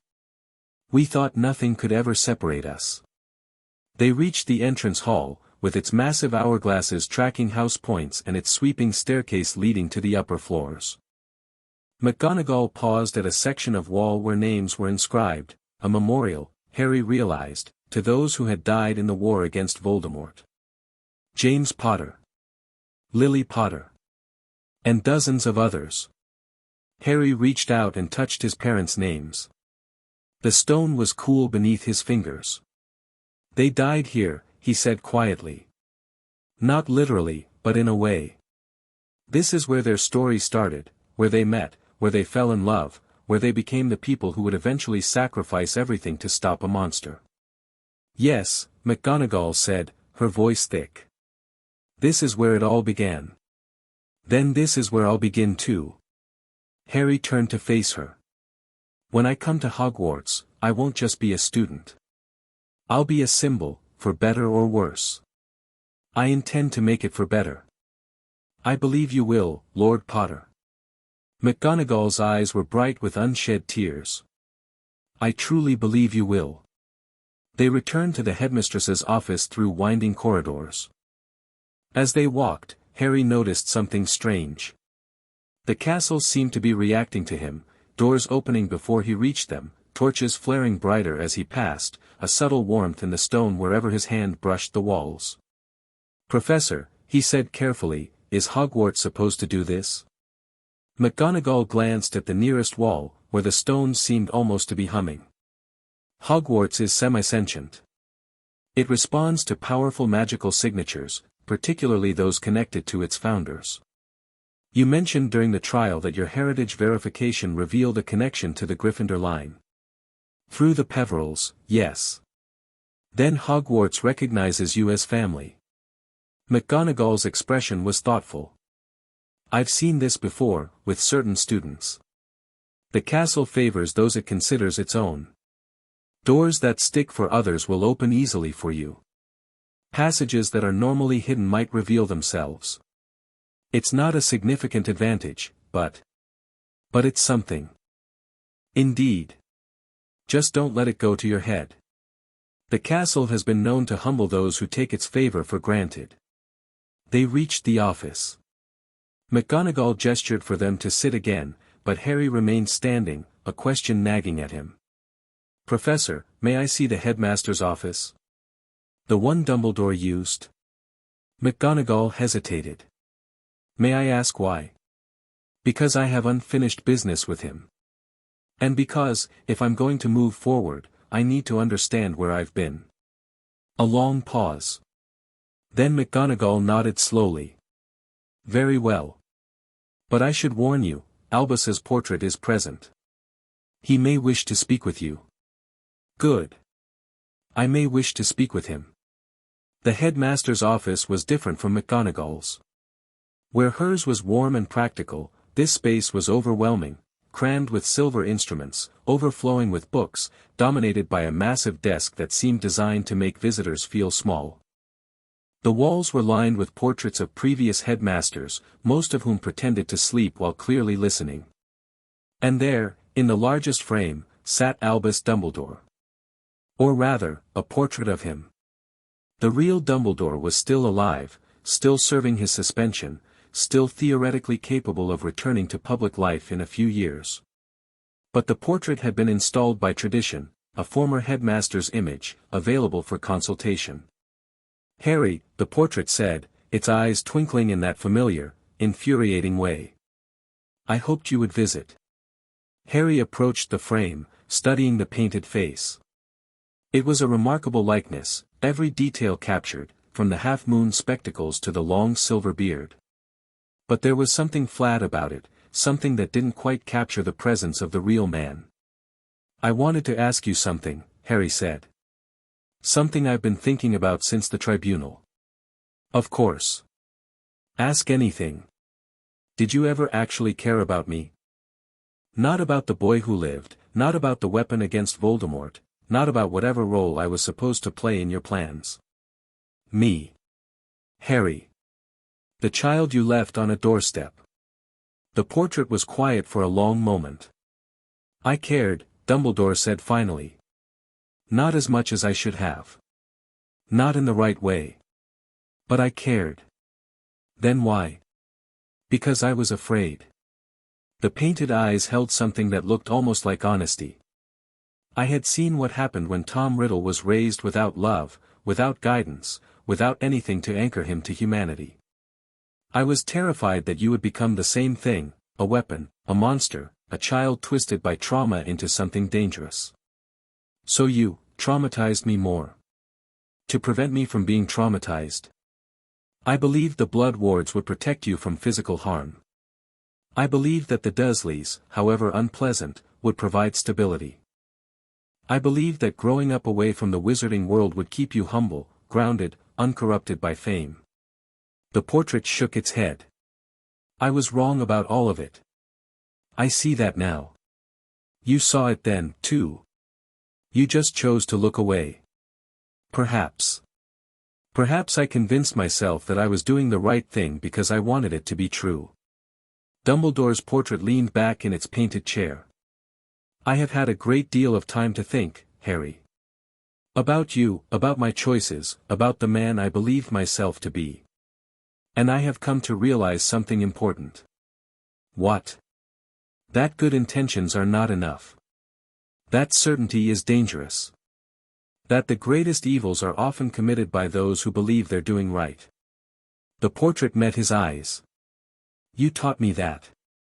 A 6-year-old child taught me something I should have learned decades ago. Harry didn't know how to respond. He'd expected defensiveness, justification, the same rationalizations Dumbledore had offered at the tribunal. This quiet admission of failure was different. I don't forgive you, Harry said finally. I don't ask you to. I don't think I ever will. That is your right. But I understand you. A little bit. Harry stepped back from the portrait. You weren't evil. You were just wrong. Dangerously, arrogantly wrong. And a lot of people suffered because of it. Yes. And I must live with that, or exist with it, as portraits do, for as long as this frame endures. Harry nodded once, acknowledging the statement without endorsing it. Then he turned and walked out of the office. He didn't look back. The summer burned away into autumn. Harry's 8th birthday came and went with more celebration than his 7th. Sirius was healthy enough now to throw a proper party, complete with Weasley twins, friends of Dora's who had heard about the famous Harry Potter and insisted on meeting him, enchanted decorations, and a cake that kept trying to escape. The Wizengamot reconvened. Harry attended sessions regularly now, using his presence to keep attention on the reforms he and Sirius were pushing. The emergency detention provisions were repealed by a narrow margin, a victory that felt both enormous and insufficient. Peter Pettigrew remained at large. Sirius had hired private investigators to track him, but rats were difficult to find when they didn't want to be found. It was frustrating, unfinished business that gnawed at them both. But life went on. McGonagall visited monthly for lessons. Harry's magical theory advanced rapidly under her instruction. He couldn't cast spells yet, not reliably, but he understood the principles underlying them better than most first-years would. She also pushed him in ethics, in history, in the complex questions about power and responsibility that would define his life. You have a choice to make, McGonagall told him during one of their sessions. What kind of wizard do you want to be? What kind of lord? What kind of man? I want to be someone who makes things better, Harry said. Not through force or manipulation, but through building. Creating systems that work. Making it harder for people to hurt each other. That's a good goal. But it's also vague. How do you make it concrete? Harry thought about this for days afterward. How did you translate ideals into action? How did you move from wanting a better world to actually creating one? The answer, he eventually decided, was the same thing that had started all of this: evidence. Systems. Structures. You built institutions that outlasted individuals. You created checks on power that didn't depend on the goodness of the powerful. You wrote rules and enforced them and made sure that everyone, had to follow them. It was a big project. A lifetime project. But he had time. In late October, a letter arrived from an unexpected source. The envelope bore the seal of the International Confederation of Wizards. Harry opened it carefully, expecting some bureaucratic follow-up to the tribunal. Instead, he found an invitation. The Confederation was establishing a new commission, the Committee on Guardian Accountability, to review standards for magical guardianship across member nations. The letter cited his case as the catalyst for this initiative and invited him to serve as a youth consultant, providing perspective on issues affecting magical children. They want to put a 7-year-old on an international committee? Sirius said when Harry showed him. They want to put the boy who lived on an international committee. My age is just an inconvenience they're willing to overlook. Will you do it? Harry considered. It was an opportunity, a platform to push for real change, not just in Britain but across Europe and beyond. But it was also a commitment, a responsibility, another weight to carry. Yes, he said finally. Because if I don't, they'll appoint someone else.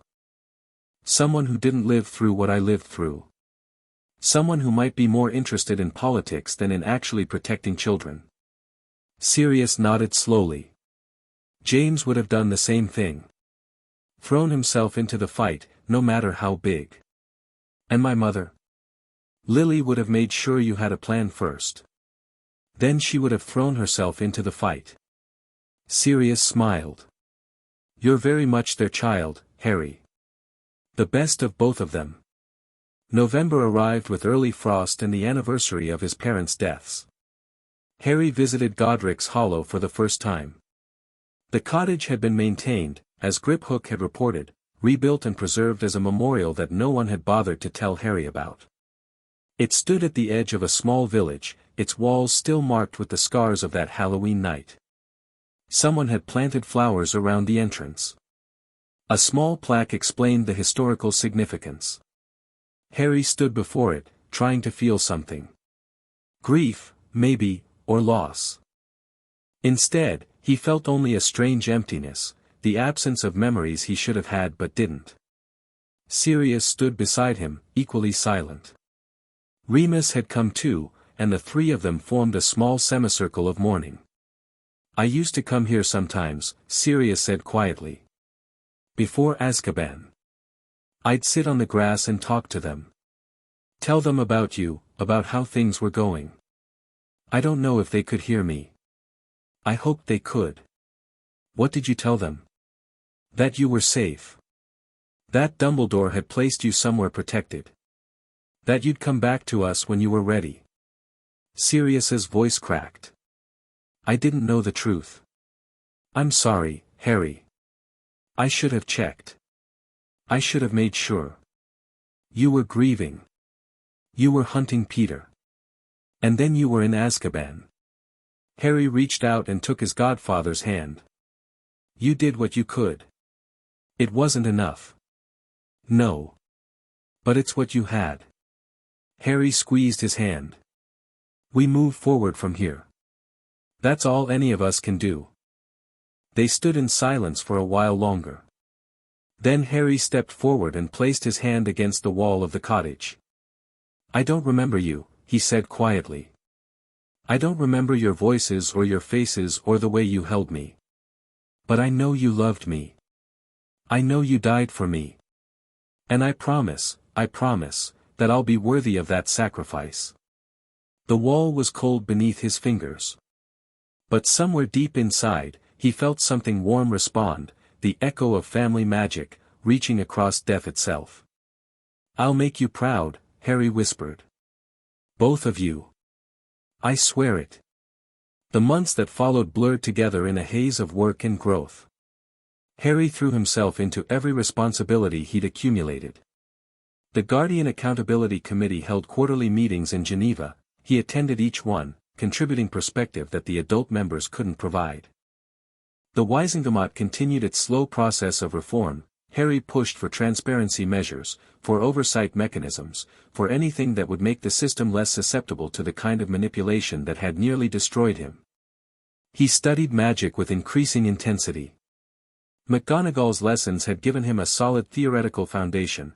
Now he began practical exercises, channeling his magic in controlled bursts, learning the feel of power flowing through him.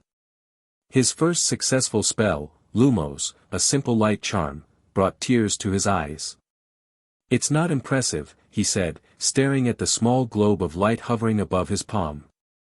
Every wizard starts somewhere, Sirius replied. James's first spell set his bed on fire. I'm sure you'll catch up. Sirius himself was healing, slowly but steadily. The nightmares still came, but less frequently. He was eating regularly, exercising, engaging with the world instead of retreating from it. He'd taken up residence at Grimmauld Place, the Black family home, a grim house that he was slowly transforming into something livable. It was always full of darkness, Sirius explained as they walked through the dusty halls. My mother's prejudices, my father's cruelty. But it's mine now. I can make it into something better. Like you're making yourself into something better. Exactly like that. Sirius smiled, the easy, genuine smile that was appearing more often now. We're both works in progress, Harry. The difference is, we're progressing. Spring came, and with it, a development no one had anticipated.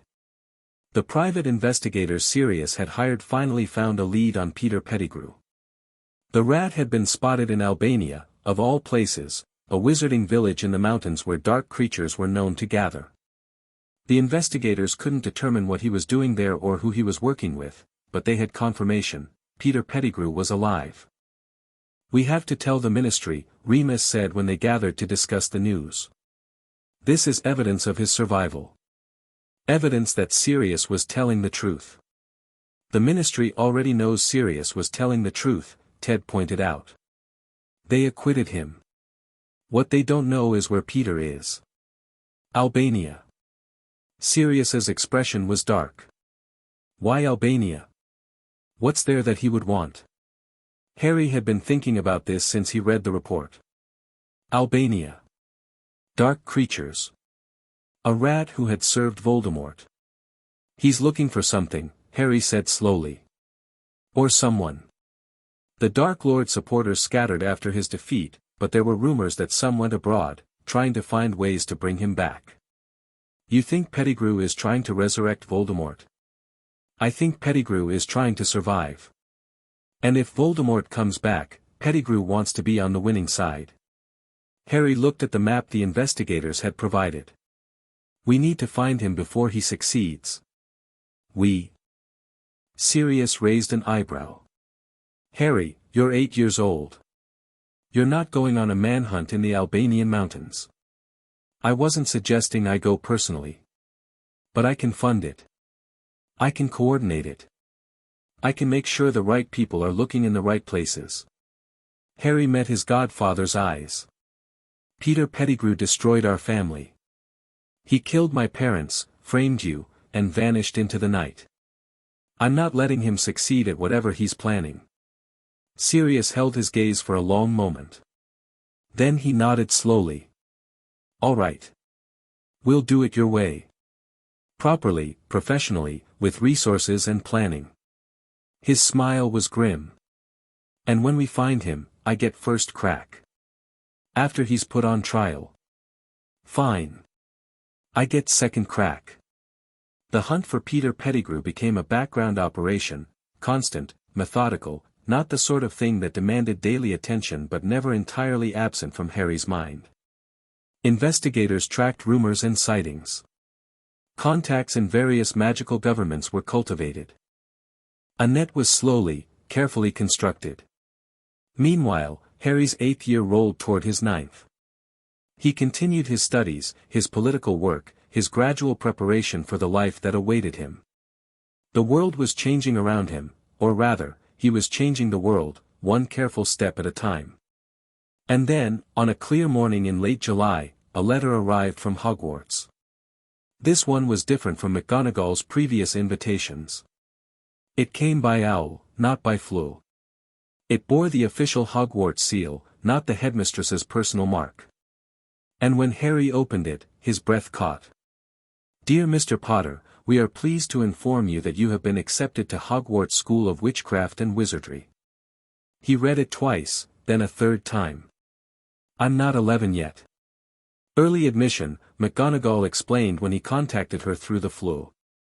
"Given your demonstrated academic preparation and the unique circumstances of your situation, the Board of Governors has agreed to allow you to begin 1 year early. If you wish." "If I wish?" "The choice is yours, Lord Potter. You've proven yourself capable of handling adult responsibilities. The question is whether you want to spend the next year in classrooms with children your own age, or continue your current path of private study and political engagement." Harry considered. He'd expected to have 4 more years of preparation. 4 more years of building his foundation, of learning and growing and becoming ready for whatever came next. This changed everything. But maybe that was the point. "I'll attend," he said finally. "I've been preparing my whole life for this. Might as well start living it." McGonagall's smile was visible even through the green flames.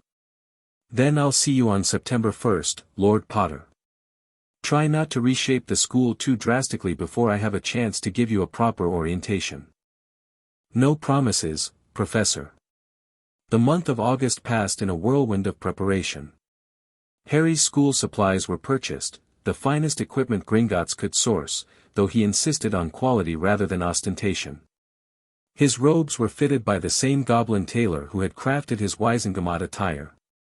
His trunk was packed with books, both assigned and supplementary, chosen to ensure he had every possible resource at his fingertips. And then, on September 1st, Harry Potter stood on platform 9 3/4, looking at the Hogwarts Express. The platform was chaos. Families saying goodbye, trunks being loaded, owls hooting, cats yowling.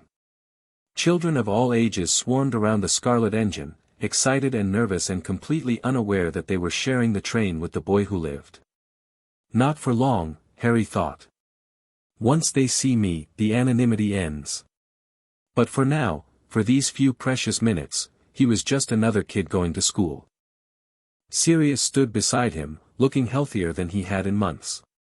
The hunt for Peter had given him purpose, and purpose had given him strength. Remus was there too, and the Tonkses, and even Griphook, who had claimed he was merely ensuring the Potter accounts were secure, but who Harry suspected just wanted to see him off. "You ready for this?" Sirius asked. "No," Harry admitted. "But that's never stopped me before. That's my godson." Sirius pulled him into a hug, easier now, more natural than it had been in those first awkward months. "Write me every week. And don't let the other kids push you around. I've faced down the International Confederation of Wizards. I think I can handle some first years. That's what I'm afraid of." Sirius released him, grinning. "Go on, then. Go learn magic. Go make friends. Go be a kid for once in your life." Harry shouldered his bag and walked toward the train. As he climbed aboard, he felt the weight of everything he'd carried for the past 2 years, the grief, the anger, the endless responsibility, shift slightly. Not disappearing, but rearranging. Making room for something new. He found an empty compartment near the back of the train and settled in, watching the platform through the window. The train began to move, and the faces of his family grew smaller, then vanished entirely. Harry was alone. For about 3 minutes. Then the compartment door slid open, and a small girl with enormous brown eyes and bushy hair peered in. "Is this seat taken? Everywhere else is full." "Well, not actually full, but the other children seem to already know each other and I didn't want to intrude, and you're sitting alone so I thought maybe you wouldn't mind. You can sit here," Harry said, hiding a smile. The girl beamed and dragged her trunk inside. "I'm Hermione Granger. I'm Muggle-born, my parents are dentists, and I'm so excited to be going to Hogwarts. I've read all the textbooks already, of course, and several supplementary volumes, though I'm sure there's so much more to learn. I'm Harry." Hermione's eyes went wide. "Harry Potter? The Harry Potter? I've read all about you. You're in modern magical history and the rise and fall of the dark arts and great wizarding events of the 20th century. Most of what's in those books is wrong." "Really?" Hermione looked fascinated rather than disappointed. "How wrong? Which parts?" Harry found himself smiling. "I'll tell you what. I'll tell you the true story, all of it, the parts they don't put in books, if you promise not to treat me like a celebrity." "Deal." Hermione stuck out her hand. "I don't care about celebrities anyway. I care about knowledge." Harry shook her hand. "Then I think we're going to get along." The train rolled northward through increasingly wild countryside. Harry and Hermione talked for hours, about magic, about his experiences, about her hopes and fears as a Muggle-born entering a world she'd only read about. Other students drifted in and out of their compartment. A round-faced boy named Neville Longbottom, who Harry realized was the son of the people who would have been his guardians if not for their attack by Death Eaters. A pair of red-headed twins who introduced themselves as Fred and George Weasley and who seemed to already know who Harry was but didn't seem to care. A pale, pointed boy named Draco Malfoy who sneered at Hermione's blood status and was politely but firmly ejected from the compartment. "You didn't have to do that," Hermione said afterward. "I can handle people like him." I know you can. But you shouldn't have to. Not on your first day. Hermione smiled at him, a real smile, not the nervous chatter she'd arrived with. You're not what I expected, Harry Potter. Good. I try not to be what anyone expects. Night had fallen by the time the train reached Hogsmeade Station. Harry followed the crowd of first-years toward the boats that would carry them across the lake, a tradition, he'd been told, that every new student experienced. The boats glided silently through dark water. Ahead, illuminated by countless windows, rose Hogwarts. Harry had seen it before, during his visit with McGonagall. But seeing it like this, from the lake, with the castle reflected in the still water, towers reaching toward a sky full of stars, was something else entirely. It's beautiful, Hermione whispered beside him. Yeah, Harry agreed. It is. The boats reached the shore. They climbed stone steps, passed through massive doors, entered the entrance hall where McGonagall waited to explain the sorting. Harry listened with half an ear, already knowing what to expect. His attention was elsewhere, on the castle around him, on the magic humming through the stones, on the sense that he was finally where he belonged. The doors to the great hall opened. 1,000 candles floated overhead. 4 long tables stretched the length of the hall, filled with students in black robes. At the far end, the staff table looked down on everything, McGonagall's seat prominent among them. The sorting hat sat on a stool, ancient and weathered, waiting. Names were called. Students approached, sat, were sorted. Houses cheered for their new members.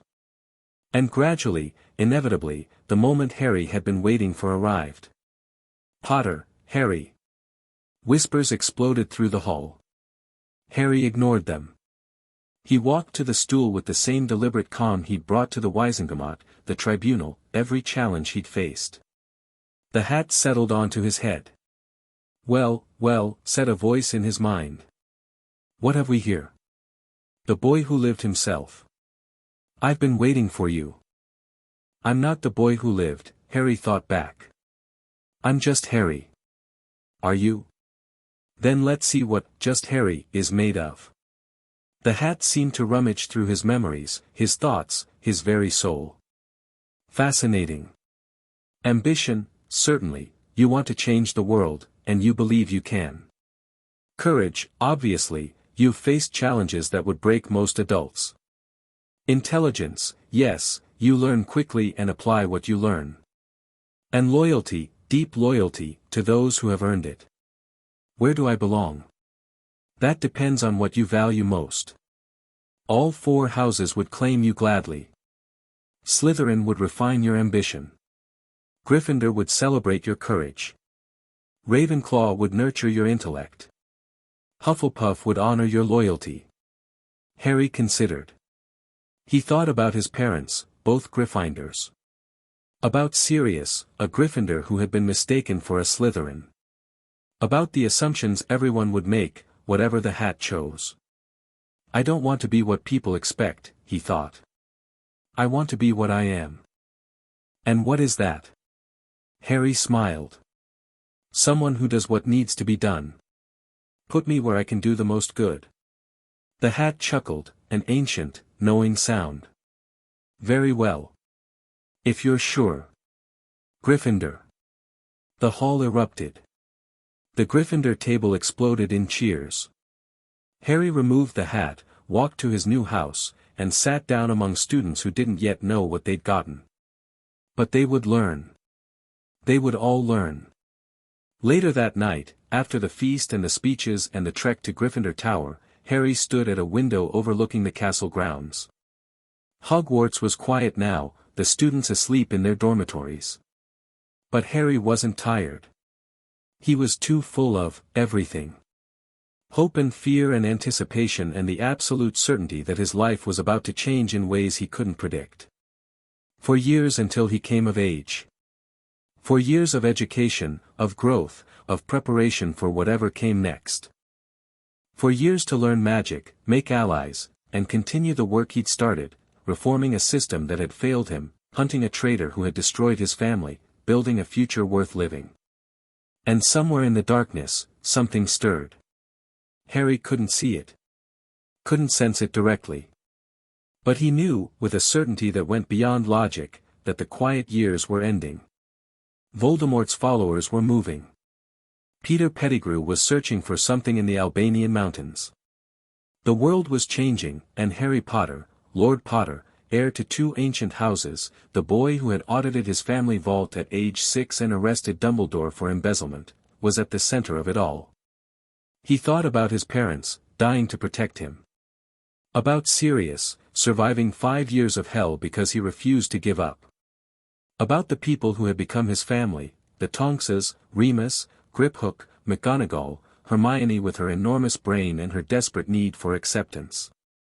He thought about the future, spreading out before him like an unexplored map. "I'm ready," he whispered to the night. "Whatever comes, I'm ready."